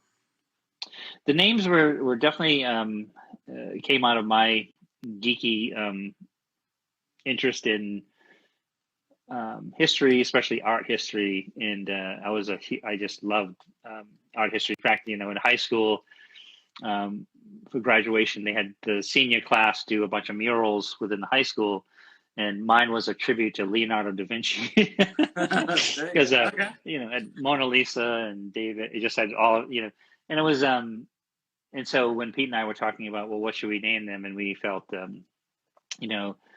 traditional Asian names seemed appropriate because of the Asian heritage and history and part of the story that we developed. And then we said, well, this concept's kind of it's silly. It's Teenage Mutant Ninja Turtles, so maybe we should make it goofier and sillier. So we thought maybe American names. And then I just blurted out in the discussion, I said, well, how about something really crazy? We go with Renaissance artists like Leonardo and Michelangelo and even Raphael. And Pete laughed out loud, and that was kind of our barometer, if you will. So, and then I always love to tell this story of Pete wanted Donatello as the fourth turtle. Donatello was an amazing sculptor, but I liked the sculptor from around the same period, a sculptor named Bernini. And so I was pushing for Bernini for a long time. So I think we flipped, maybe it was a coin toss or something, but Donatello won out. So it's fun to tell the fans that Donatello was almost named Bernini. Okay, before we move on, we got to cover this tank thing. So, did you buy a tank? I did. It was many years later. It's funny because you know, some people reference at it from the Toys That Made Us documentary, which was so ludicrous and had so many factual you know, Yeah. it had a lot of problems. You know, in fact, you know, one of my favorites, I put out to fans. I go, the opening part of the interview in the Toys That Made Us said I was born in Springville, Maine. I was not born in Springville, Maine. I don't know where Springville, Maine is. I was born in Portland, Maine. And so you can sort of, the rest of them are kind of following that lines of logic.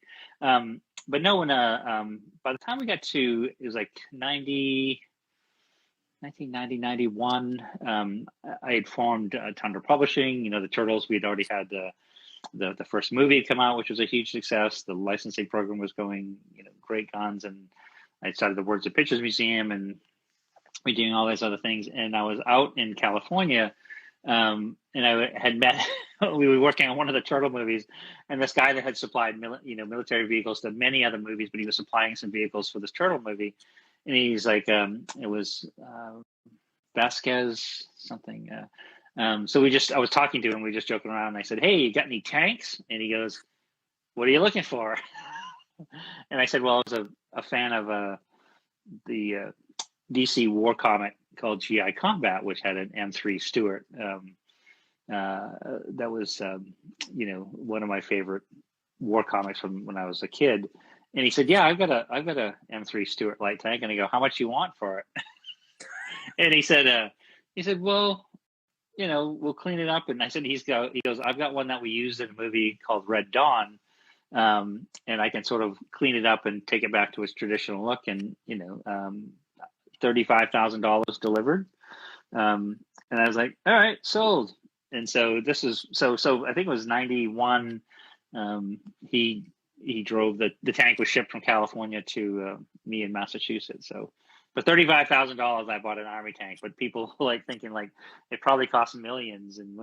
But you know, they never mentioned the fact that I used to own the Batmobile too from the Michael Keaton movie. That was much more fun to drive. I love the tank though. I wish I had them both. I sold it. So you own the Batmobile from the Michael Keaton movie? Yeah, the first movie. Yeah. Wow. Okay. Yeah, that's a cool story too. So, yeah. No, I bought it for the because I put it on display at the Words and Pictures Comic Book Museum as part of different events that we do there. We had limited use of it under contract from Warner Brothers, but I always had this, you know, idea. Usually about 2 a.m. after I had too many beers, because I bought a Batman costume, and I thought I'd go get in the Batmobile and I'd run it down to the local store for like beers and cigarettes, and I never did, which is probably good. that would make some headlines, right? You'd think. Yeah, but it was a great. Okay, so I can't say all your fans, because I think one of the amazing and great things about Teenage Mutant Ninja Turtles is it's kind of jumped generations. So now there's more than just one generation. But a lot of your fans are my age. We're like, you know, I'm 38. A lot of them are older than me. You have any thoughts about, I mean, we saw like the live action movies that have been made. What are your thoughts on like, you know, a return to maybe a darker live action movie, or what would you like to see? You know, for the next evolution, and it's something that, you know, I've been lucky enough to, you know, my main interest when I was invited back into the Turtle universe, because I sold my interest in the late 90s, 98, 99. But when I came back in 2011, mainly with IDW in the IDW comic book series, but at the same time, Nickelodeon was developing the animated series, and there was some movie projects going on. And I worked with originally the guys that developed the Turtle movie before it was taken over by Michael Bay's company, Platinum Dunes. But my interest was mainly on the comics, and I loved that, you know, the incredible Tom Waltz, who wrote all of the last 100 issues of the series prior to Sophie Campbell doing a wonderful job on the new series now and other things. But when they started developing the animated series, it was like we have this great position in that with the comic book series. Tom and we looked at all the turtle universes, and we sort of could pick our favorite parts of them and create a new platform to create, say, the IDW universe that we could tell stories from. Nickelodeon took the same approach, making things different, like the turtles much younger. The first episode featured them going out of the sewers for the first time. Splinter was taller. April was around their same age, and it created, again, a universe picked from multiple turtle universes. And so when you put either of those things out, I always say that you can't tell a child what's cool and what's not. You and I, when we were kids, we decided what we liked and what we read and what we wanted to read. So the fact that we knew that and hoped that we would get the original audience, but we never knew if we would find that new audience. And so that was really the, mind-blowing aspect where suddenly the Turtles are back on TV in a CG animated form, which I think some of my favorite Turtle stories, and the kind of support that we were getting for the IDW series was mostly from older fans like yourself and those. But to see it have this resurgence and resonate was quite humbling, to be honest. It was really sort of, because you don't know, look, I've been a fan of Batman all my life. We've had versions of Batman we liked. We have versions of ones that we didn't like as much, but we still love our characters the same. Maybe you might say about Star Wars or things. But to find Turtles in that same camp where it still has some resonance with fans was pretty incredible. And we've, my wife Courtney and I, we do comic conventions all over the world, and can't wait. Knock on wood, I can't wait till we get to do that again. But it's great to see the range of fans, and it's funny because my favorite, emotional when they think like the Turtles meant something when we were kids. It's like you had to get up at 7 o'clock in the morning to watch them on a Saturday morning. They were sort of things that you chased after, and you wore a fan will come up and say, I wore the Turtle Halloween costume 3 years in a row, or they'll bring up some dog-eared shoot up comic book that they've saved for 30 years, and they go, sorry, this is all I have for you to sign. I'm going, dude, this is the coolest thing ever. You saved this thing for 30 years, or shoot up toy. So, but it is amazing. Again, the original fans are the best. The new fans are incredible. But I've mentioned to Nickelodeon in several discussions and looking down the road of what I'd like to see next, which was, I think, your question anyway, was I feel like there's enough of that original fan base that you could do kind of like a Netflix Daredevil style live action series that could have that edge that maybe the original comic books had, or even go a bit further, because I think there's a big audience for that. They want to see their characters in the world that they remember them initially from. So I would say, an edgier, older audience intended version would be my preference. I mean, they did it kind of with the Turtles versus Batman, or Batman versus Turtles animated thing that Warner Brothers put out last year, which was intended. They had blood in it. There was edge to it, but I think they could push it further. And that's something I'd like to see. Awesome. Okay, so you mentioned a little bit about some collectors and fans, what they've collected. So you, as a co-creator of the Turtles, like, how large is your collection of memorabilia? What have you hanged up? What have you hung on to? It's so many. I used to, for many years, I tried to make sure I kept one of everything, just because it was one of those things that was so fantastic, that each little item had some, especially in the early years, had some just personal coolness of like, I can't believe we're making turtle pajamas. We're making turtles sneakers, or Courtney and I were just going through some stuff. We found a box that because we save everything. We're crazy pack rats. We found turtle roller skates and things like that.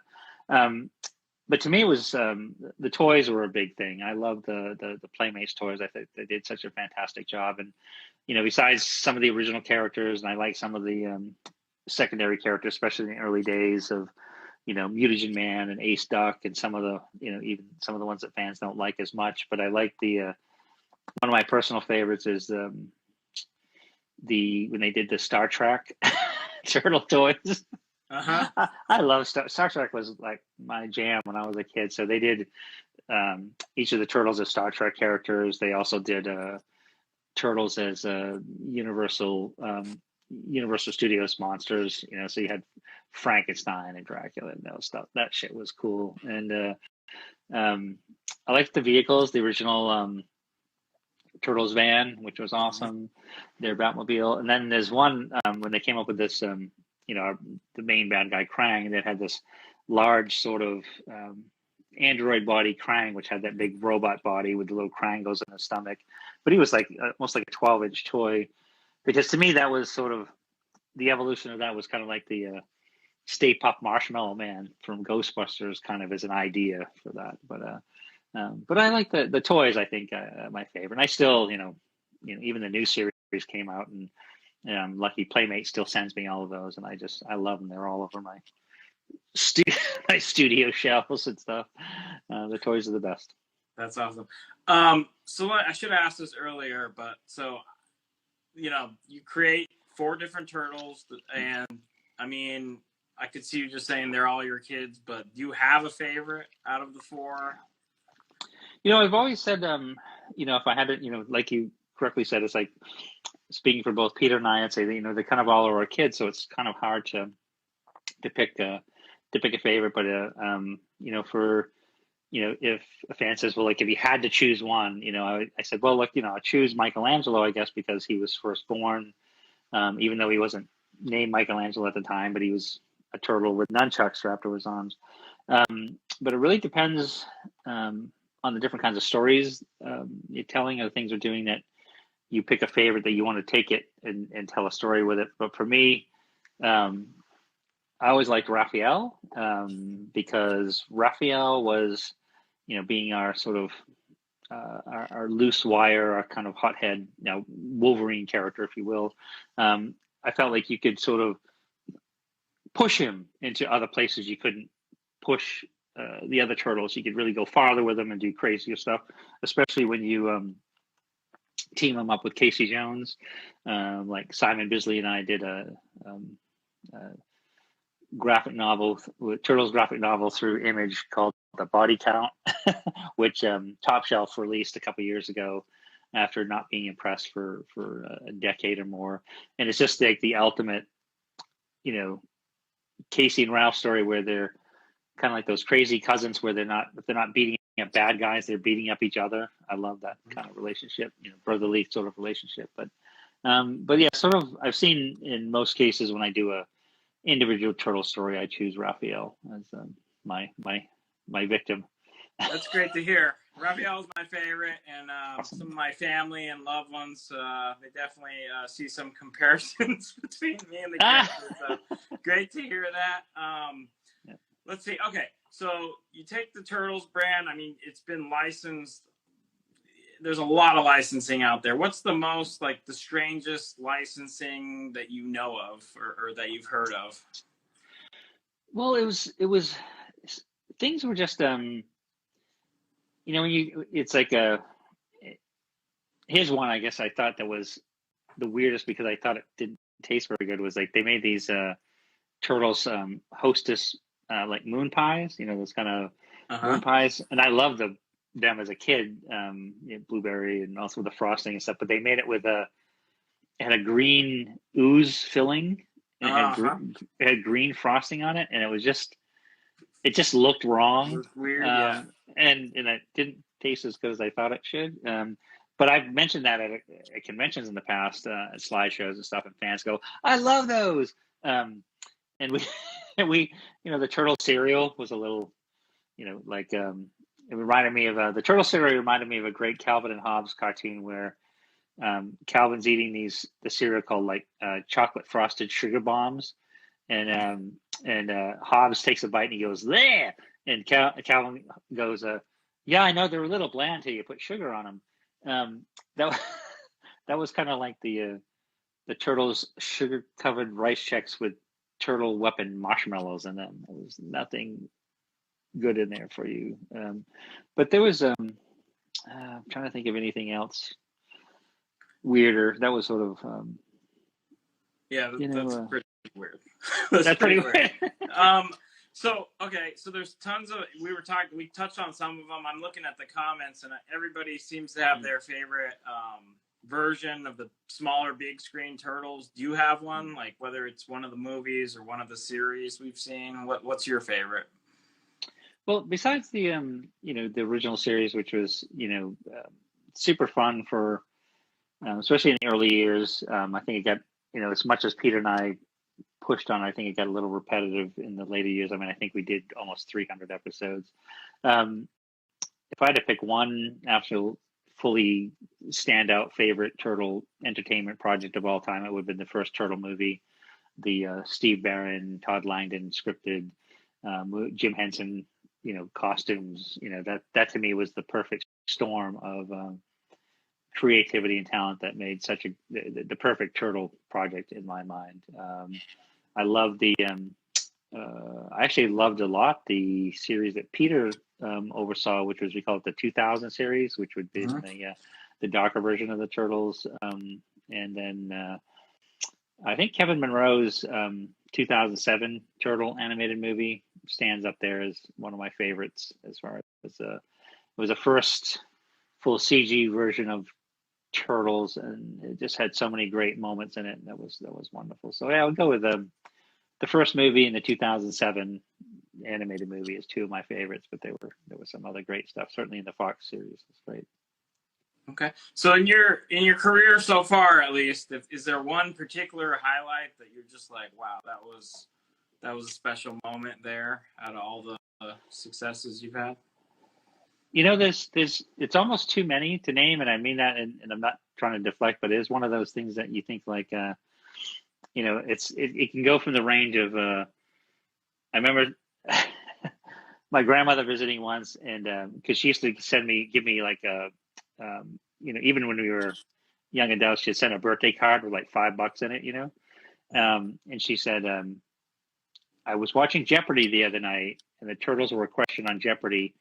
So I figured you were doing well enough that I'm not going to put money in your birthday cards anymore. And I said, that's fine, Grandma. I really appreciate that. But that was one of those moments that, you know, she sort of realized that I was doing okay. I went to the premiere of the first Turtle movie and met Robin Williams, which was one of the highlights because I was a huge fan. Actually, Michelangelo was, you know, modeled after Steve Levine, one of my high school friends, who was our high school's Robin Williams, and specifically Robin Williams. We wanted someone really crazy.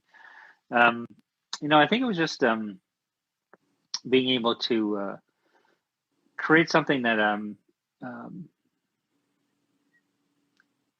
you know, that somebody would come up and want your autograph to me, which was shocking, you know, because it's like I could never put myself in you know, the first time I met Jack Kirby, I said, you know, I'm here and I wanted to be an artist because of you, and would you mind signing something for me? And that was such a huge moment in my life to then have somebody either ask me for an autograph or express some of those same terms to me was probably about the most mind-blowing reversal that you didn't quite you didn't feel you deserved, and you were appreciative, but it was like one of those shocking moments where you went like, wow, this is kind of crazy.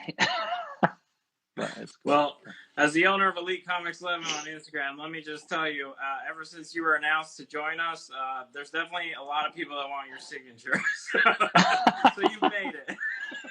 Oh, thank Not that you already don't know that, but okay, let me ask you the other side of this coin. So with all your success, is there, you know, one thing you want to talk about that maybe you regret or you wish went a little different?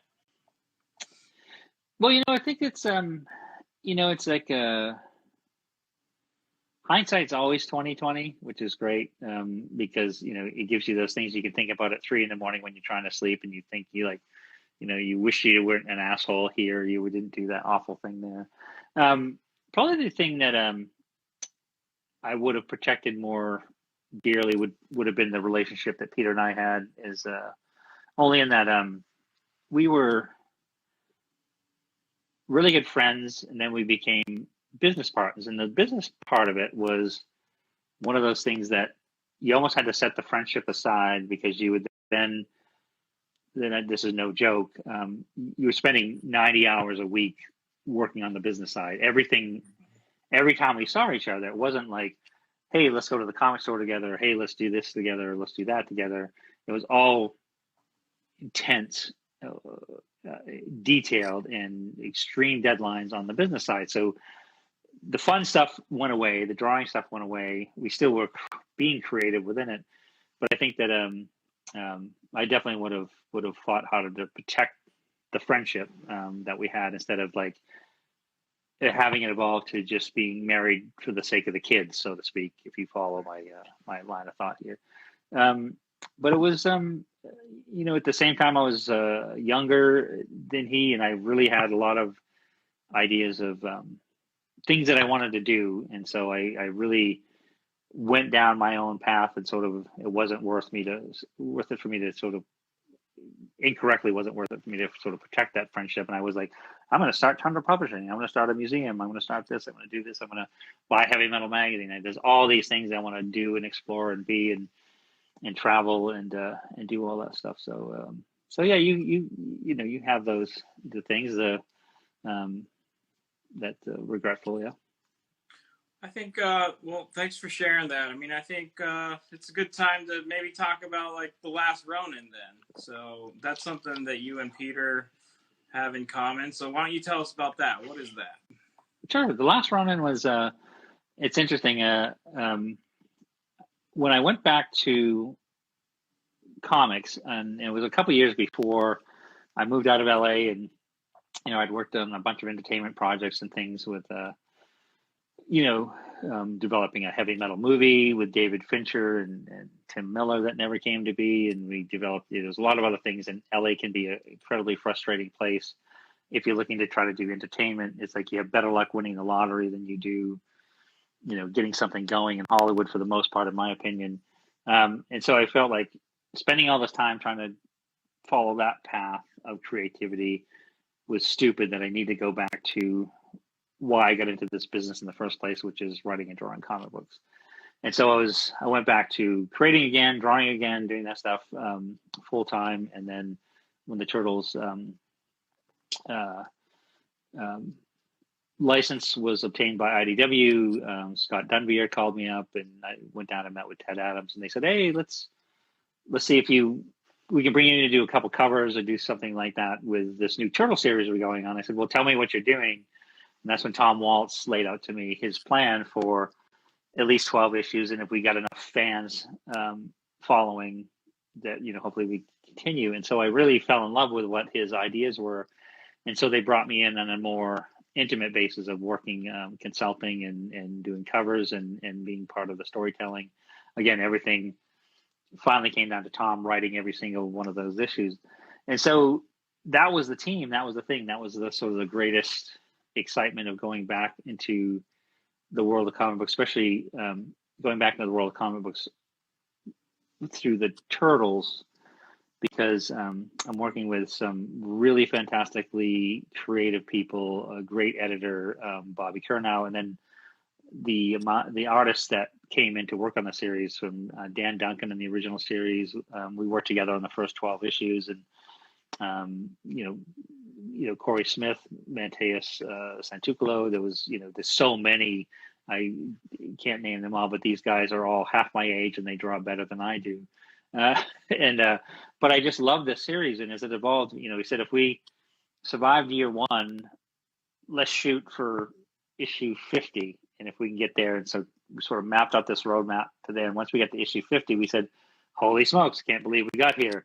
Let's look where we can go. Let's shoot for issue 100 and kind of roadmap that out. And as we got closer to issue 100, about 2 years out, Tom and I started talking about what we'd like to do afterwards, whether it be some independent stuff that we'd create together, or is there another evolution of all things Turtles that we could do? And I said, I have this story that Peter and I wrote in 1987.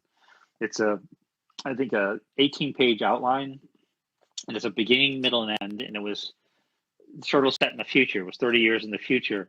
So, which oddly enough, funny enough, would have been 2017, from 1987 to 2017. And I said, here's the components of the story, and I've gone through it, and I said if I was going to adapt it and realize it, I would say maybe 15 to 20 years in the future, and these are the things that I would do. And so I gave it all to Tom. Tom came back with a ton of notes, and so we sort of merged all of our ideas, paying direct homage and specific story foundations with that original 1987 story. And so we've adapted it into it's going to be 5 48-page issues, and it's without it's kind of like our Dark Knight, I guess, in that we wanted to, and I say that we wanted to set it into directly written for the oldest of our audiences, a lot of the original audiences, the hardcore Turtle fans. We want to set it in a universe that's not IDW, it's not Mirage, it's not any other Turtle universe, but it definitely leans way heavy to what was going on in the Mirage Turtles original universe. But it's going to be super intense. There's some really meaty and awesome stuff. I'm trying desperately not to give anything away. Yeah. But it's always hard for me to compliment myself on my work. It's like impossible, actually. But the story is really good, and it's really intense, and it's really going to be something special within the Turtle universe. And I like that it is based on a story that's never been published. It is something that Peter and I wrote all those years ago, and I get to work with Tom again, and that's fantastic. So in August, the first issue will come out, and like I said, it's 5 40-page issues. And we're not pulling any punches. It's pretty cool. Is Peter involved, like with the current publication, or? No, we Peter and I had a number of conversations about it. Because we talked, despite what the Toys That Made Us might have alluded to, Peter and I got together, and actually I always tell fans, if you want to see a really great documentary on Turtles, all things Turtles, there's a documentary that was released in late 2014, 2015 called Turtle Power. These Canadian filmmakers spent 5 years filming and shooting and put together this beautiful documentary. So Peter and I together were for shooting segments of that. We did covers together. We did appearances for the 30th anniversary, which was 2015. And so, every time we sort of trade an email and talk about this and that, I said, it'd be great to do something together. And he said, well, maybe another cover, maybe this. And I said, well, maybe there's a story that we could come up with that we could do together. And when I discussed with him doing The Last Ronin, he considered it pretty seriously for a while. And I think he just, he's quite happy being retired. And he just said, good luck. I know what I know the material, I know what you're dealing with. And, he said, I just, good luck. Well, we're excited for it, and we're even more excited now hearing what you think about it. So I can't wait for that, and I'm not speaking just for myself. So I can't wait. Is there a release date? Do you know anything about that? Yeah, we it was one of those things that we started working on it. Tom and I started working on it in 2019, early in 2019, and we sort of brought it to a point where, because we were also working up to the completion of issue 100, which came out in December of last year. So once we get into January of this year, we sort of really started focusing on the story, the beats, and the rest of the creative team. And then, the world spun off its spiral for a little bit. And so we weren't even sure when our distribution systems and everything would get back on track. So we sort of kept it to the side. So right now I know we're looking solidly for an August release. And it's going to be bi-monthly after that. It's just we weren't sure in the planning stages. If we could pick up the pace, we will. But I think it's going to be August, probably the third week in August, I'd guess, to the end of August. And then, as fast as we can do it after that, because it's forging ahead. It was just a matter of, when we got our a world spinning back on the right axis, so we could all go to comic stores again. But okay, let me try to work in a few fan questions. I've been trying to work them into our conversation, but people, like I said, really enjoy having this access to you. Somebody asked, is it fun doing superhero variant covers nowadays? Do you enjoy that? Well, the variant covers it's an interesting business because part of the business because it is one of those things that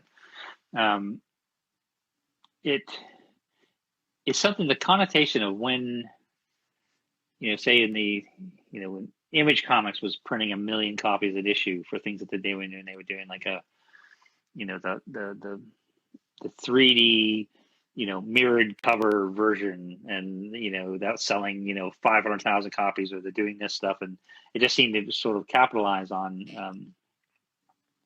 the collector market that was and unfairly so, and I think it caused a lot of damage to the business. But I do like the fact that there are opportunities within the collector base that, especially the hardcore collectors, that if you can have different artists do a specific version for a specific comic store, which actually not only helps out that comic store or comic convention or promote a comic convention or the things that relate to it's not just like gouging our fan base for money, then if there's a positive angle in it, I want to see that continue. But it's also, I was just looking at the, variant cover list for issue 1 of the last Ronin. I think it's heading up towards 50 different covers. Wow. And it's one of those you kind of go like, well, it's, you're going to have the people that are going to want just like, look, I did one of the Batman Master Race covers with Batman 3, of those 29 or 30 of those. But you're going to have the people that like, look, I just want one issue and that's all I want. Mm-hmm. But then you're going to have the more hardcore collectors that are going to want to try to collect more of them, or even in some cases all of them, which just seems impossible. So I like that you can each just buy one if you want, and then if there's people that really need to have the rest, they can get those. So it's but it's I enjoy the other artists' take, especially on the characters and stuff. Awesome. Okay, somebody's asking, where did Cowabunga come from? Cowabunga is when I was a kid growing up in Maine. I remember watching some on Saturday afternoons. They would have these movies like Annette Funicello and Frankie Avalon, and it was Beach Blanket Bingo, or these the surfer movies. Where Dion would come on and sing a song suddenly in the middle, or they would do these things, or and so it would be like that surfer lifestyle, which to me is spent time fishing for lobsters, and quite a different kind of living we were making up there.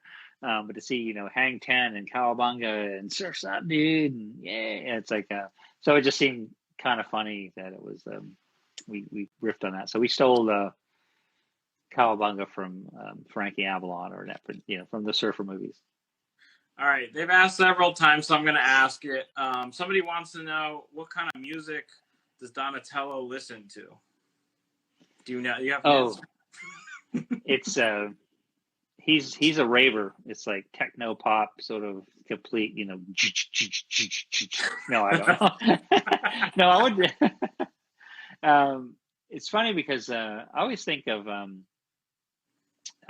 Pete Laird when I think of Donatello, because Pete was, he was the first guy that got a computer. I think it was a Commodore 64 or one of those early computers where I was just like, well, these things are never going to take off.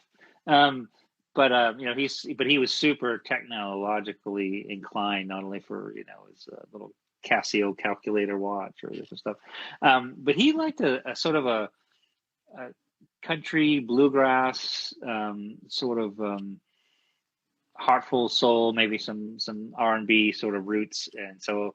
The kind of music that when I would ride with him in his car and stuff. So I would sort of say Donatello would probably be a more classical R&B bluegrass kind of music. What can you say? That's some insight right there. So let's talk about the thirst for turtles. Everything is crazy. So I know you have a website, right? Let's talk about Yes. your website. Hmm? What's the website? It's KevinEastonStudios.com, and it's we started it with our our entire company is me and Fiona, me and Courtney and Kevin and Fiona Russell, and they run the East Coast offices, which is funny. We both run our businesses out of our home. But Kevin Russell designed the heavy metal website. His business is a web company design, but he built out this wonderful turtle website. We sort of, as we started doing more and more touring, we thought we'd establish a fan club, a fan base that we could not only create a huge amount of behind the scenes, stuff that we had that fans could see, plus they'd get discounts and that kind of stuff. But the most important part is we wanted to create a base where you just could go there and see lots and lots of free stuff, lots of news, always find out where we're going for shows, what we're doing, just bits of information, factoids, the latest goings-ons that sort of ties into all of our social media stuff. But we're launching, I think we're doing a soft launch this weekend, but we're launching an official Turtles auction website tomorrow, where you can not only, because we sell a lot of exclusive product, whether it be prints, toys, T-shirts, signed books, rare stuff you can't find, but we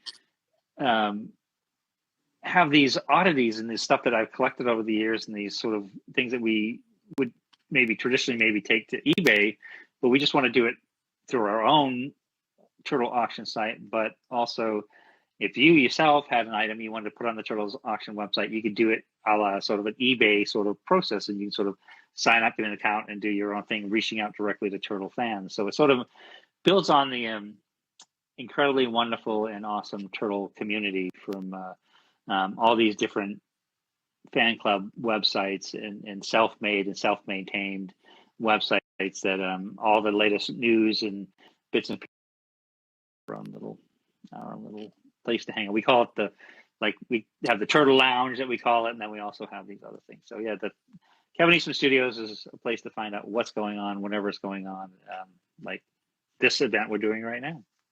Awesome.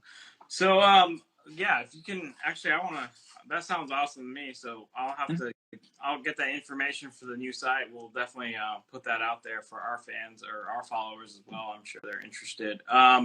So, I mean, our time's winding down, but really, I remember, I just wanted to say, not only is this like the child in me, like super grateful for this, but just we did AtCon. I mean, we're doing AtCon. We're in the last day now. It's Elite Comics11 on Instagram's virtual comic convention. And when I reached out to you, to have the forward thinking to like, just kind of in this environment when fans are really just looking for this kind of interaction right now with everything going on, a special thank you from your fans. I mean, I guess I'm speaking for them. I'm speaking for myself. I just really appreciate you making the time to do this and supporting our event and just making yourself accessible for all of your fans out there. And just thank you. So no, we appreciate it, and it's really like it's sort of, we all find ourselves in the same position where we're in a very strange time right now, and we, like I said, we've tried to put up as much free content, and like I know we're going to put up soon. I found like all the original 5 scripts from the first 5 Turtle animated cartoon shows, and in revised versions of that. Anything we do, we've done a couple. Watch TMNT with me, where we sort of screen a full Turtle movie where I talk to the fans. We just do a Facebook Live event just to have a little bit of fun and connect with the people that are stuck at home like we are. And we're our position, how we're at home, yes, but we're at home. I'm at home drawing and living a dream because I've got so many incredible fans, and that's something that we feel like if we can give, anything back and make it a little bit easier and be part of these events, then that's the most important thing. Because I wouldn't have the job I have without the fans that we have. So it's I really do flip it back on you guys with thanks for the love and support for it's now 36 years, and we do sincerely, as I know you guys do. We miss, we canceled 20 shows this year. Obviously, for all the right reasons for all of us. We know that, we acknowledge that, but it's okay. We do miss seeing you and being out there, because it is that makes my heart happy, is just to thank you fans personally for what you've done for me, and we will have fun. We enjoy this with you. Well, again, on behalf of myself, Elite Comics11 on Instagram, for all the fans, I mean,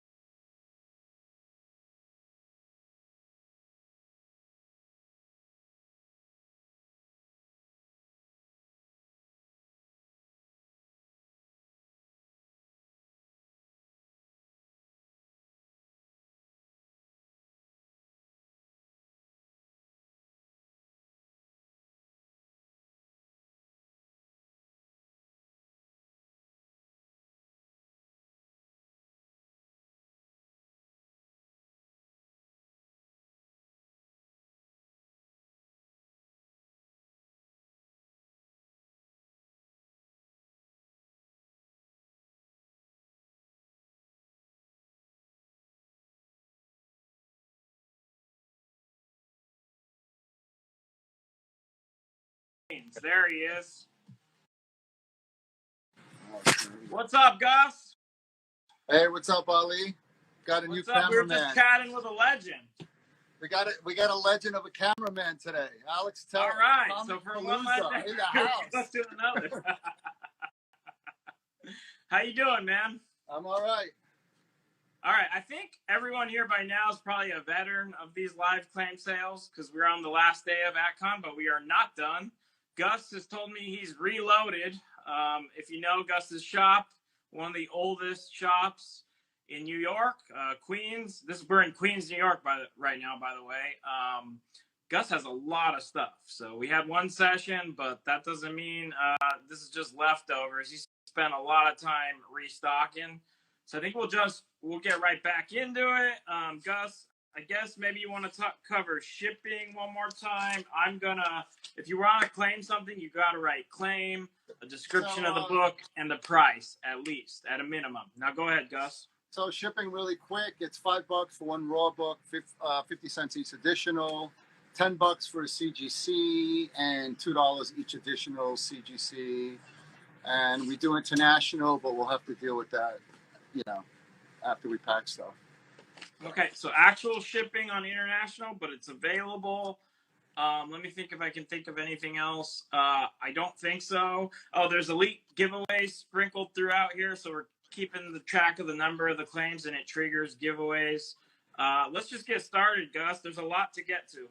Okay, so we're going to start off with X-Men. X-Men seemed to do really well the last time, so I restocked, and we didn't get a chance to do DC, so I might hit DC.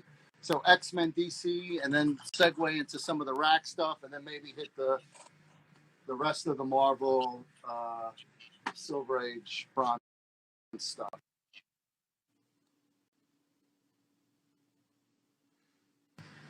Okay. Hello? All right. Yeah, I'm here. All right, so let's go. So we're going to start with X-Men. So we have a X-Men 7 left over from the last one, 1-0, $100. And we have another 7 and an 8.5, a beautiful copy. It's going to go to CGC if it doesn't sell. 8.5, $1,000. Stunning. Next up, we got a couple of number 8s. We got a 0.5, missing a pinup. Little piece out of on the top here, $65, and a 5.5 for $200. Okay, again, if you're going to claim something, you got to write, identify the book and write the price. We got a couple of X-Men number 10s, both 4.0s, $160, really bright cover, but has a very light sub crease. And here's the other one, 2 4.0s, X-Men 10, $160. We got an X-Men 11 and a 6.0 for $175. X-Men 15 and 3.5 for $75. Couple of X-Men 16s. I didn't have these a couple of days ago. I got a 3.0 for $70 and a 4.0 for $60. All right, moving right along. X-Men 21. We got a couple of these. We got a 6.0 for $65 and a 4.0 for $21. Put these down for a second. Go over here. A couple of 22s. 6.5. 6.5 for 7. I got a claim on 15 for $60. X-Men 15 for $60. That goes to our friend Il Sun. And No Good Comics, I see your test claim. Which one? 15. 15 was 75. Did I say 60? So It it's doesn't 75. matter. Huh? He said claim 15 for 60. I don't know. We can slow down a little bit, maybe. That would help. Yeah, sorry. So, Their percentages. Il Sun, confirm it's 75 for 15 if you want it. Write the price, Chef's Advocate, please. I'll give it to you, though. Let's go with claim on X-Men 21 while we wait for Il Sun. Which one? I had 2 copies. Okay, this is why we need to write prices, guys. So I'm not going to... Let's just do this over. Yeah. Okay, Il Sun is taking it. Il Sun's taking 15. the 15 for $75. Thank you, Il Sun. Okay. The 21, there was a 4.0 for 45 and a 6.0 for 65 on the 21. Okay, so please clarify, Chef's Advocate, which copy do you want by writing the price and the issue number. 3.5. 3.5, $75. 22. We got a 6.5 for 70 and a 7.0 for 85 on number 22, X-Men. Okay. All right, moving right along. Alex, bring that here. So we got a 23 and a 4.0, $30. 24 and a 7.5 for $100. A second copy of 24 and a 7.0 for, I didn't price it, but $85. 2 copies of number 25. We got a 5.0 for 50. They're both 5.0s, $55. 2 copies, X-Men 25, 5.0, $55. Hey guys, can I ask you a question? What's the schedule? How many hours are we going again? 4 hours. 4 hours? Okay, got it. Thank you. All right. X-Men 26 in a 6.0 for $50. Couple of X-Men 27s. We have a 4.5 for $50 and a 2.0 for $25. Couple of X-Men 27s. Okay, guys, write the price again. I got a claim on the X-Men 22 7.0, but please write the price from now on. That goes to Joshua Ellis, X-Men 22 7.0. $85. All right. Okay, I got 2 claims. Issue 26 for $50 and issue 27 for $50. Both of them go to our friend Ilson. Thank you, Ilson. All right, give me 1 sec. All right, so Kelby, we got a 26 and 6.0 for $50. Ilson, I told you wouldn't be sleeping. There's a lot of early Fantastic Four coming up. Somebody asked. All right. So we left off with 29. We got a number 30 in VG. 30 for $30, 4.0. We got a 31 in a 6.0 for $50. X-Men 31 6.0, $50. There will be slabs. There's a lot to get to, you guys. Okay, come over here, Alex. We got an X-Men 37 and a 6.5 for $60.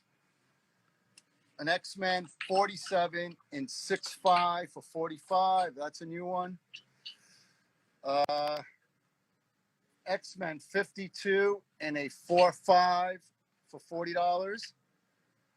X-Men 53 and a 3.5 for $35. That's a new one. X-Men 56 and a 5.5 for $50. X-Men 61 in a 5.0 for $35. X-Men 63 in a 4.5 for $35. X-Men 65 in a 6.0 for $50. We have X-Men 91 in a 6.5 for $35. X-Men 89 in a 5.0 for $25. I got a claim on issue 61 to Ilson for $35. Thank you, Ilson. Yeah, 5.0. Just want to give a special thank you to Ilson for, he's overseas. He's been not sleeping and being a huge supporter at Con 2. So thank you, Ilson. Much appreciated.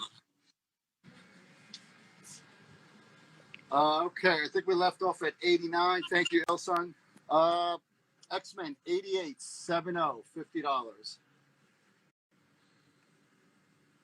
X-Men 95, 2.5 for $55. X-Men 105, 7.0 for $50. And a 7.5 for $60. Got a couple of 106s, an 8.0 for $50. And a 7.5 for $45. 113 and 4.5 for $20. 116 and a 5.5 for $20. Bunch of 117s. These are brand new. They weren't here the last time. I got a 9.0 for $130. I have an 8.5 for $100. And a 6.0 for $35. X-Men 117. 118, an 8.0 for $50. A a 5.5 for 25, and a 5.0 for 20. X-Men 118. X-Men 122, 5.0 for 20, and a 5.0 for $25. Couple of 123s. We got a 7.5 for 30, and an 8.5 for $50. X-Men 124, we got a 9.4 for $100, and a 7.0 for $40. Got a claim on X-Men 122 for $25. That goes to KIQ underscore comics. KIQ underscore comics. $25. Do you have an X-Men 121? And Mr. Run P? No, we passed the 121s. I do not. So I got a claim on 124 for $40. it's a 7.0. Okay. Let's give that to Joshua Ellis. Thank you, Joshua Ellis. All right. Well, we have another 124 and a 6.0 for 30. Let me finish that row. X-Men 125, 8.0 for $60. Bunch of 126s. This is brand new. We got a 9.0 for 80. We have a 7.5 for 50. And a 5.5 for $25. X-Men 127.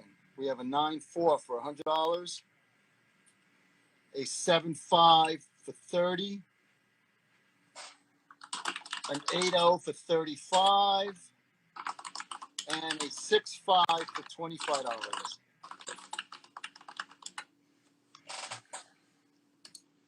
All right. 128.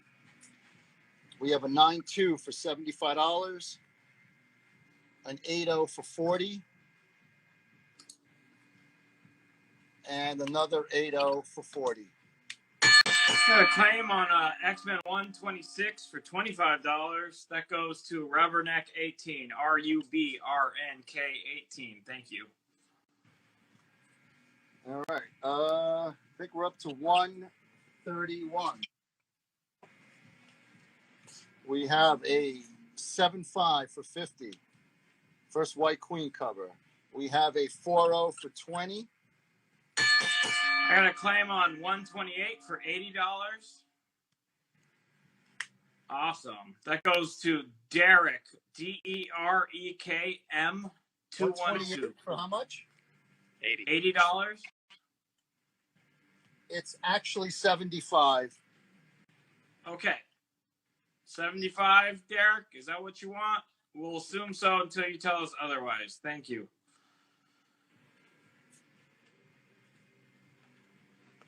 All right, I think we're up to 132. Got 3 of those. I got a 5.0 for 20, a 7.0 for 35, and a 6.5 for 30. X-Men 132. 133, I have a 9.4, $120, and a 7.5 for $50. First solo Wolverine. X-Men 134, an 8.5 for $75. First Dark Phoenix. We got a pair of 138s. We got an 8.5 for 40 and a 9.0 for 60. X-Men 138.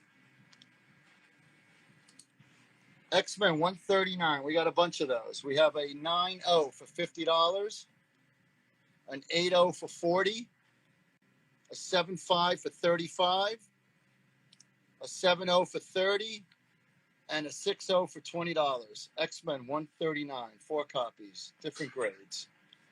X-Men 140, we got a 9.2 for 60, 8.5 for 45,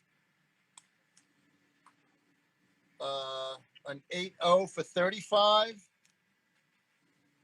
and a 6.5 for $20. X-Men 140, 4 copies, different grades. I got a claim on the 139 for $20. Let's give that to Rubberneck 18 as well. Thank you, Rubberneck.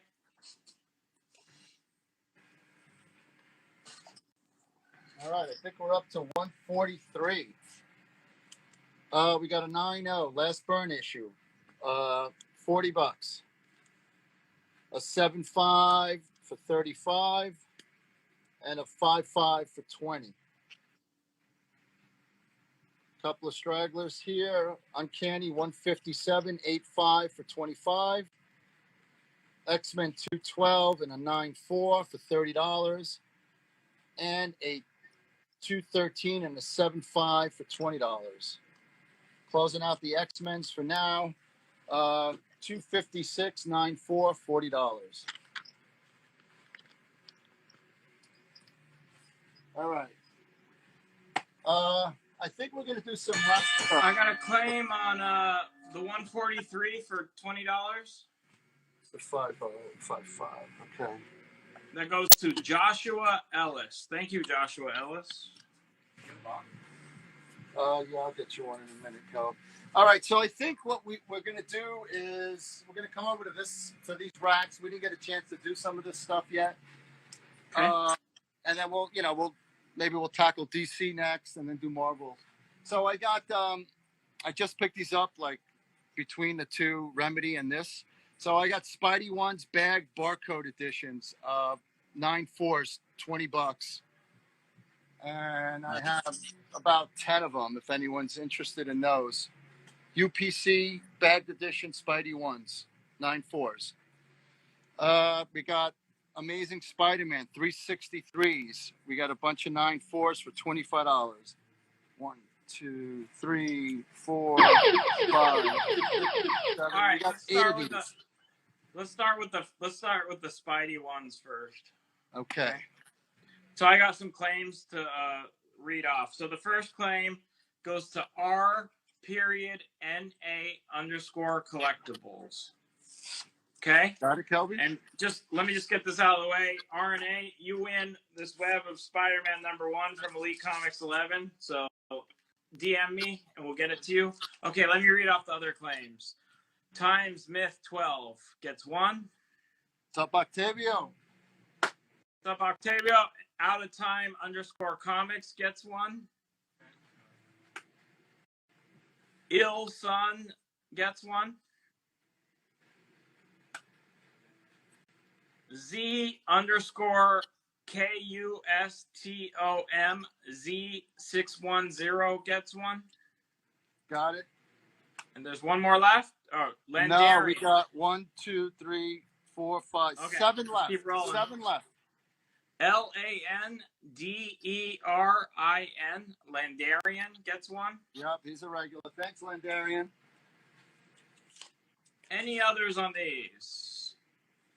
We got 6 left.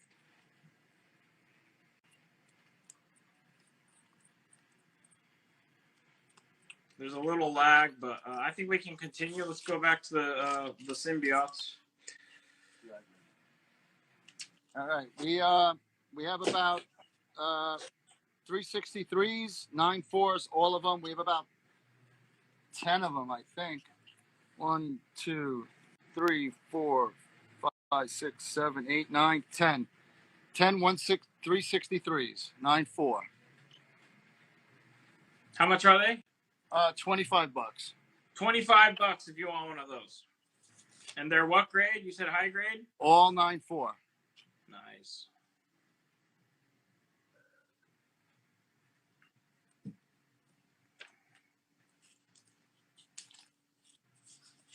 Okay, we got some claims on those. Okay, let's give one to Out of Time _comics. Out of time. Okay. All right, Kelby's got it. Chef's Advocate. Let's give them one. Okay. Let's give one to Larry Samaniego. So Larry Samaniego, and then let's give one to Houndstooth 72. One second. I got the eyebrows from Kelby. Okay. Larry, can you say the one before? Larry, what? Did you get Chef's Advocate, right?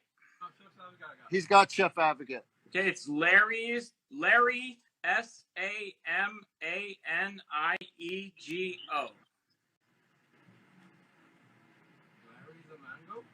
Zamango? Yeah, I guess.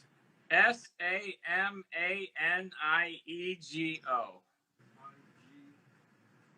Larry SAMANIEGO.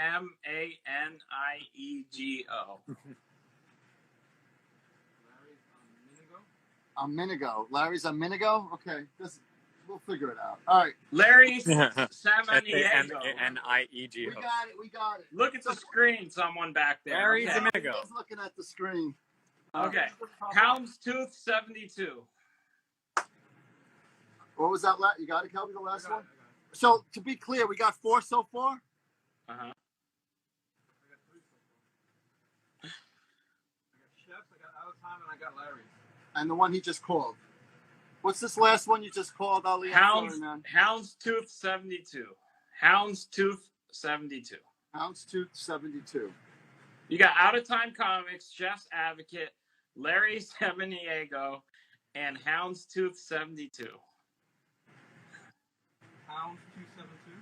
Yeah. Oh my God! Somebody look at the screen. Okay, it's Houndstooth 72. No, Ali, sometimes it doesn't pop up on the screen. Okay, HOUNDSTOOTH 72. Houndstooth. We'll figure it out. It's not, Hounds. That's Okay. 4. Okay. Let's keep going. Just let me say it one more time, please. Okay, it's HOUNDSTOOTH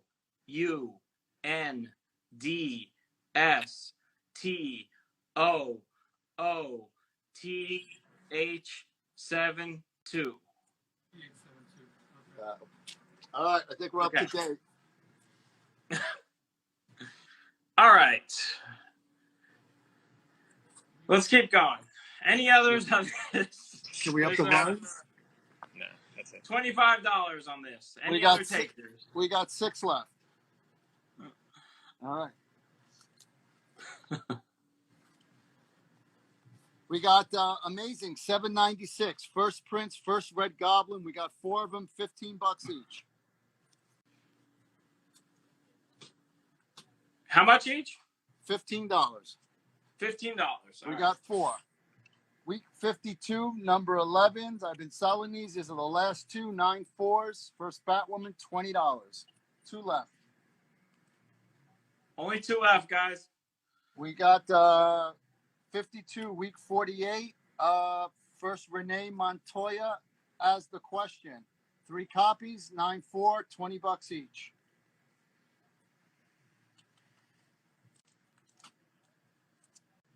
We got. I got a claim on one of the $20. $20 what? Does that make sense to you? Identify a week 52. Yeah, 52, week 11. Week 52, 11. Yep. That goes to R period NA got underscore collectibles. Got it. Thank you. Batman Superman 32, the first Chinese Superman. I can't remember his name. My apologies. I got 3 9 4s, $15 each. Chinese Superman? Yeah, it's the what's his name? I didn't even know about that. Yeah, it was hot for a minute there. Okay, cool. All right. Sure some of your fans will know about it. There's a story. Spawn number 9, 9 4s, $20. First Angela, 2 copies. A couple of stragglers from the Remedy. 2 left only. 9 4s, $20. Well, those are gonna get snatched up. $20, right? Angela 20 if you want that. I got a claim on the Batman Superman for $15. Let's give that to R period NA underscore collectibles. Thank you.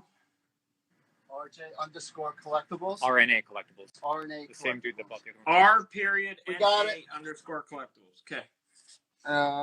Some stragglers from the Remedy. Star Slayer number 2. Couple of nuts. Let's give that same person an Angela for $20. Angela for 20. RNA collectibles. Thank you. All right. Star Slayer number 2.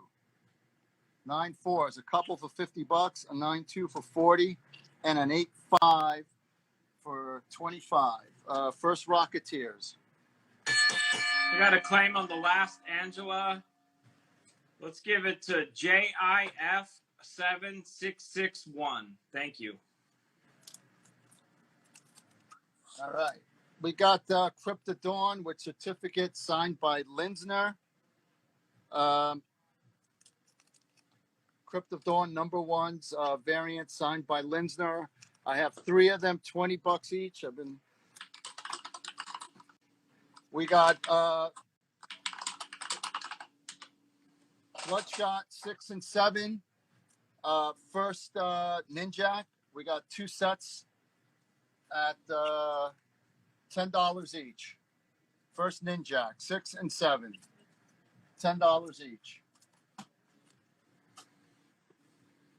All right, we got Hulk. First printings, $377.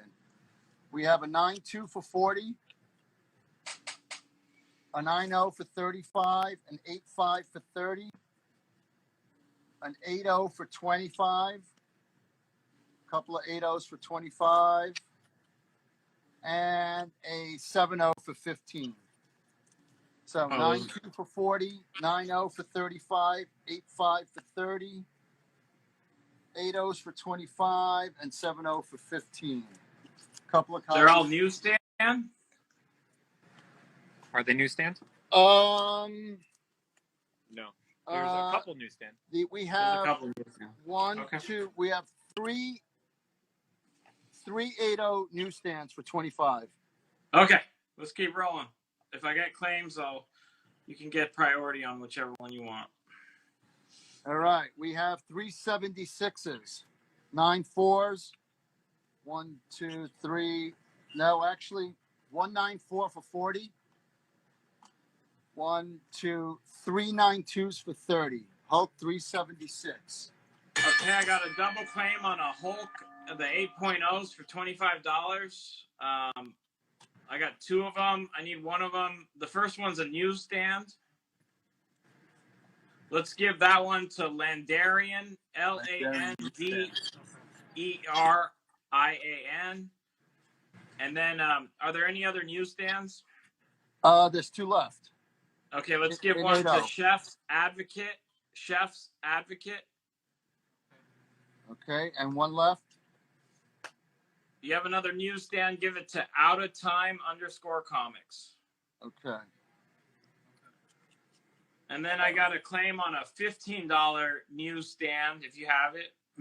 I think that's all the newsstands we have. The $15 was no such thing. Oh, the 7.0, but it wasn't a newsstand. Okay. Let us know, 44 Whitey. Okay, let's keep rolling. All right. Thank you, everyone. We got the first Mr. Fix-It, Incredible Hulk, 347. We got 9.4 copies. We have 2 at $40. A 9.2 barcode at $30. And a 9.0 for $25. First Mr. Fix-It, Incredible Hulk, 347. We have a cool poster variant for Catwoman number 40, 9.4, $10. Really cool. Okay, that's cool. A couple of leftovers from the Remedy. I got a couple of Revival number 1s in 9.4, $20. If anyone's interested, first printings, Revival number 1, hot book a few years ago. Also, Hardcore number 1, Robert Kirkman book from years ago. 9.4s, $10 each. I got 3 of them. I got a claim on the Catwoman for $10. Let's give that to Cheese Donkey 79. Cheese Donkey 79. Thank you. I got another claim on one of the Revivals for $20. Let's give that to T Rich Comics with a Z at the end. T Rich Comics with a Z at the end. We got it. Okay. And then let's Is there another Catwoman for $10 or No, that was the last one. How much is the 52 number 48? $20. And how many are there? 3. So $60 for all of them if you want them. Okay, let's keep moving. All right, we got Red Sonja number 1s, Sexy Campbell covers, 9/4s, $20 each. 2 copies. Those should go. Okay. Harley Quinn Valentine's Day special, 2 copies, $10 each, 9/4. Pretty awesome cover, not for anything. All right, some stragglers. I'm going to drop the price on this. Happy variant number 2, $40.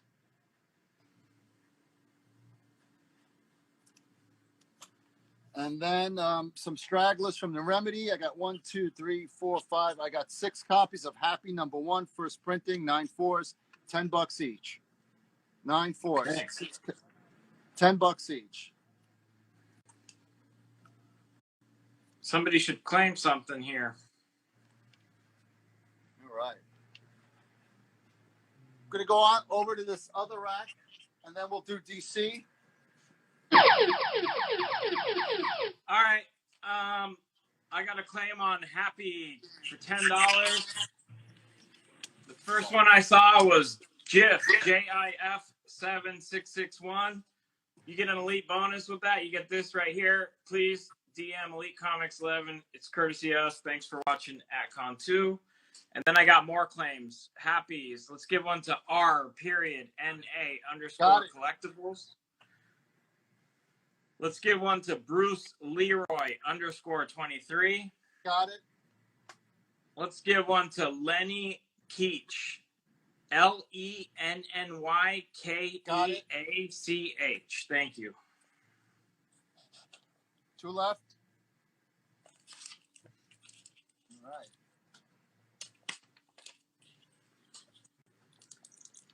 We're going to move on to this other rack where we got some cool bulk stuff. We have Silver Surfer number 1, John Byrne issue, near mint copies from 1982. $15 each.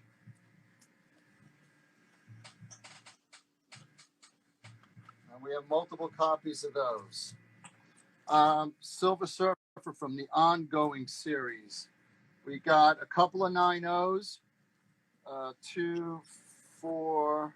We got 4 9/0s for, I'm going to drop the price, $20. We got 8. We got 1, 2, 3, 8 5s for $15 and a 6/5 for $10. Silver Surfer number 1 ongoing series. Shazam from 1987, number 1. 9/0 or better copies, uncirculated, $10 each. I have 5, maybe a few more. I got a claim on the Surfer ongoing for $20. Okay. And let's give that to OutOfTime_comics. Thank you, $9/0, Out of Time. $20.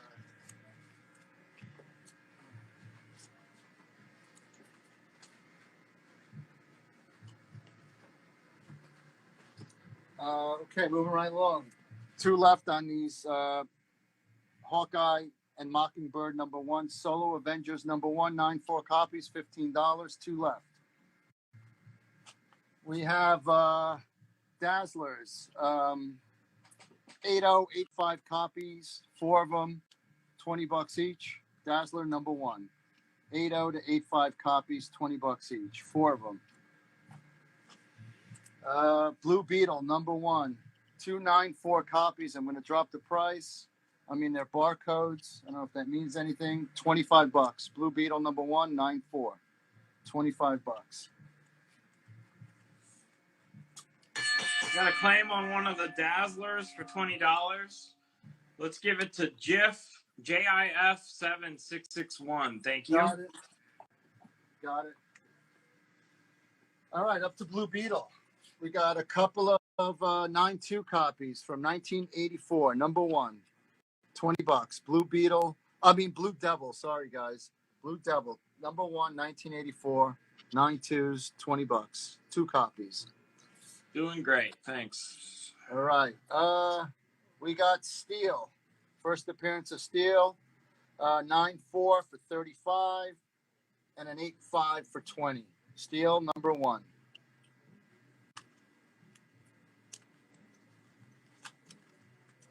Doom Patrol from 1987. We got 390 copies, $10 each. Oh, barcode, if that means anything, but it's probably normal for back then. All right.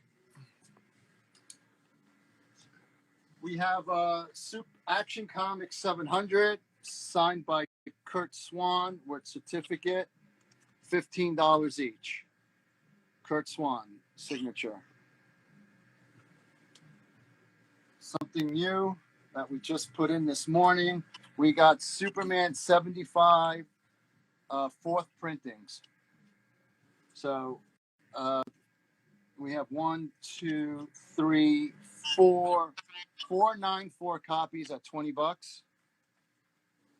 Superman 75 fourth printings.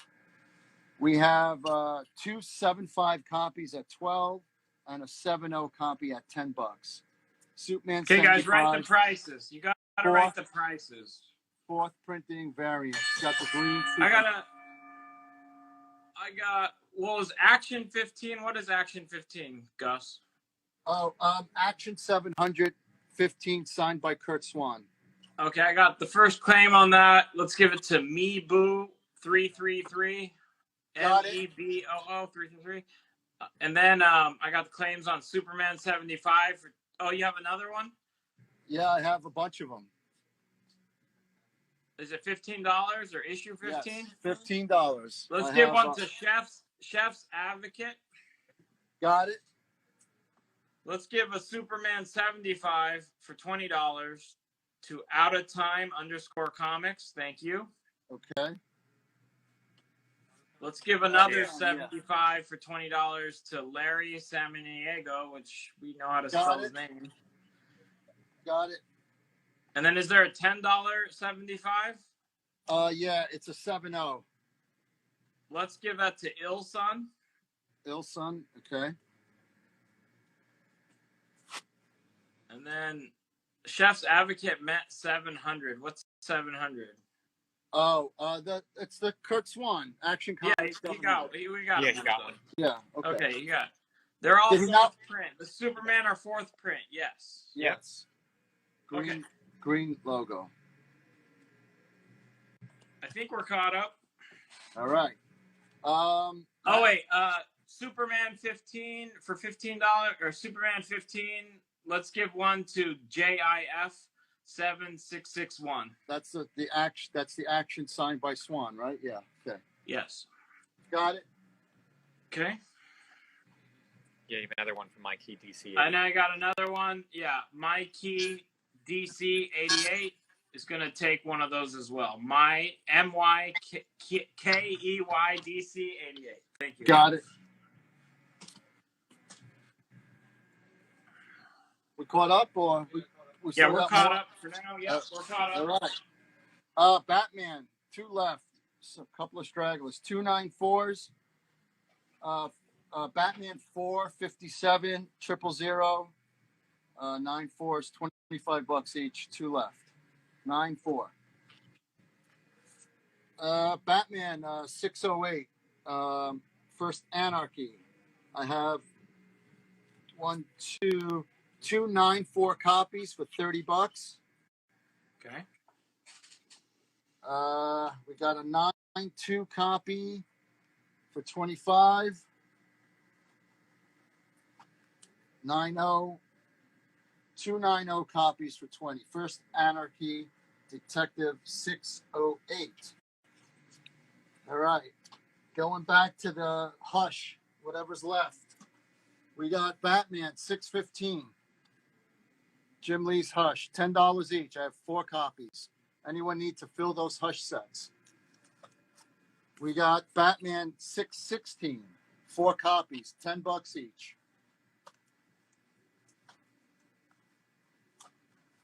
Batman 618, 3 copies. They're all 9. I got a claim on Batman 608 for $30.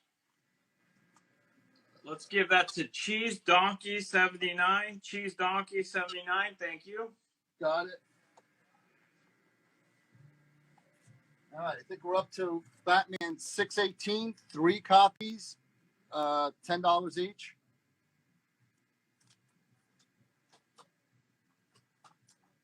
And we have the 619, the Heroes cover, 5 copies, $10 each. And we have 619, the Villains cover, $10 each, 2 copies.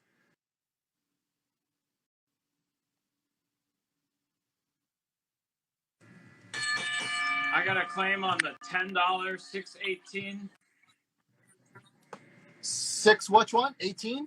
618 for $10. Give it to Out of Time _ Comics. Thank you. Kelby, you got it? Yeah. Got it. And then I got is there a 619 for $10? Yeah, there's a Villains, and then there's a Heroes cover. And there's a second print, so. Oh, shit. Okay. Let's restart this then. We're gonna restart this, and you gotta give them a code or something. Oh, okay. So, okay. How are we gonna know what they're claiming? So, Okay, 619A, 619B, and 619C. Okay. So the first one, Chef's Advocate wants the Villains cover. Okay, that's easy. Got it. Do you have a set of all 3? Huh? Do you have a set of all 3? A, B, and C? I do. Just one. Okay, now. let's give it to Johnny JOHNNYRIEHLE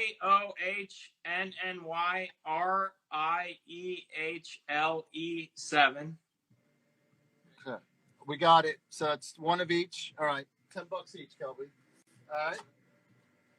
I got another claim on the set. I don't have another set though. I only had one C. Okay. No more sets. That's it. All I have is just the hero. Okay, cover give that set. Okay, Johnny doesn't want the set. I have no idea why. Now they wrote it. Let's give the set to Me Boo 333. Me Boo 333. We got it. We're up to date. We got that. Okay, I got a claim on 619 Heroes copy. Yeah, that's all that's left. Okay. Let's give that to Reboot CLR. Reboot CLR. Don't help, please. If you don't type something if you don't want it. Are we caught up? Yeah, we're caught up. All right. I have 2 Nightwing number 1s, 2 9/4s for 35, and a 9/2 for 30. Nightwing number 1. 2 9/4s for 35 and a 9/2 for 30.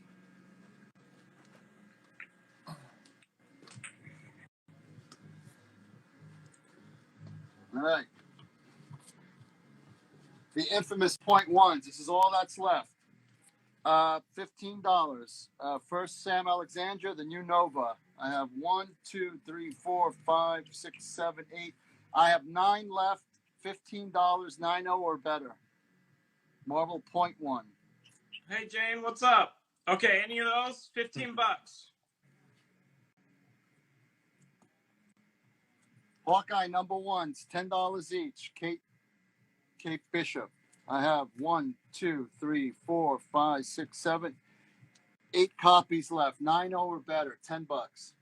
Okay, let's go with the .1s first. We got some claims on those.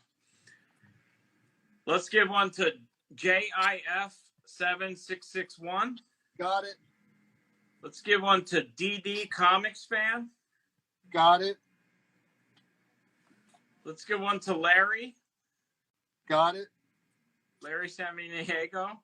And then can I get another one for Dustin Porter 7? Got it. And then I need a Hawkeye for $10. Let's give it to Out of Time _ Comics. Thank you. Thank you, everyone. All right. Larry. Batman 400 9-4. I got 2 9-4s for $45. Stephen King intro Killer Sienkiewicz cover, 2 copies and 9-4 for 45, and an 8-0 for 25. Larry Someone's Carpenter. making fun of me. I know. No, they're not making fun of you. No. That's okay. I can say it. It was my rant about Larry. Semiango. All right, Alex Teller, cameraman. That was too loud. All right. It's not my fault. I was just laughing. All right. Fantastic Four 232. The beginning of Burns' classic run. Uncirculated copies 9-4. 1, 2, 3, 4, 5. I got 6 of them. 9-4 for $20. $20 each. Might actually have more. I actually have 10, I think. What's up, Rich? Out of time, not broken yet. Another classic burn, FF, Fantastic Four 243, uncirculated copies, 9-4, $25 each. 3 copies of those. Octavio's taking an FF 232. Are they all Kelsey, the same? Got it. Tyne Smith 12. Thank you. $20, 9-4. Are we moving on? Yeah. All right. Something new to the rack. Dug these out in the last day and a half. Human Torch number 1s. I got an 8.5 for $75. I have an 8.0 for $60. A 7.0 for $45. And a 6.0 for $35. 4 different copies. Human Torch number 1. Hey, Rich, check out that interview I just did with Kevin Eastman later. It's pretty cool. I'm going to watch it again. Harley Quinn, black and white, 4th printing, number 1. Harley Quinn, number 1, 4th printing. 9-4s, 3 copies, $15 each.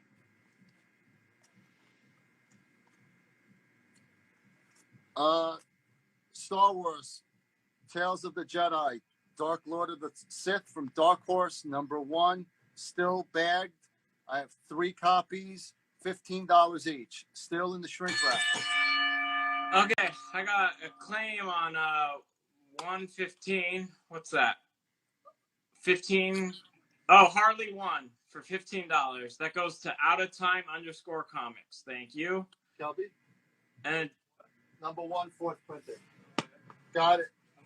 15. Okay, and then I got a claim on Tales of the Jedi for $15. Daniel Rodriguez Jr. 15. That's a KG. You know that, right? Yeah. All right. Okay, Daniel, you get this. Marvel Presents number 3. DM me. It's yours. Thank you. Daniel deserves it. Definitely. Are we up to date? Yes. Okay. Ilson, don't leave us. No. All right. Nightwing Wizard Halves. I got a 9.0 for 15 and an 8.0 for 10. Nightwing Wizard Halves. The 9.0 has the certificate. The 8.0 does not. I don't know what happened to it, but Wizard Halves, Nightwing, $15 and $10. All right.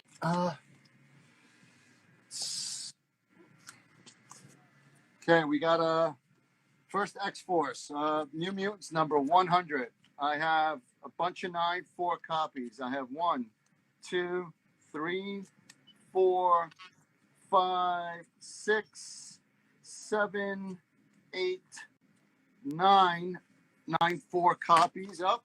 Maybe that's 8. Maybe less copies. 192. Oops. So we got 8 9-4 copies.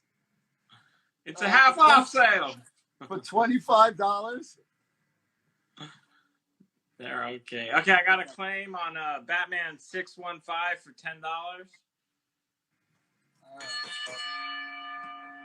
Hold on. They're not fitting. 615 for 10. Yep. All right. Kelly, Let's give it to my key DC 88. Got it. Okay. So back with the New Mutants 100. So we had 9.4 copies for 25. We got 192 copy for 20, 9.0 for 15, 8.0 for 12, and a 7.0 for 10. I don't know if any of these babies have barcodes. I have a 9.4 barcode for 25. If anyone's Okay. interested in that. I'll let you know if you get claims coming in. There's a 30-second delay, but let's keep rolling. All right. Uncanny X-Men 282. First Bishops. I got 9.4 copies. One, two at $35, and then I have a 9.4 barcode for $40. I see you, Chef's Advocate. Are you trying to claim something? Type it again. I'll hopefully see it. 9.0 barcode, $20. Okay. 9.0. I got a claim on a $35 copy of the 35. Is it a $35 copy? Yeah. Of 282. Yeah, guys. Identify the issue number, but I think that's it. Let's give it to Simon. Joel. 7. 9435. Yeah. Got it. Where was I? So I have. Ilson is not done yet. 9.0 barcode for $20. All right. Got it. Thank you, Ilson. We have another barcode for 20 and a non-barcode for 20 and 9.0. We have a barcode 8.5 for 15 and a barcode 8.0 for 12. Okay. What are the issue numbers on the Fantastic Four? Did we see any of that? FF? Yeah, it was the first burn, 232, and the 243. Uncirculated copies. Don't ask. Okay. All right. X-Men 283. I have near mint copies, $15, and a $20 copy with a barcode. Only 3 left. First full Bishop, 283s, 9.4s. Okay. All right. First Starfire. I have 1 barcode 9.4 for 35. I have 1 non-barcode 9.4 for 35 as well. And then I have 1, 2, 3 9.2 copies for $30. First Starfire. Firestar, yeah. Sorry. Thanks, Go. X-Force number 2s, $10 each, near mint copies. I have 4 and have more if anyone's interested. Second appearance of Deadpool, X-Force 2, 4 copies, $10. No barcodes. All right. X Factor number 1. 2 9.4 copies, beautiful copies, $35 each. X Factor number 1. New Mutants number 1. 194 copy for 35. Okay. 192 copy for 25 and a 60 copy for 10. Okay, I got some claims. Okay, one of the X-Men first, Starfire, the cheaper copy. $30. Cheaper copy. Let's give it to JIF. What's the cheaper copy? It's a 9.2 for $30. Okay, let's give it to JIF 7661. Thank you. And then will you take $30 for a Fantastic Four 232 and 243? How much? $30. 30.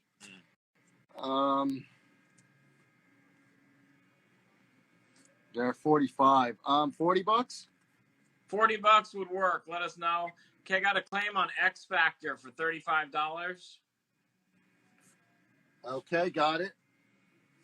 Let's give that to Derek M212. Got it. Do you got that? Yeah, we got it. Do you have any barcodes on the 244? If you do, then it's claimed. 240. What's the 244? You mean, FF 244. no, it's 243, but Okay, we don't have. no, they're not. Price and grade on the X-Men 193 barcode Is 94 for 35. 35. Daniel. Okay, I got a claim on a New Mutants 1 for $25.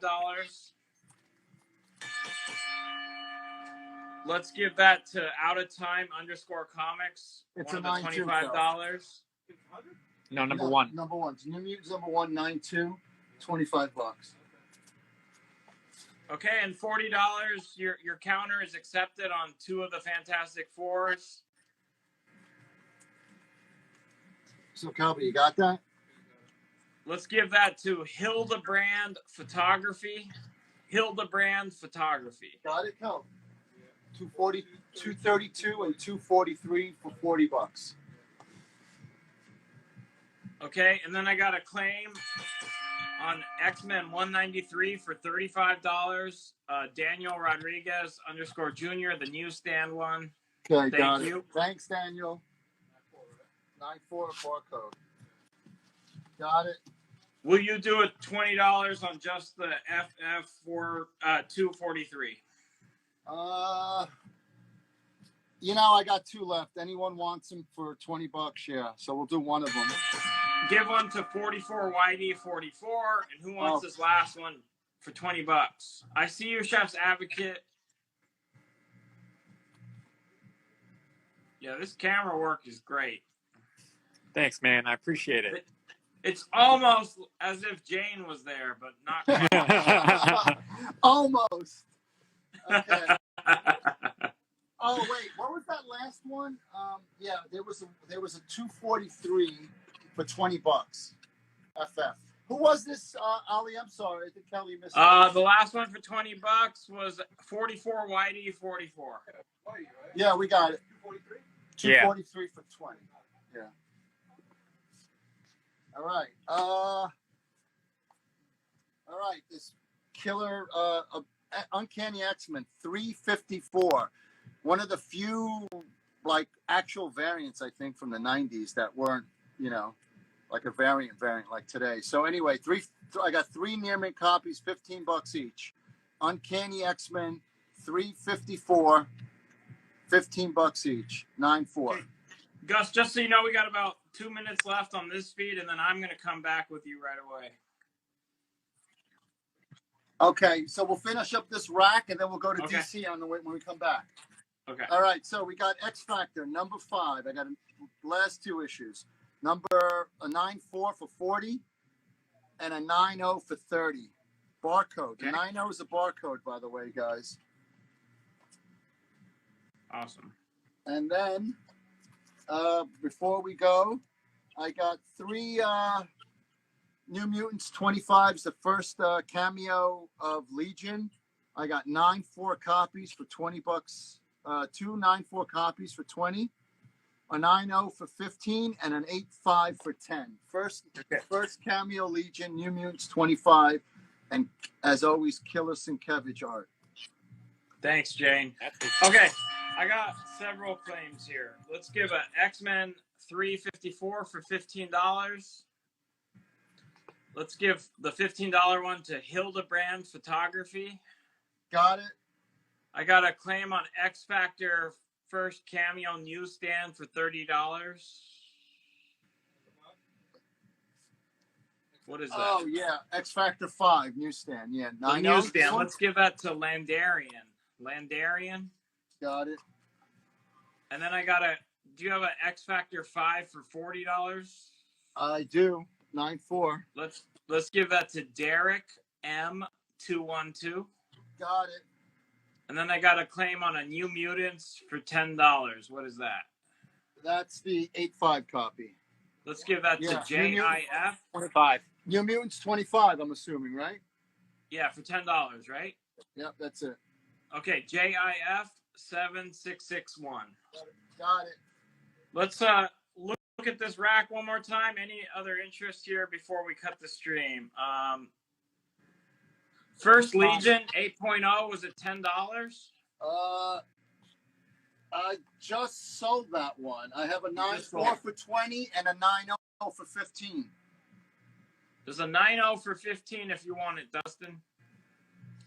Okay, let's look at these books one more time. Any interest on them before we move on? While we're here.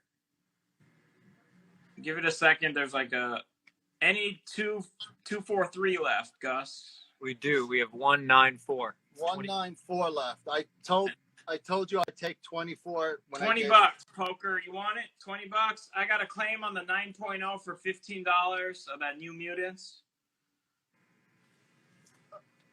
The 9.0, okay. New Mutants $15. 25, Let's give it 9.0. to 15, yeah. 15. That give it to Dustin Porter 7. Got it. And then $20 on that last FF 243. That's claimed.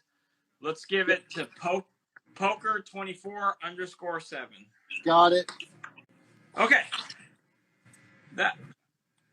Any other interest on this rack? And then we're gonna move on. DC is coming next, but there's a lot of other stuff. How much was the Human Torch #1 again? I have an 8.5 for 75, an 8.0 for 60, a 7.0 for 45, and a 6.0 for 35. Okay, I'll give it like 10 seconds. Anyone want to claim any of this? We're going to move on to DC, but there's tons of Silver Age stuff. There's slabs. There's all kinds of stuff. Gus has tons of stuff. We're going to get to it. That's why we got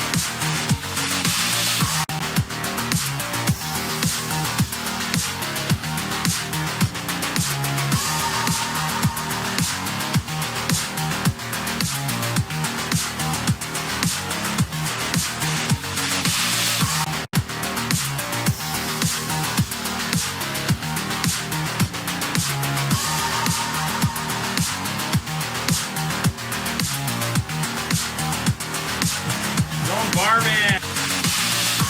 And what's up? Thanks, everyone. I mean, we're still going strong. It's the last day of ACON, but we are not done. What's up, Yak? What's up, me boo?